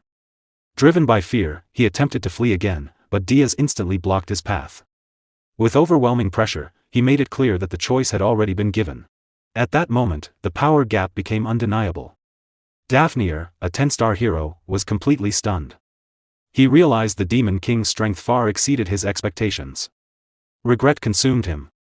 He cursed himself for accepting the mission. Money or not, I should have escaped this trap long ago. If he had known the truth, he would never have come. Before he could react further, Diaz unleashed a massive explosion that shook the entire area. At the peak of the battle, Dafnir made a final move. Using a mana bird, he sent a letter to the king of Hildurin. The scene then shifted to the kingdom of Hildurin. Inside the palace, a messenger reported that Dafnir's letter had arrived at the intelligence department. The king showed immediate interest, assuming the tower's location had been found. The messenger confirmed that the exact coordinates were included. Pleased, the king praised Dafnir's reliability. However, the messenger hesitated. Sensing something was wrong, the king demanded an explanation. The messenger revealed that the mana bird had suddenly caught black fire and vanished immediately after delivering the letter. The king trembled, realizing something had gone terribly wrong. The messenger explained that the sudden destruction of the mana bird meant that Dafnir's real body had been killed by the Demon King at that exact moment. Hearing this, the king was filled with rage. He clenched his fists, furious that such a loyal hero had been lost. At that moment, he realized he had underestimated the new Demon King. Without hesitation, he ordered immediate action. The Hero Guild was to be contacted, and all 10-star heroes were to be summoned. Consumed by anger and determination, he swore that this time he would personally kill the Demon King and bring back his princess. As a massive explosion tore through the area, the scene resembled hell itself. Everything in the surroundings burned under Berge's overwhelming strike. Drained of all his strength, he dropped to one knee, breathing heavily as he struggled to stay upright. Sweat covered his face, and he could feel the last traces of his power slipping away, with the power of the phoenix added to mine. It became something beyond imagination, he thought, utterly exhausted. But the fatigue is just as overwhelming. Even my demonic power is gone. Yet I still managed to surpass my expectations. His vision began to blur, and just as he was about to collapse, Princess Ernan rushed forward and caught him, dropping to her knees to support him. "My Demon King, are you all right?" she asked, her voice filled with worry. Though barely conscious, Berge noticed the ground beneath her. It was still burning from the explosion. His gaze lowered to her knees. "Your knees. They're burning," he murmured weakly. "Isn't it hot?" Princess Ernan forced a small, reassuring smile, hiding her pain. "The spirit of water specializes in recovery," she said nervously. "I'll be fine with this much." Then, her expression turned serious as she looked at him with concern. "And you? You don't like showing weakness, do you?" The Pearl Orcs might still be watching nearby. Berge's eyes slowly began to close as exhaustion overtook him. "Is that so?" he whispered faintly. "Then I'll take a short rest." "Yes, don't worry," she replied softly. The scene then shifted to the Tower of Lies. Inside, Jason Kochmund stared at a newspaper with growing fury. The headline read, "Dozens of succubi invade the royal palace." Voices of panic echoed everywhere. People were calling for all demon kings to be hunted down. Suddenly, Jason clenched the newspaper tightly in his hand, his entire body trembling with anger. "Vivian!" he growled. His grip tightened as he tried to contain his rage. "I clearly told you not to send your vassal troops outside the tower," he said through clenched teeth. "I told you to be careful." On the other side, Vivian Blunt stood proudly, swirling a glass of wine in her hand. With a casual wave, she looked at Jason Kochmund and spoke calmly. "Do I really have to obey just because you say so? I am the queen. I am the one who gives orders. Did you call me here just for this?" Jason frowned, his expression tense. "Because of your actions, the human's wariness has increased. This is exactly the situation I wanted to avoid." Vivian tilted her head slightly, unfazed. "Aren't you worrying too much? They're just heroes, after all." Jason blinked in confusion. "What?" Taking a sip of her wine, Vivian smiled confidently. "Heroes are prey to us demon kings. The fact that my subordinates encountered one in the royal palace was simply bad luck." Jason stared at her for a moment, clearly troubled. He ran a hand over his face and let out a deep sigh. "Archduke, why did you send down such a scatterbrain nympho?" Vivian's eyes widened in outrage. "What? Did you just call me a scatterbrain nympho?" She slammed her foot onto the table, standing tall as she waved her wine glass, her voice rising with pride and anger. "Correct yourself right now. I am the succubus queen. I'm not just a nympho, I'm the ultimate nympho. This is a matter of pride." Jason looked at her with a strange mix of curiosity and disbelief. Then, lowering his head slightly, he let out a quiet chuckle. Vivian. In this dimension. How many heroes do you think there are? Vivian paused, thinking. In the dimension I conquered, there were about 10. Are there around 50 in Arian, since they say there are many? Making such a fuss over such a small number is really. Jason burst into laughter. So you really haven't heard anything from the Archduke? Well, if you had, you wouldn't have even considered coming to this dimension. Vivian frowned, confused. There are 4,732 heroes, Jason continued calmly. That's the current number registered in the Hero Guild. Vivian's confident expression shattered. She nervously played with her hair, forcing a laugh. Why, you're joking, right? There's a limit to jokes. There can't possibly be that many heroes in one dimension. Jason smiled faintly. If this were a dimension with limits, the previous Demon Kings would have conquered it long ago. I'm telling you, it wasn't bad luck. In this world, encountering a hero is an everyday occurrence. Vivian's face paled, fear creeping into her expression. That can't be true. The Archduke promised. Her memories resurfaced. The Archduke had once said to her, Vivian Blunt, you are a Demon King who has already conquered a dimension. As the queen of your race, conquering Arian should not be difficult for you. If you complete this conquest, I promise you the position of the next Archduke. Of course. Keep an eye on Berge Diaz as well. I'll be looking forward to your performance. Do not disappoint me. I understand. Vivian had replied proudly at the time. The scene returned to the present. Jason smiled knowingly. Let me guess. He promised you the position of Archduke, didn't he? And gave you secret orders to monitor Berge Diaz as well? Vivian's eyes widened in shock. How did you? Jason raised a single finger. Because it's a method I use as well. A faint purple aura began to gather around his fingertip as demonic energy flowed through it. And what I mean by that, he continued coldly, is using them as disposable informants. And discarding them afterward. Vivian's voice trembled. Disposable. With a simple downward motion of his finger, an invisible force slammed her onto the table. Her head struck the surface with a sharp impact, her eyes widening in shock as she was forced down, completely overwhelmed by his power. Jason Cockman stared at Vivian Blunt with dark, cold eyes, his full killing intent pressing down on her. His voice was calm, but merciless. In short. You've been abandoned, you foolish succubus queen. Vivian froze, unable to respond. From now on, with that meager brain of yours, do not think, he continued. Do not attempt anything resembling independent thought. There is only one thing you need to do, obey my words unconditionally. Do you understand? Her face turned pale, her body trembling under the pressure. I understand. She replied nervously. After Vivian left, Jason remained seated alone, his gaze shifted back to the newspaper in his hand. The headlines screamed chaos. 10-star hero Dapnet Fillion deceased. Warden Cold selected as the new 10-star hero. The location of the Tower of Ergest finally revealed. To the Demon King of Ergest, the new title, Blazing Fire, bestowed. Hero Guild pledges full support to conquer Demon King towers across the continent. At the news of Dapnet Fillion's death, fear had begun spreading across the world. Jason lowered the paper slightly, his expression darkening. The world is trembling in fear. This isn't the outcome I wanted, he thought. Vivian Blunt isn't much of a problem, he muttered to himself. She's easy to manipulate. His eyes narrowed. The real problem is Berge Diaz, that arrogant black flame dragon.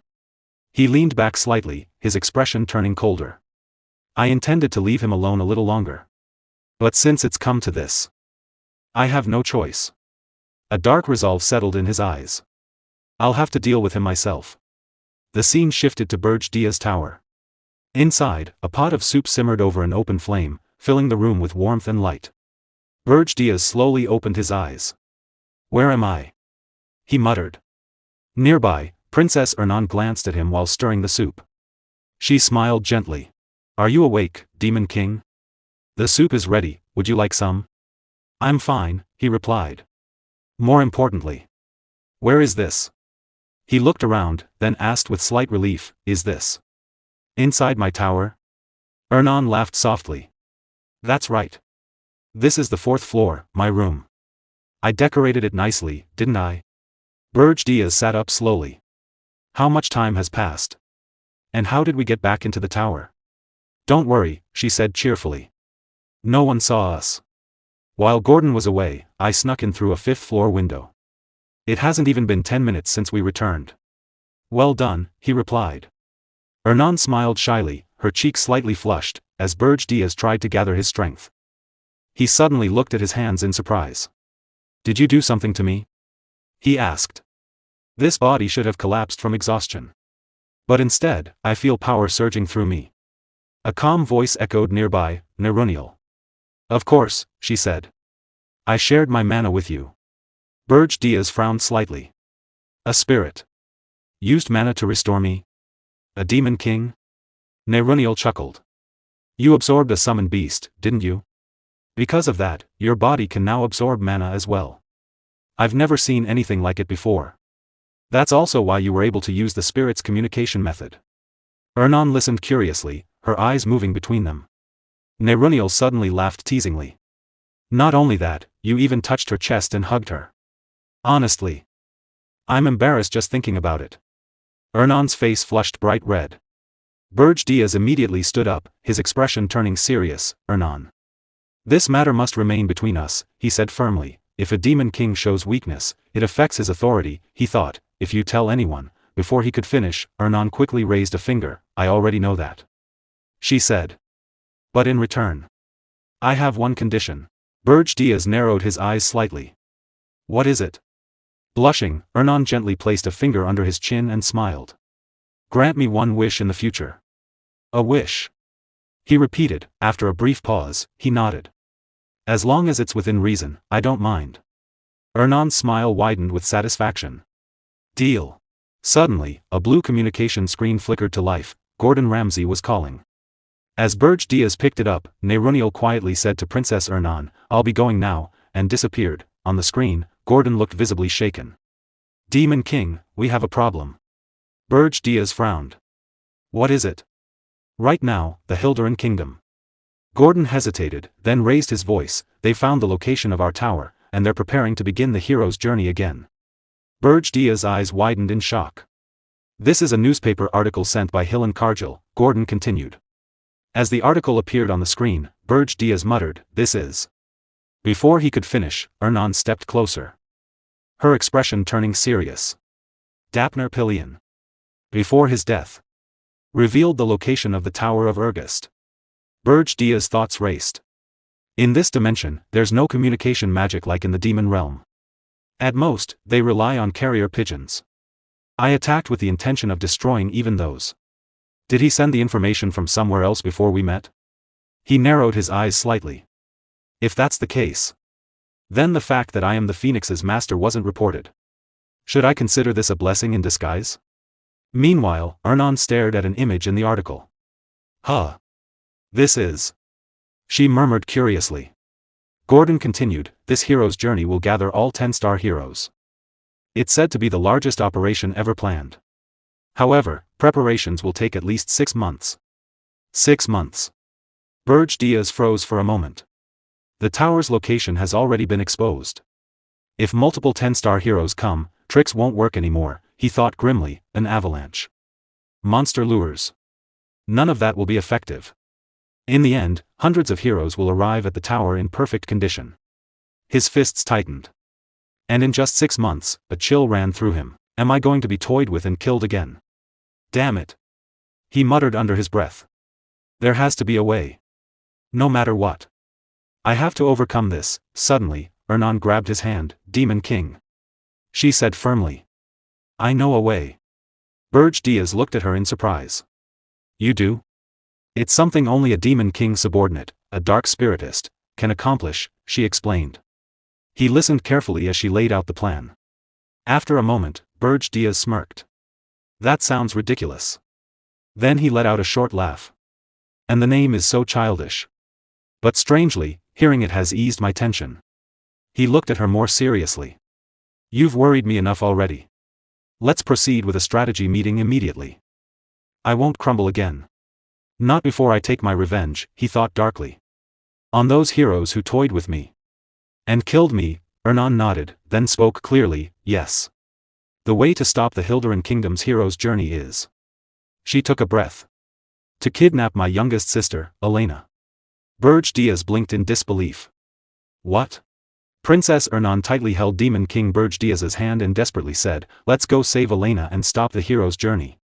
Berge Diaz looked confused and asked, Elena? The 13th princess of Hilderan? The one I was originally planning to kidnap? Princess Ernan lowered her head, placing a hand on her chest as she sadly replied, yes. She's my younger sister. We have different mothers, but we're as close as real sisters. She continued, in the newspaper I saw earlier, it said that Elena was kidnapped by the Demon King of Absolute Hardness. So I'm worried about her. Berge Diaz folded his arms and said, you're worried about her? Well, other Demon Kings don't treat their hostages the way I do. It's not just that. Princess Ernan quickly replied. I told you before about the magic of the World Tree's child, which forcibly increases a person's mana sensitivity. Elena is one of them too. Unlike me, Elena's mana sensitivity exceeded its limits. And as a side effect, she was born with a very frail body. Because of that, even going outside was restricted. And she couldn't even learn magic. Then, with determination in her eyes, she said, but if she stays in your tower, where mana is scarce, and learns how to control her mana properly, she will become a force to be reckoned with. I can guarantee it. Berge Diaz thought that having one more person with abilities like Ernan would be quite helpful. After a moment of silence, he looked at Princess Ernan and asked, rescuing a princess? I am a Demon King. That's something a hero would do. Princess Ernan replied with a joyful smile, then we can just make the hero do it, right? Berge Diaz looked confused and nervously said, you're quite used to ordering people around. Princess Ernan winked at him and replied with a teasing smile, I am a princess, after all. Berge Diaz then opened a blue communication window and spoke to Gordon Ramsay. Heroes are gathering even now as we speak. There's no time to argue further. Gordon Ramsay, tell Hillen Cargill to organize a hero's journey to rescue the 13th princess. Gordon Ramsay calmly replied, yes, sir. Then suddenly Gordon Ramsay realized and shocked at the same time. What? Rescuing another princess. The scene shifted to the Tower of Absolute Hardness, inside the Demon King's chamber. The Demon King of Absolute Hardness, Yugur Belva, stood in front of Berge Diaz and said, I heard the news, Berge Diaz. I heard that a hero's journey is going to invade your tower again. Then he shouted, did you come here asking for help? Tell me, why should I help an idiot who insulted the standards? Berge Diaz released his demonic power and calmly replied, how foolish. His demonic aura surged throughout the room as he looked directly at Yugur. I didn't come here to ask for a favor, he said. I came to help you. Yugur Belva nervously stepped back in shock. What? Berge Diaz continued. A hero's journey is targeting this tower. Yugur Belva once again asked in disbelief, what? Berge Diaz sighed before speaking. Move the 13th princess you kidnapped to the first floor. Then the hero's journey will simply rescue the princess and leave. Yugur Belva angrily shouted, nonsense. I haven't heard any news about a new hero's journey. Berge Diaz replied coldly, I suppose that's the limit of a Titan's intelligence network. Yugur narrowed his eyes in anger. Why you? Just because I'm listening to you. Suddenly, he activated Titan magic, Gigantification level 3. His massive fist swung toward Berge Diaz as he roared, you're getting far too cocky, you piece of trash who insulted the standards. But Berge Diaz remained calm. Standing still with his arms folded. The 3rd prince of Gianna, the 7th princess of the Velos dukedom, the 4th prince of Machiel, and the 6th princess of Candaria. At those words, Yugur Belva's fist stopped midair. Berge Diaz calmly continued, they were all pushed out of the line of succession or lacked the resources to launch a hero's journey. Even if you kidnapped them, no heroes would come. Sweat formed on Yugur's face. I was considering targeting them too. But I wasn't certain, he thought nervously. Then, filled with curiosity, he asked, how do you know all that? Berge Diaz thought to himself, because those are the princes and princesses you kidnapped in your previous life, but instead, he simply smiled and replied, does it matter how I know? Isn't the safety of your tower what's truly important? Yugur Belva stared at him suspiciously. If the information about a hero's journey coming for the 13th princess is false. Berge Diaz turned around with a smirk. It doesn't matter. Keeping one hostage on the first floor won't cause you any harm. Yugur fell silent for a moment before asking. Why are you trying to help me? What do you want? Berge Diaz smirked inwardly, he took the bait. What do I want? He muttered. Then he thought to himself, in this dimension, Aryan, you can't survive against endless heroes through brute force alone. Yuger must already realize that deep down. He knows he isn't smart enough to stop the heroes here. That's why he lives in fear, only kidnapping people who won't trigger a hero's journey. It's no different from before my regression. Berge smiled faintly before speaking aloud, what I want is simple. Berge thought to himself, Yuger, that big foolish coward, will soon try to cling to that man in order to survive in this dimension. The one who will become Yuger Belva's guiding light, Jason Kockmund. Then, while stepping forward, Berge calmly said, I don't want anything. It's just. I believe a great demon king deserves to live longer. Yuger Belva looked at him in confusion but said nothing. As Berge walked away alongside Gordon Ramsay, he thought to himself, I'll take on that role instead. I'll bring Yuger to my side. And neutralize one of Jason's future pieces. The scene shifted to the base of the Golden Moon Merchant Guild. At the teleportation circle station, Berge appeared in his pale-haired hero form. Hillen and Cargill were already waiting for him alongside the other heroes. Yuger's side has been settled, Berge thought. So next is.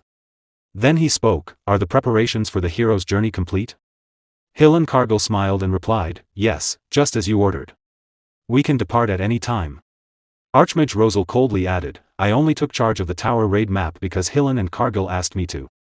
I've climbed the Tower of Absolute Hardness several times before. Suddenly, the leader of the Scarlet Hawk Mercenary Guild shouted excitedly. The Scarlet Hawk Mercenary Guild is fully assembled. We'll show you the true power of our guild. Some of the mercenaries whispered among themselves. The benefactor is here. He'll give us another reward too, right?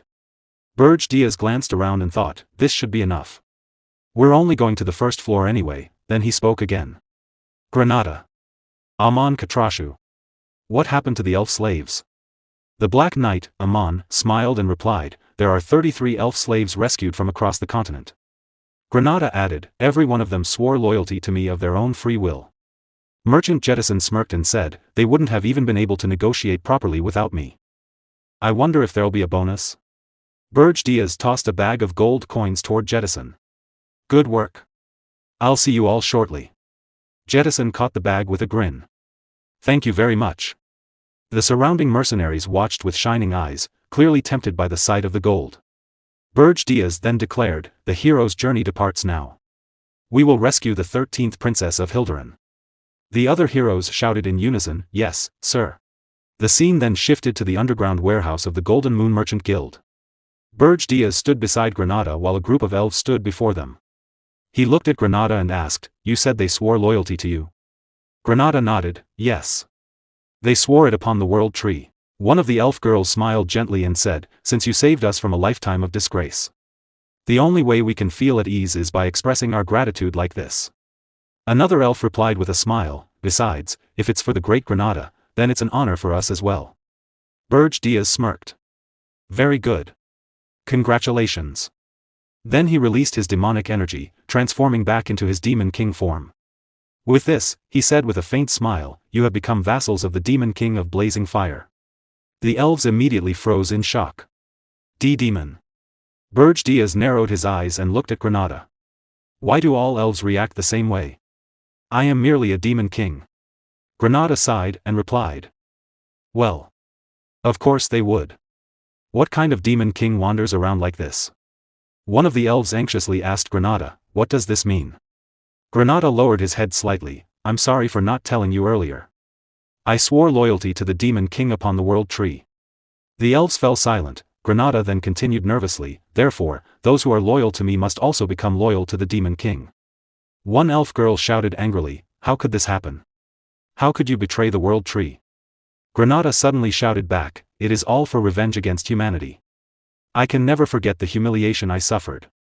The elves became silent once more, revenge. Against humans. Painful memories resurfaced in their minds. One memory showed a human holding an elf in chains while smirking cruelly. I've never liked the pretty faces of elves. The terrified elf begged, please. Don't do this. I'm begging you. Another memory appeared. A human mocked an elf while tearing away her clothes. A mere slave wearing clothes? Look at her trembling from the cold. Those memories filled the elves with rage. They clenched their fists tightly. Those bastards. They did the same thing to me. Me too. They treated me the same way. Soon, the entire room erupted with furious voices. I support Granada. I agree. Me too. Let's take revenge on humanity. Meanwhile, Berge silently observed them. Even pure elves can fall this far. Once they witnessed the ugliness of humanity. Then, through a blue communication window, he spoke to Gordon Ramsay. I'll send you the information on the elves. Create routes to infiltrate these girls into human society. Gordon Ramsay calmly replied, understood. Berge narrowed his eyes thoughtfully. In 6 months, the 10-star heroes will gather in one place to kill me. Before that happens, I must recruit new talent to strengthen my tower. And expand my influence so I can secure more allies. Creating chaos within human society to delay the heroes' journeys is also an important task. There are only 6 months left until all the 10-star heroes gather. A cold smile appeared on his face. No matter what, I will survive. Inside the Tower of Absolute Hardness, the heroes had already defeated all the monsters on the first floor. The ruined battlefield was covered with the corpses of monsters, while blood stained the ground and their bodies. After killing the last monster, Hillen Cargill sheathed his sword while the others followed behind him. The mercenary guild leader looked around and muttered, the Tower of Absolute Hardness isn't much after all, is it? Maybe I should quit being a mercenary and just climb towers instead. Granada silently stepped forward while Rosal Charnt carefully observed the surroundings. She calmly said, the first floor only has weak monsters. Hillen Cargill replied, still. You must not let your guard down. Suddenly, one of the heroes shouted, Hillen Cargill. We found her. Hearing that, Hillen quickly turned toward the voice. Inside a small iron prison, Elena Hildurin lay unconscious. She was the 13th princess of the Kingdom of Hildurin. Granada immediately carried Elena in his arms. Hillen Cargill then said, now that we found the princess, let's head back.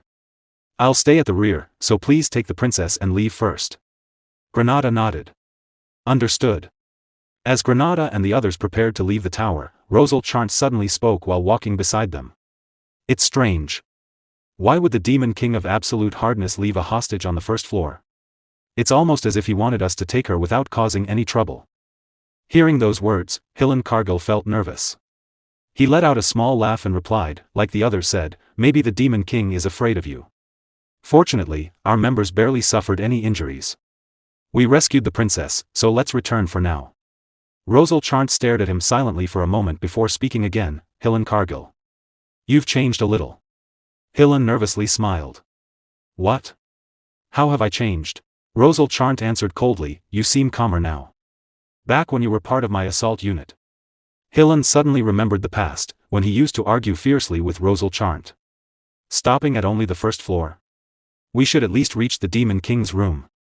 Rosal continued, the old Hillen Cargill would have insisted on climbing all the way to the Demon King's chamber, even if it meant risking everything, all for the sake of fame and popularity. But now. She narrowed her eyes slightly, you somehow seem more composed. Hillen looked at her with confusion before laughing nervously again, it must be your imagination. Did I seem too relaxed because the Demon King already told me the whole plan? Rosal Charnt smiled faintly. Whether I'm overthinking it or not, it's not a bad change. The scene shifted to the Kingdom of Hildurin, where the sounds of celebration echoed through the silent night inside the royal castle. After the successful rescue of Princess Elena, the Kingdom of Hildurin arranged a magnificent banquet to celebrate the heroes' victory. Inside the grand banquet hall, nobles and heroes gathered together under the dazzling lights of the palace. At the highest seat of the royal hall sat the King of Hildurin alongside Hillen Cargill and Rosal Charnt. The king proudly spoke, if the prestige of the Hildurin royal family had been tarnished, the morale of the hero's future journey could have fallen as well. He then looked directly at Hillen Cargill and continued. You, who prevented such a disaster, have earned my highest praise. In the name of the King of Hildurin, I commend your hard work. Truly, you are the hero of Hildurin. Hillen Cargill smiled joyfully and bowed his head. You flatter me, your majesty. He then gestured toward Rosal Charnt. This mission was completed successfully thanks to Rosal Charnt's support. With her assistance, I was able to finish everything without difficulty. Rosal Charnt looked slightly surprised by his words. The King of Hildurin nodded with satisfaction, you are humble as well. You set an example for everyone here. Hillen bowed once again. I am overwhelmed by your majesty's praise. After a brief pause. He looked around and asked, but your majesty, I do not see Princess Elena. The king calmly replied, she is currently resting in her chambers. Security around her has been strengthened, so there is no need to worry about her safety. I understand, Hillen replied. The king of Hilderan silently observed Hillen Cargill for a moment. He seems unusually interested in the 13th princess. Could he have developed feelings for her? The king thought to himself, a faint smile appeared on his face. If I were to marry the two of them, Hillen Cargill would belong completely to the Hilderan royal family. The 13th princess may be more useful than I originally thought. The king then rose from his throne and lifted his wine glass high into the air.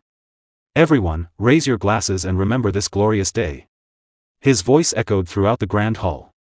Hilderan's hero, Hillen Cargill, conquered the atrocious tower of absolute hardness and rescued my beloved daughter, Princess Elena. Tonight, celebrate to your heart's content. This banquet is my gift to all of you heroes. The entire hall erupted with cheers as everyone raised their glasses proudly. The king of Hilderan shouted loudly, no one shall ever look down upon Hilderan. The kingdom of Hilderan stands proudly beneath the heavens. The heroes and nobles answered together with thunderous voices, Hilderan shall prosper forever. Long live Hilderan. Long live the king. Suddenly, a spirit rushed toward the kingdom of Hilderan under the cover of the night. It swiftly entered the annex tower separated from the king's main palace and searched for Princess Elena Hilderan's location. After finding her, the spirit quickly returned to Princess Ernan and reported everything to her.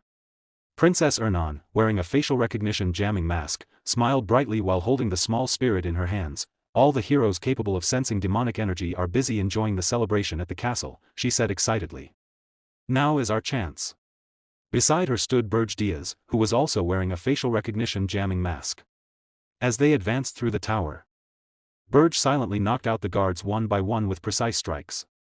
Even so, conserve your strength, Berge warned calmly. If you release too much power, even the heroes far away might notice. Princess Ernan nodded obediently, all right. The two of them soon reached the lower floors of the annex tower. However, several royal guards spotted them from above.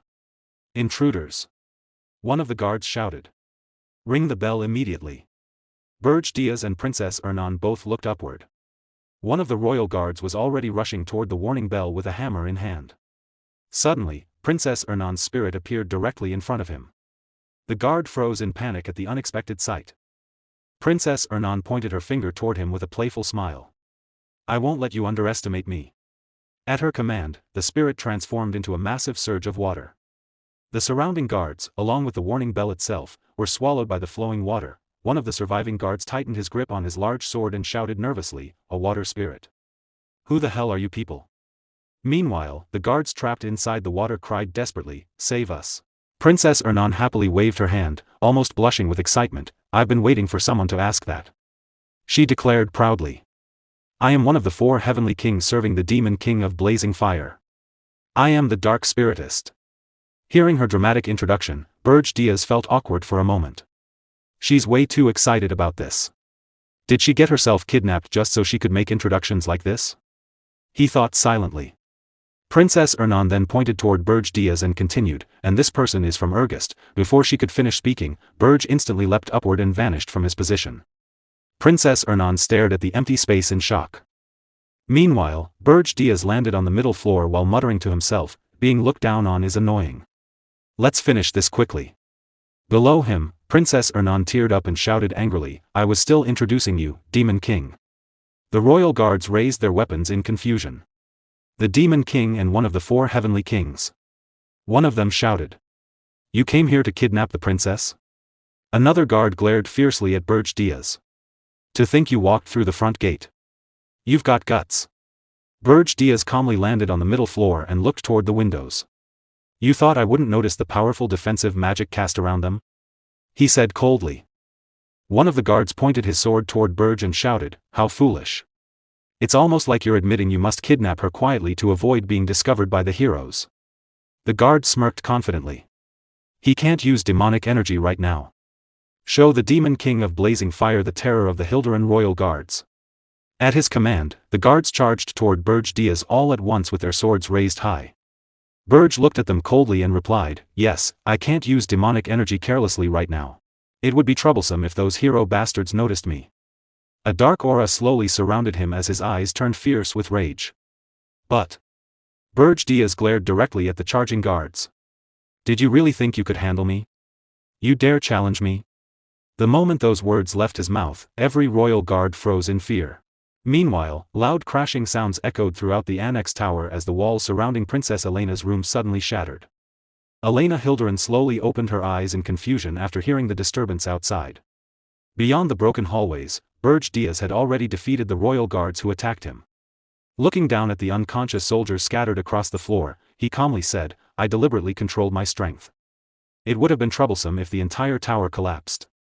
He then turned his gaze toward the last remaining guard. "Now, only you are left." The captain of the royal guards gritted his teeth nervously. The royal family's finest guards are no match for him. As expected of a demon king, he thought in fear. Desperate to escape, the captain swung his sword multiple times, slicing through the wall beside him. After creating an opening, he immediately leapt through the hole. "I have to retreat for now and call the heroes," he thought urgently. But suddenly, his body froze in midair. The shattered stones around him began returning to their original places as though time itself was reversing. The broken wall repaired itself instantly, trapping him inside. The captain's eyes widened in horror. The stones. They're returning to their original positions? Stuck helplessly within the restored wall, he shouted desperately, "Damn it. The dark spiritist." Princess Ernan walked calmly beside Berge Diaz while smiling innocently. "Sorry about that," she said cheerfully. At the same time, she quietly thought to herself while holding her water spirit in her hands, "If the princess gets kidnapped again less than a day after being rescued, I wonder how badly Hilderin's prestige will fall." A mischievous smile appeared on her face. "I'm actually looking forward to seeing it." Berge Diaz soon arrived in front of Princess Elena's room. He placed his hand on the door and pushed it open. With a confident smirk, he declared, "I've come to take you back, 13th Princess of Hilderin, Elena Hilderin." However, the moment he entered, the smirk on his face disappeared in confusion. Elena suddenly shouted loudly, "Ernan." Without hesitation, Princess Elena rushed forward and tightly hugged Princess Ernan. Tears filled her eyes as she cried, "It really is you." Princess Ernan smiled warmly and hugged her back while Elena continued crying in relief. Berge Diaz stared at the scene in confusion. "I'm wearing a facial recognition jamming mask. So how did she recognize you?" he asked. Princess Elena smiled gently while looking at Ernan. "I read the letter you sent me. The only person who would come to rescue me alongside the Demon King would be you." Berge Diaz silently stared at the two sisters. Is this because they're sisters? Do all members of the Hilderin royal family think alike? He wondered. He then looked toward Princess Ernan and asked, "By letter, do you mean the one you gave to Hilan Cargill?" Princess Ernan looked surprised. "You knew about that?" "Of course," Berge replied calmly. "It happened inside my tower." Princess Ernan tilted her head slightly. "You weren't curious about what was written in it?" Berge Diaz gathered dark demonic energy into his hand as he answered, "If there had been any problem with the contents, Hilan Cargill would have reported it to me." His eyes turned cold. "After all, I ordered him to open it." As dark demonic energy spread around him, Berge Diaz released his power and returned to his demon form. "Let's head back," he said. Meanwhile, back at the royal castle, the banquet was still ongoing. One of the king's subordinates rushed into the hall in panic and shouted, "Your Majesty! The 13th princess! The black flames!" Before he could finish, the wine glass slipped from the king of Hilderin's hand and shattered onto the floor. The king's face twisted with fury. "You idiots!" he roared. "She's been kidnapped again already?" The entire banquet hall fell silent. "The banquet is cancelled!" the king shouted furiously. "How dare that demon king mock Hilderin like this?" His voice thundered across the hall. "Just how much does the demon king of blazing fire look down on the kingdom of Hilderin?" Far away from the castle, Berge Diaz calmly answered to himself, "Quite a lot." Scene shifted to the Tower of Flames. On the first floor, Lozier Friedrich was busy repairing his mana cannon machine. Meanwhile, Princess Elena Hilderin looked at it with sparkling eyes and exclaimed, "Whoa! It's my first time seeing such a large and uniquely shaped mana cannon. Did you make this yourself?" Hearing her excitement, Lozier Friedrich proudly folded his arms and replied, "Since the Demon King brought you here, you must be a princess from somewhere. You certainly have an eye for weapons." "That's right, I am the blacksmith of the first floor. This masterpiece was created by me, the great Lozier Friedrich." Princess Elena smiled brightly. "Wow! That's amazing. Could I try making one later too?" Lozier Friedrich burst into laughter. "How bold. Very well then. I shall appoint you as my assistant any time. Princess Elena looked overjoyed after hearing that. At that moment, Princess Keat arrived and spoke calmly, Lozier, please repair the practice scarecrow. However, she stopped after noticing Elena. And who is this? Princess Elena stared at her in surprise before blushing slightly. Why is the knight here so pretty? I can even tell you have a strong body through the armor. Hearing such direct praise, Princess Keat immediately blushed. She grabbed Princess Ernan by the shoulder and whispered nervously, what is this? This child is way too good at socializing. She's dangerous. Princess Ernan laughed awkwardly before replying, she's my younger sister, Elena. Princess Keat's eyes widened in shock. What? Your sister? Ernan nodded calmly. And Elena is always sincere. Ever since she was born, she spent most of her life lying in bed inside her room. The world she knew only came from books, so she's finally experiencing everything in person. Even then, she's not the kind of child who lies just to impress others. Princess Keat turned even redder and quietly muttered, then. Am I really that pretty? Nearby, Gordon Ramsay shouted in frustration toward Berge Diaz, this isn't right. Dwarves, elves, heroes, and princess knights are already one thing. But now even a child is living in the Demon King's tower. Berge Diaz glanced at him calmly. I'm not asking you to raise her. That's not the problem here. Gordon Ramsay snapped back. If word gets out that the Demon King is taking care of a child, the dignity of the Demon King, who should be feared, will be ruined. There's no place for you in this tower, princess. However, Princess Elena simply walked toward him with a cheerful smile. Are you Adjutant Gordon? Gordon Ramsay clicked his tongue angrily. Don't talk to me, 13th Princess of Hilderan. But Elena bowed respectfully and said warmly, I heard from my sister that you always prepare delicious meals and manage the tower. She said you're the one who works the hardest behind the scenes. Thank you for always taking care of my sister. For a brief moment, Gordon Ramsay froze completely. His body trembled slightly as he struggled to maintain his composure. It's nothing, he muttered awkwardly. Watching the scene unfold, both Lozier Frederick and Princess Keat quietly blushed in amusement. Princess Elena then happily ran back toward Princess Ernan and exclaimed. I think the Demon King's tower suits me perfectly. There are no scary monsters, it's clean, and everyone here is so kind. My body doesn't even hurt anymore. Princess Ernan laughed softly. Right? Meanwhile, Berge Diaz watched everything in silence before muttering to himself, everyone already likes her. A faint smirk appeared on his face, she'd better be at least this useful. Now I wonder what kind of sweet words she'll use to charm me. Hearing that, Princess Ernan shouted from nearby, I told you she genuinely means everything she says. Berge Diaz ignored the comment and asked instead, what exactly did your sister write about me in her letters? The moment he asked that question, Princess Ernan instantly blushed and fell silent.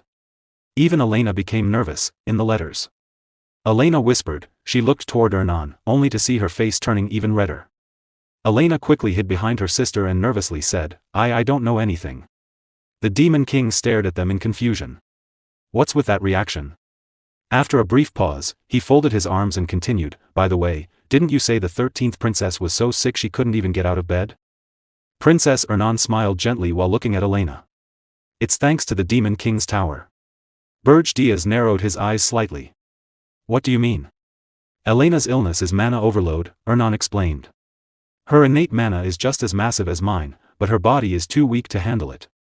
However, demonic energy naturally depletes mana, just like how a spirit blossom loses its mana when contaminated by demon energy. She gently held Elena's hand as she continued, that's why she constantly coughed blood back in the kingdom. Her mana was being depleted inside Yugur's tower. Berge Diaz nodded in understanding. So if she stays here, she can fully recover? That's right. In the distance.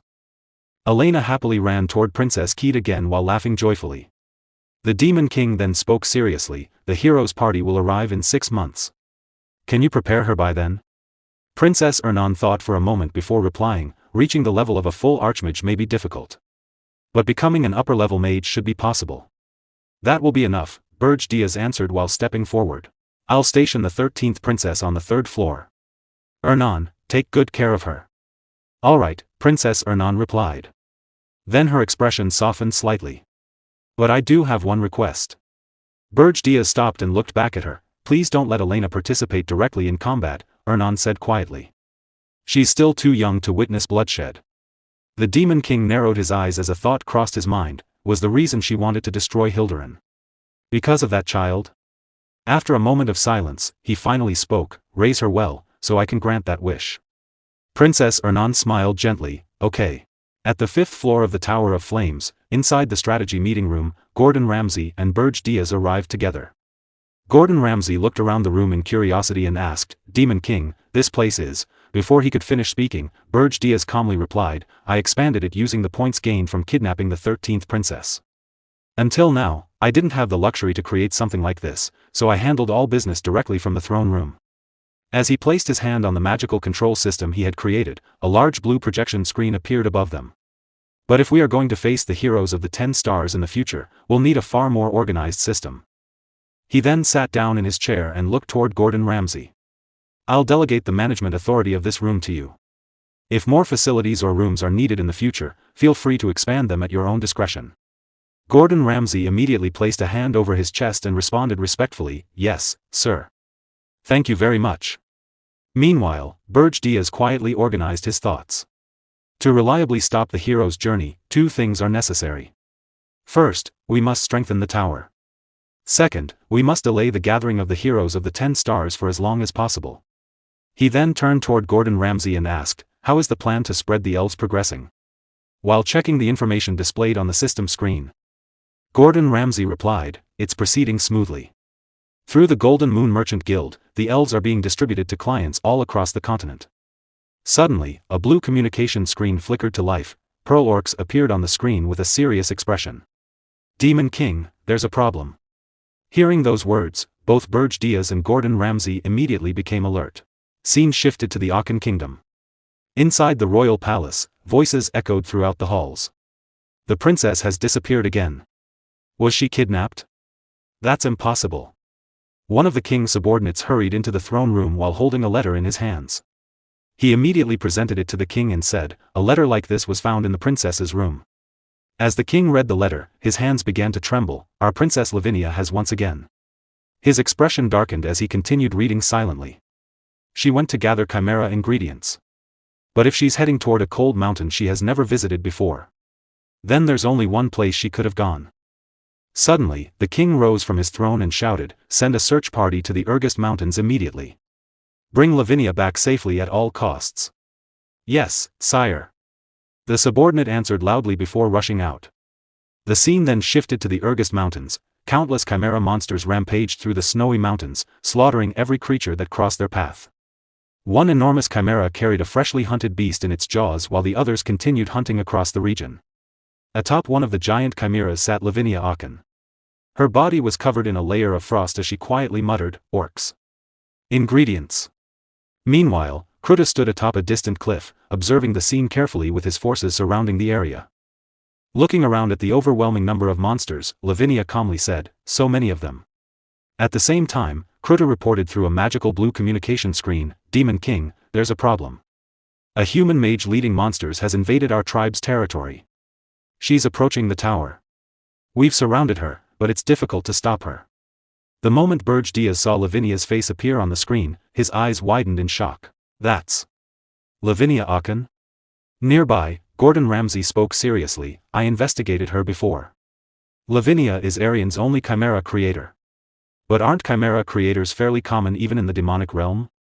Berge Diaz immediately grew tense. "No, she's completely different from the chimera creators of the demonic realm." A dark expression appeared on his face as memories from before the regression resurfaced in his mind. "I witnessed her power with my own eyes before the regression. She single-handedly led an entire chimera army during an invasion and kidnapped almost all of my vassals. The tower nearly collapsed because of her. That's how Lavinia Aachen earned the title of the Solo Hero's Journeyer." His expression became even more serious. "But her period of full-scale activity shouldn't begin for another 3 years. Did killing Draxon cause Lavinia to be released early and start moving sooner than expected?" Berge Diaz suddenly stood up from his seat. "Lavinia will never stop until she obtains the ingredients she wants. She's the type of princess who would even target the Demon King's flesh if she isn't satisfied." Gordon Ramsay frowned deeply. "Even so, why come to Regressed of all places? Lavinia Aachen is the 3rd princess of Aachen and one of the highest-ranked successors to the throne. If we kill or kidnap her, the Akan kingdom will mobilize its entire army against us. Facing Hilderan's hero's journey alone is already overwhelming. If the Akan kingdom joins the war as well, we'll never win. Berge Diaz clenched his fist tightly and fell silent for a moment before speaking in a tense voice, Krutu, I'll handle this personally. Lure her as far away from the tower as possible. Under no circumstances are you to engage in a full-scale battle. Yes, sir, Krutu replied immediately. Berge Diaz then turned toward Gordon Ramsay. You will assist from here. Understood, Gordon answered. As Berge Diaz stepped forward to leave, a disturbing thought suddenly crossed his mind. An untouchable princess invading the Demon King's territory. His footsteps slowly came to a stop. It's exactly like what happened right before Draxon died. A look of fear spread across his face as his eyes widened in realization. Back then, I sent the dwarf princess toward Draxon. He froze completely. Wait. The tension in his expression deepened. This situation is far too similar. For the first time in a long while, genuine fear appeared in Berge Diaz's eyes. Could it be someone intentionally sent Lavinia Akan here in order to destroy me? Berge Diaz immediately rushed toward the battlefield. Krutu, retreat to the east for now. He commanded. Yes, sir. Krutu replied. As he moved at full speed, a troubling realization dawned on him. Lavinia Akan would never have come to Ergest without reliable information. There had to be someone behind everything, a mastermind who had deliberately lured her there. The only person Berge Diaz could think of was Jason Cockmund. The possibility that Jason was truly the mastermind filled Berge Diaz with rage. He refused to sit back and tolerate it. Clenching his jaw, he increased his speed. At the same time, on the battlefield, Kruta walked alone toward the deadly Chimera army. He steeled himself for the coming battle, fully prepared to sacrifice his own life. After confirming that his subordinates had escaped safely, a wave of relief washed over his heart. He believed that even without him, the tribe would continue to survive as long as everyone remained united. Protecting the tribe mattered far more than his own life, and he accepted that his death would be a small price to pay. Filled with regret, he silently apologized to the Demon King and begged him to continue protecting the tribe after his death. Just as Kruta prepared for his final stand, black flames suddenly erupted, blocking the advance of the Chimera army. Black flames. Kruta muttered in surprise. Moments later, Diaz appeared before him. Berge Diaz looked at him sternly. Why have you decided to die without permission? The overwhelming presence of the Demon King immediately shook Krutu. He quickly dropped to one knee and bowed his head. I apologize, my lord. I will accept any punishment for my actions. However, Berge Diaz shook his head. You have already fulfilled your duty as chief. Do not throw your life away so easily. Loyal subordinates like you are difficult to find. Those words deeply moved Krutu. Overcome with emotion, he called out to the Demon King. Hearing Krutu openly address Berge Diaz as the Demon King left Lavinia Akan completely shocked. As Lavinia Akan watched in disbelief, the black flames that had been blocking the Chimera army slowly disappeared. Berge Diaz declared that the situation had worked out well, since the Chimera army was extremely dangerous. He calmly created flames in his hands. Reducing their numbers, even slightly, would benefit them in the future. Soon afterward, a voice echoed from afar. Sister. Princess Lavinia Akan turned toward the sound. In the distance, she saw the fifth prince of the Akan kingdom, Kane Akan, arriving alongside a group of knights. The entire group desperately called out to Lavinia and urged her to return home immediately. At the same time, Berge Diaz turned his attention toward the Chimera army. He noticed the approaching knights and muttered, did they come to find Lavinia? As the fifth prince Kane Akan pointed toward the blizzard, he shouted, I see chimeras. Sister must be there. Berge Diaz made it clear that he had no intention of becoming an enemy of the Akan kingdom. However, he warned them that if they crossed paths with him again, none of them would survive. Immediately afterward, he unleashed his flames and drove the Chimera army away from the battlefield. Even after the battle ended, Berge Diaz disappeared from the field. Lavinia Akan continued staring at the spot where the Demon King had stood, her eyes filled with shock and curiosity. The truth she had discovered only deepened her obsession. Meanwhile, Kane Akan instructed the knights to follow the source of the mysterious light, believing his sister would be there. However, when they arrived at the location, they found only a doll lying on the ground. A message written on the doll warned them not to search for her. The sight instantly frustrated Kane. He complained that his sister always disappeared without warning, one of the knights reminded him that they had already ventured too deeply into the dangerous lands of Ergust and advised that they should return immediately. Cain accepted the advice and reasoned that there was no way his sister could have been defeated by ordinary monsters. He also confirmed that the Demon King of Blazing Fire had not kidnapped her.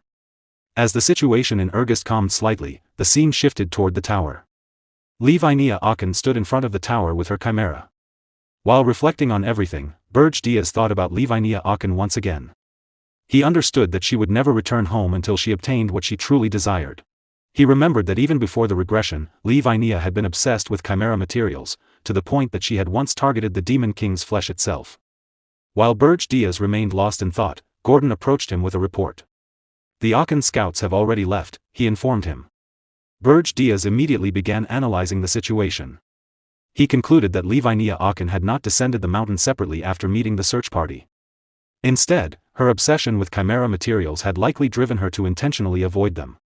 He further reasoned that if the Aachen kingdom discovered the princess was heading toward the tower, the entire search force would eventually arrive there as well. Understanding the implications, Gordon calmly pointed out that if the chimera princess disappeared forever within the dangerous lands of Ergust, nobody would ever know the truth. A faint smirk appeared on Berge Diaz's face as he agreed with Gordon's conclusion. He explained that if such an event occurred, the Aachen kingdom would have no justification to invade by blaming him. Hearing this, Gordon revealed a cold smile. Believing the opportunity had finally arrived, he suggested launching an all-out attack immediately. Berge Diaz realized that this was truly the only chance to deal with Levinia Aachen once and for all. Even so, an uneasy feeling continued to linger deep inside him. Despite the discomfort, he decided to handle the matter personally. Without hesitation, Berge Diaz stepped out of the tower alone. The moment he emerged, he found Levinia Aachen waiting calmly atop a chimera. However, the chimera itself was abnormal. Every one of its eyes was connected to Jason's vision, allowing him to observe the entire situation from afar. Watching everything unfold through the chimera's eyes, Jason Kochman smirked. He immediately realized that Berge Diaz had personally come outside to prevent anyone from discovering what existed inside the tower. Jason acknowledged that Berge Diaz was far more cautious than he had originally expected. Standing before Levinia Aachen, Berge Diaz directly called out Jason Kochman's name. He revealed that he already knew Jason was listening through the chimera. From the creature, Berge Diaz could sense a faint trace of Jason's demonic energy. Now that he had seen the chimera up close, he became certain of his suspicion. He concluded that Jason had personally provided a body infused with his own demonic energy to create this chimera. Jason admitted that Berge Diaz's observation skills were impressive. However, he mockingly questioned what Berge Diaz could possibly do while surrounded by an entire chimera army. As Berge Diaz looked around, he saw countless chimeras filling the battlefield.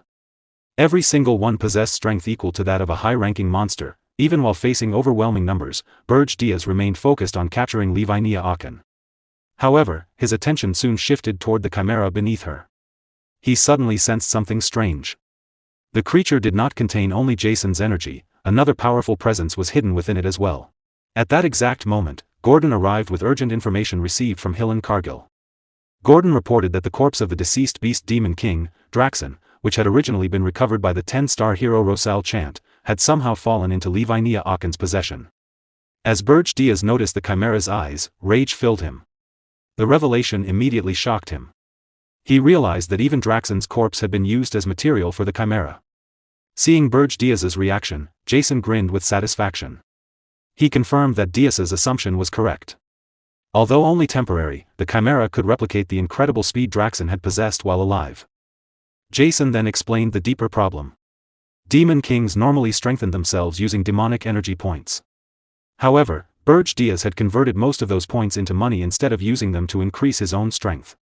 Because of that decision, the current Berge Diaz had barely grown stronger at all. Under such conditions, defeating both the chimera and Princess Levinia Aachen would not be easy.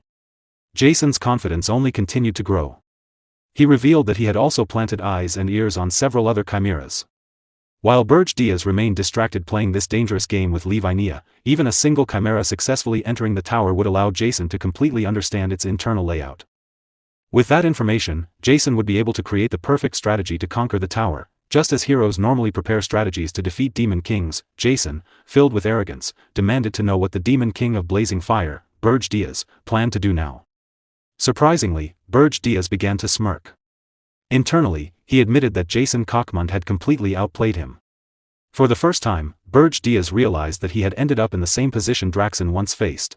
Once the battle began, there would be no turning back. Accepting the situation fully, Berge Diaz decided that everything would now depend on an all-or-nothing gamble. With complete calmness, Diaz removed his jacket and stepped forward. He called out Levinia Akin's name directly. The sight instantly terrified Gordon. He desperately shouted toward Diaz, warning him that revealing himself in front of the chimeras was far too dangerous, even for a demon king. At the same time, Jason grew suspicious of Diaz's actions. He began wondering what exactly Diaz was planning. Ignoring everyone else, Berge Diaz spoke directly to Levinia Akin and proposed a deal. Curious, Levinia asked what kind of deal he meant. Diaz offered her a shocking condition. He demanded that she cancel her deal with the Demon King of Lies. In exchange, he promised to give her one of his own horns. He even swore upon the standards of a demon king to prove that he was serious. The offer completely surprised Levinia Akin. Unable to hide her shock and excitement, she immediately questioned whether he truly intended to give her one of his horns.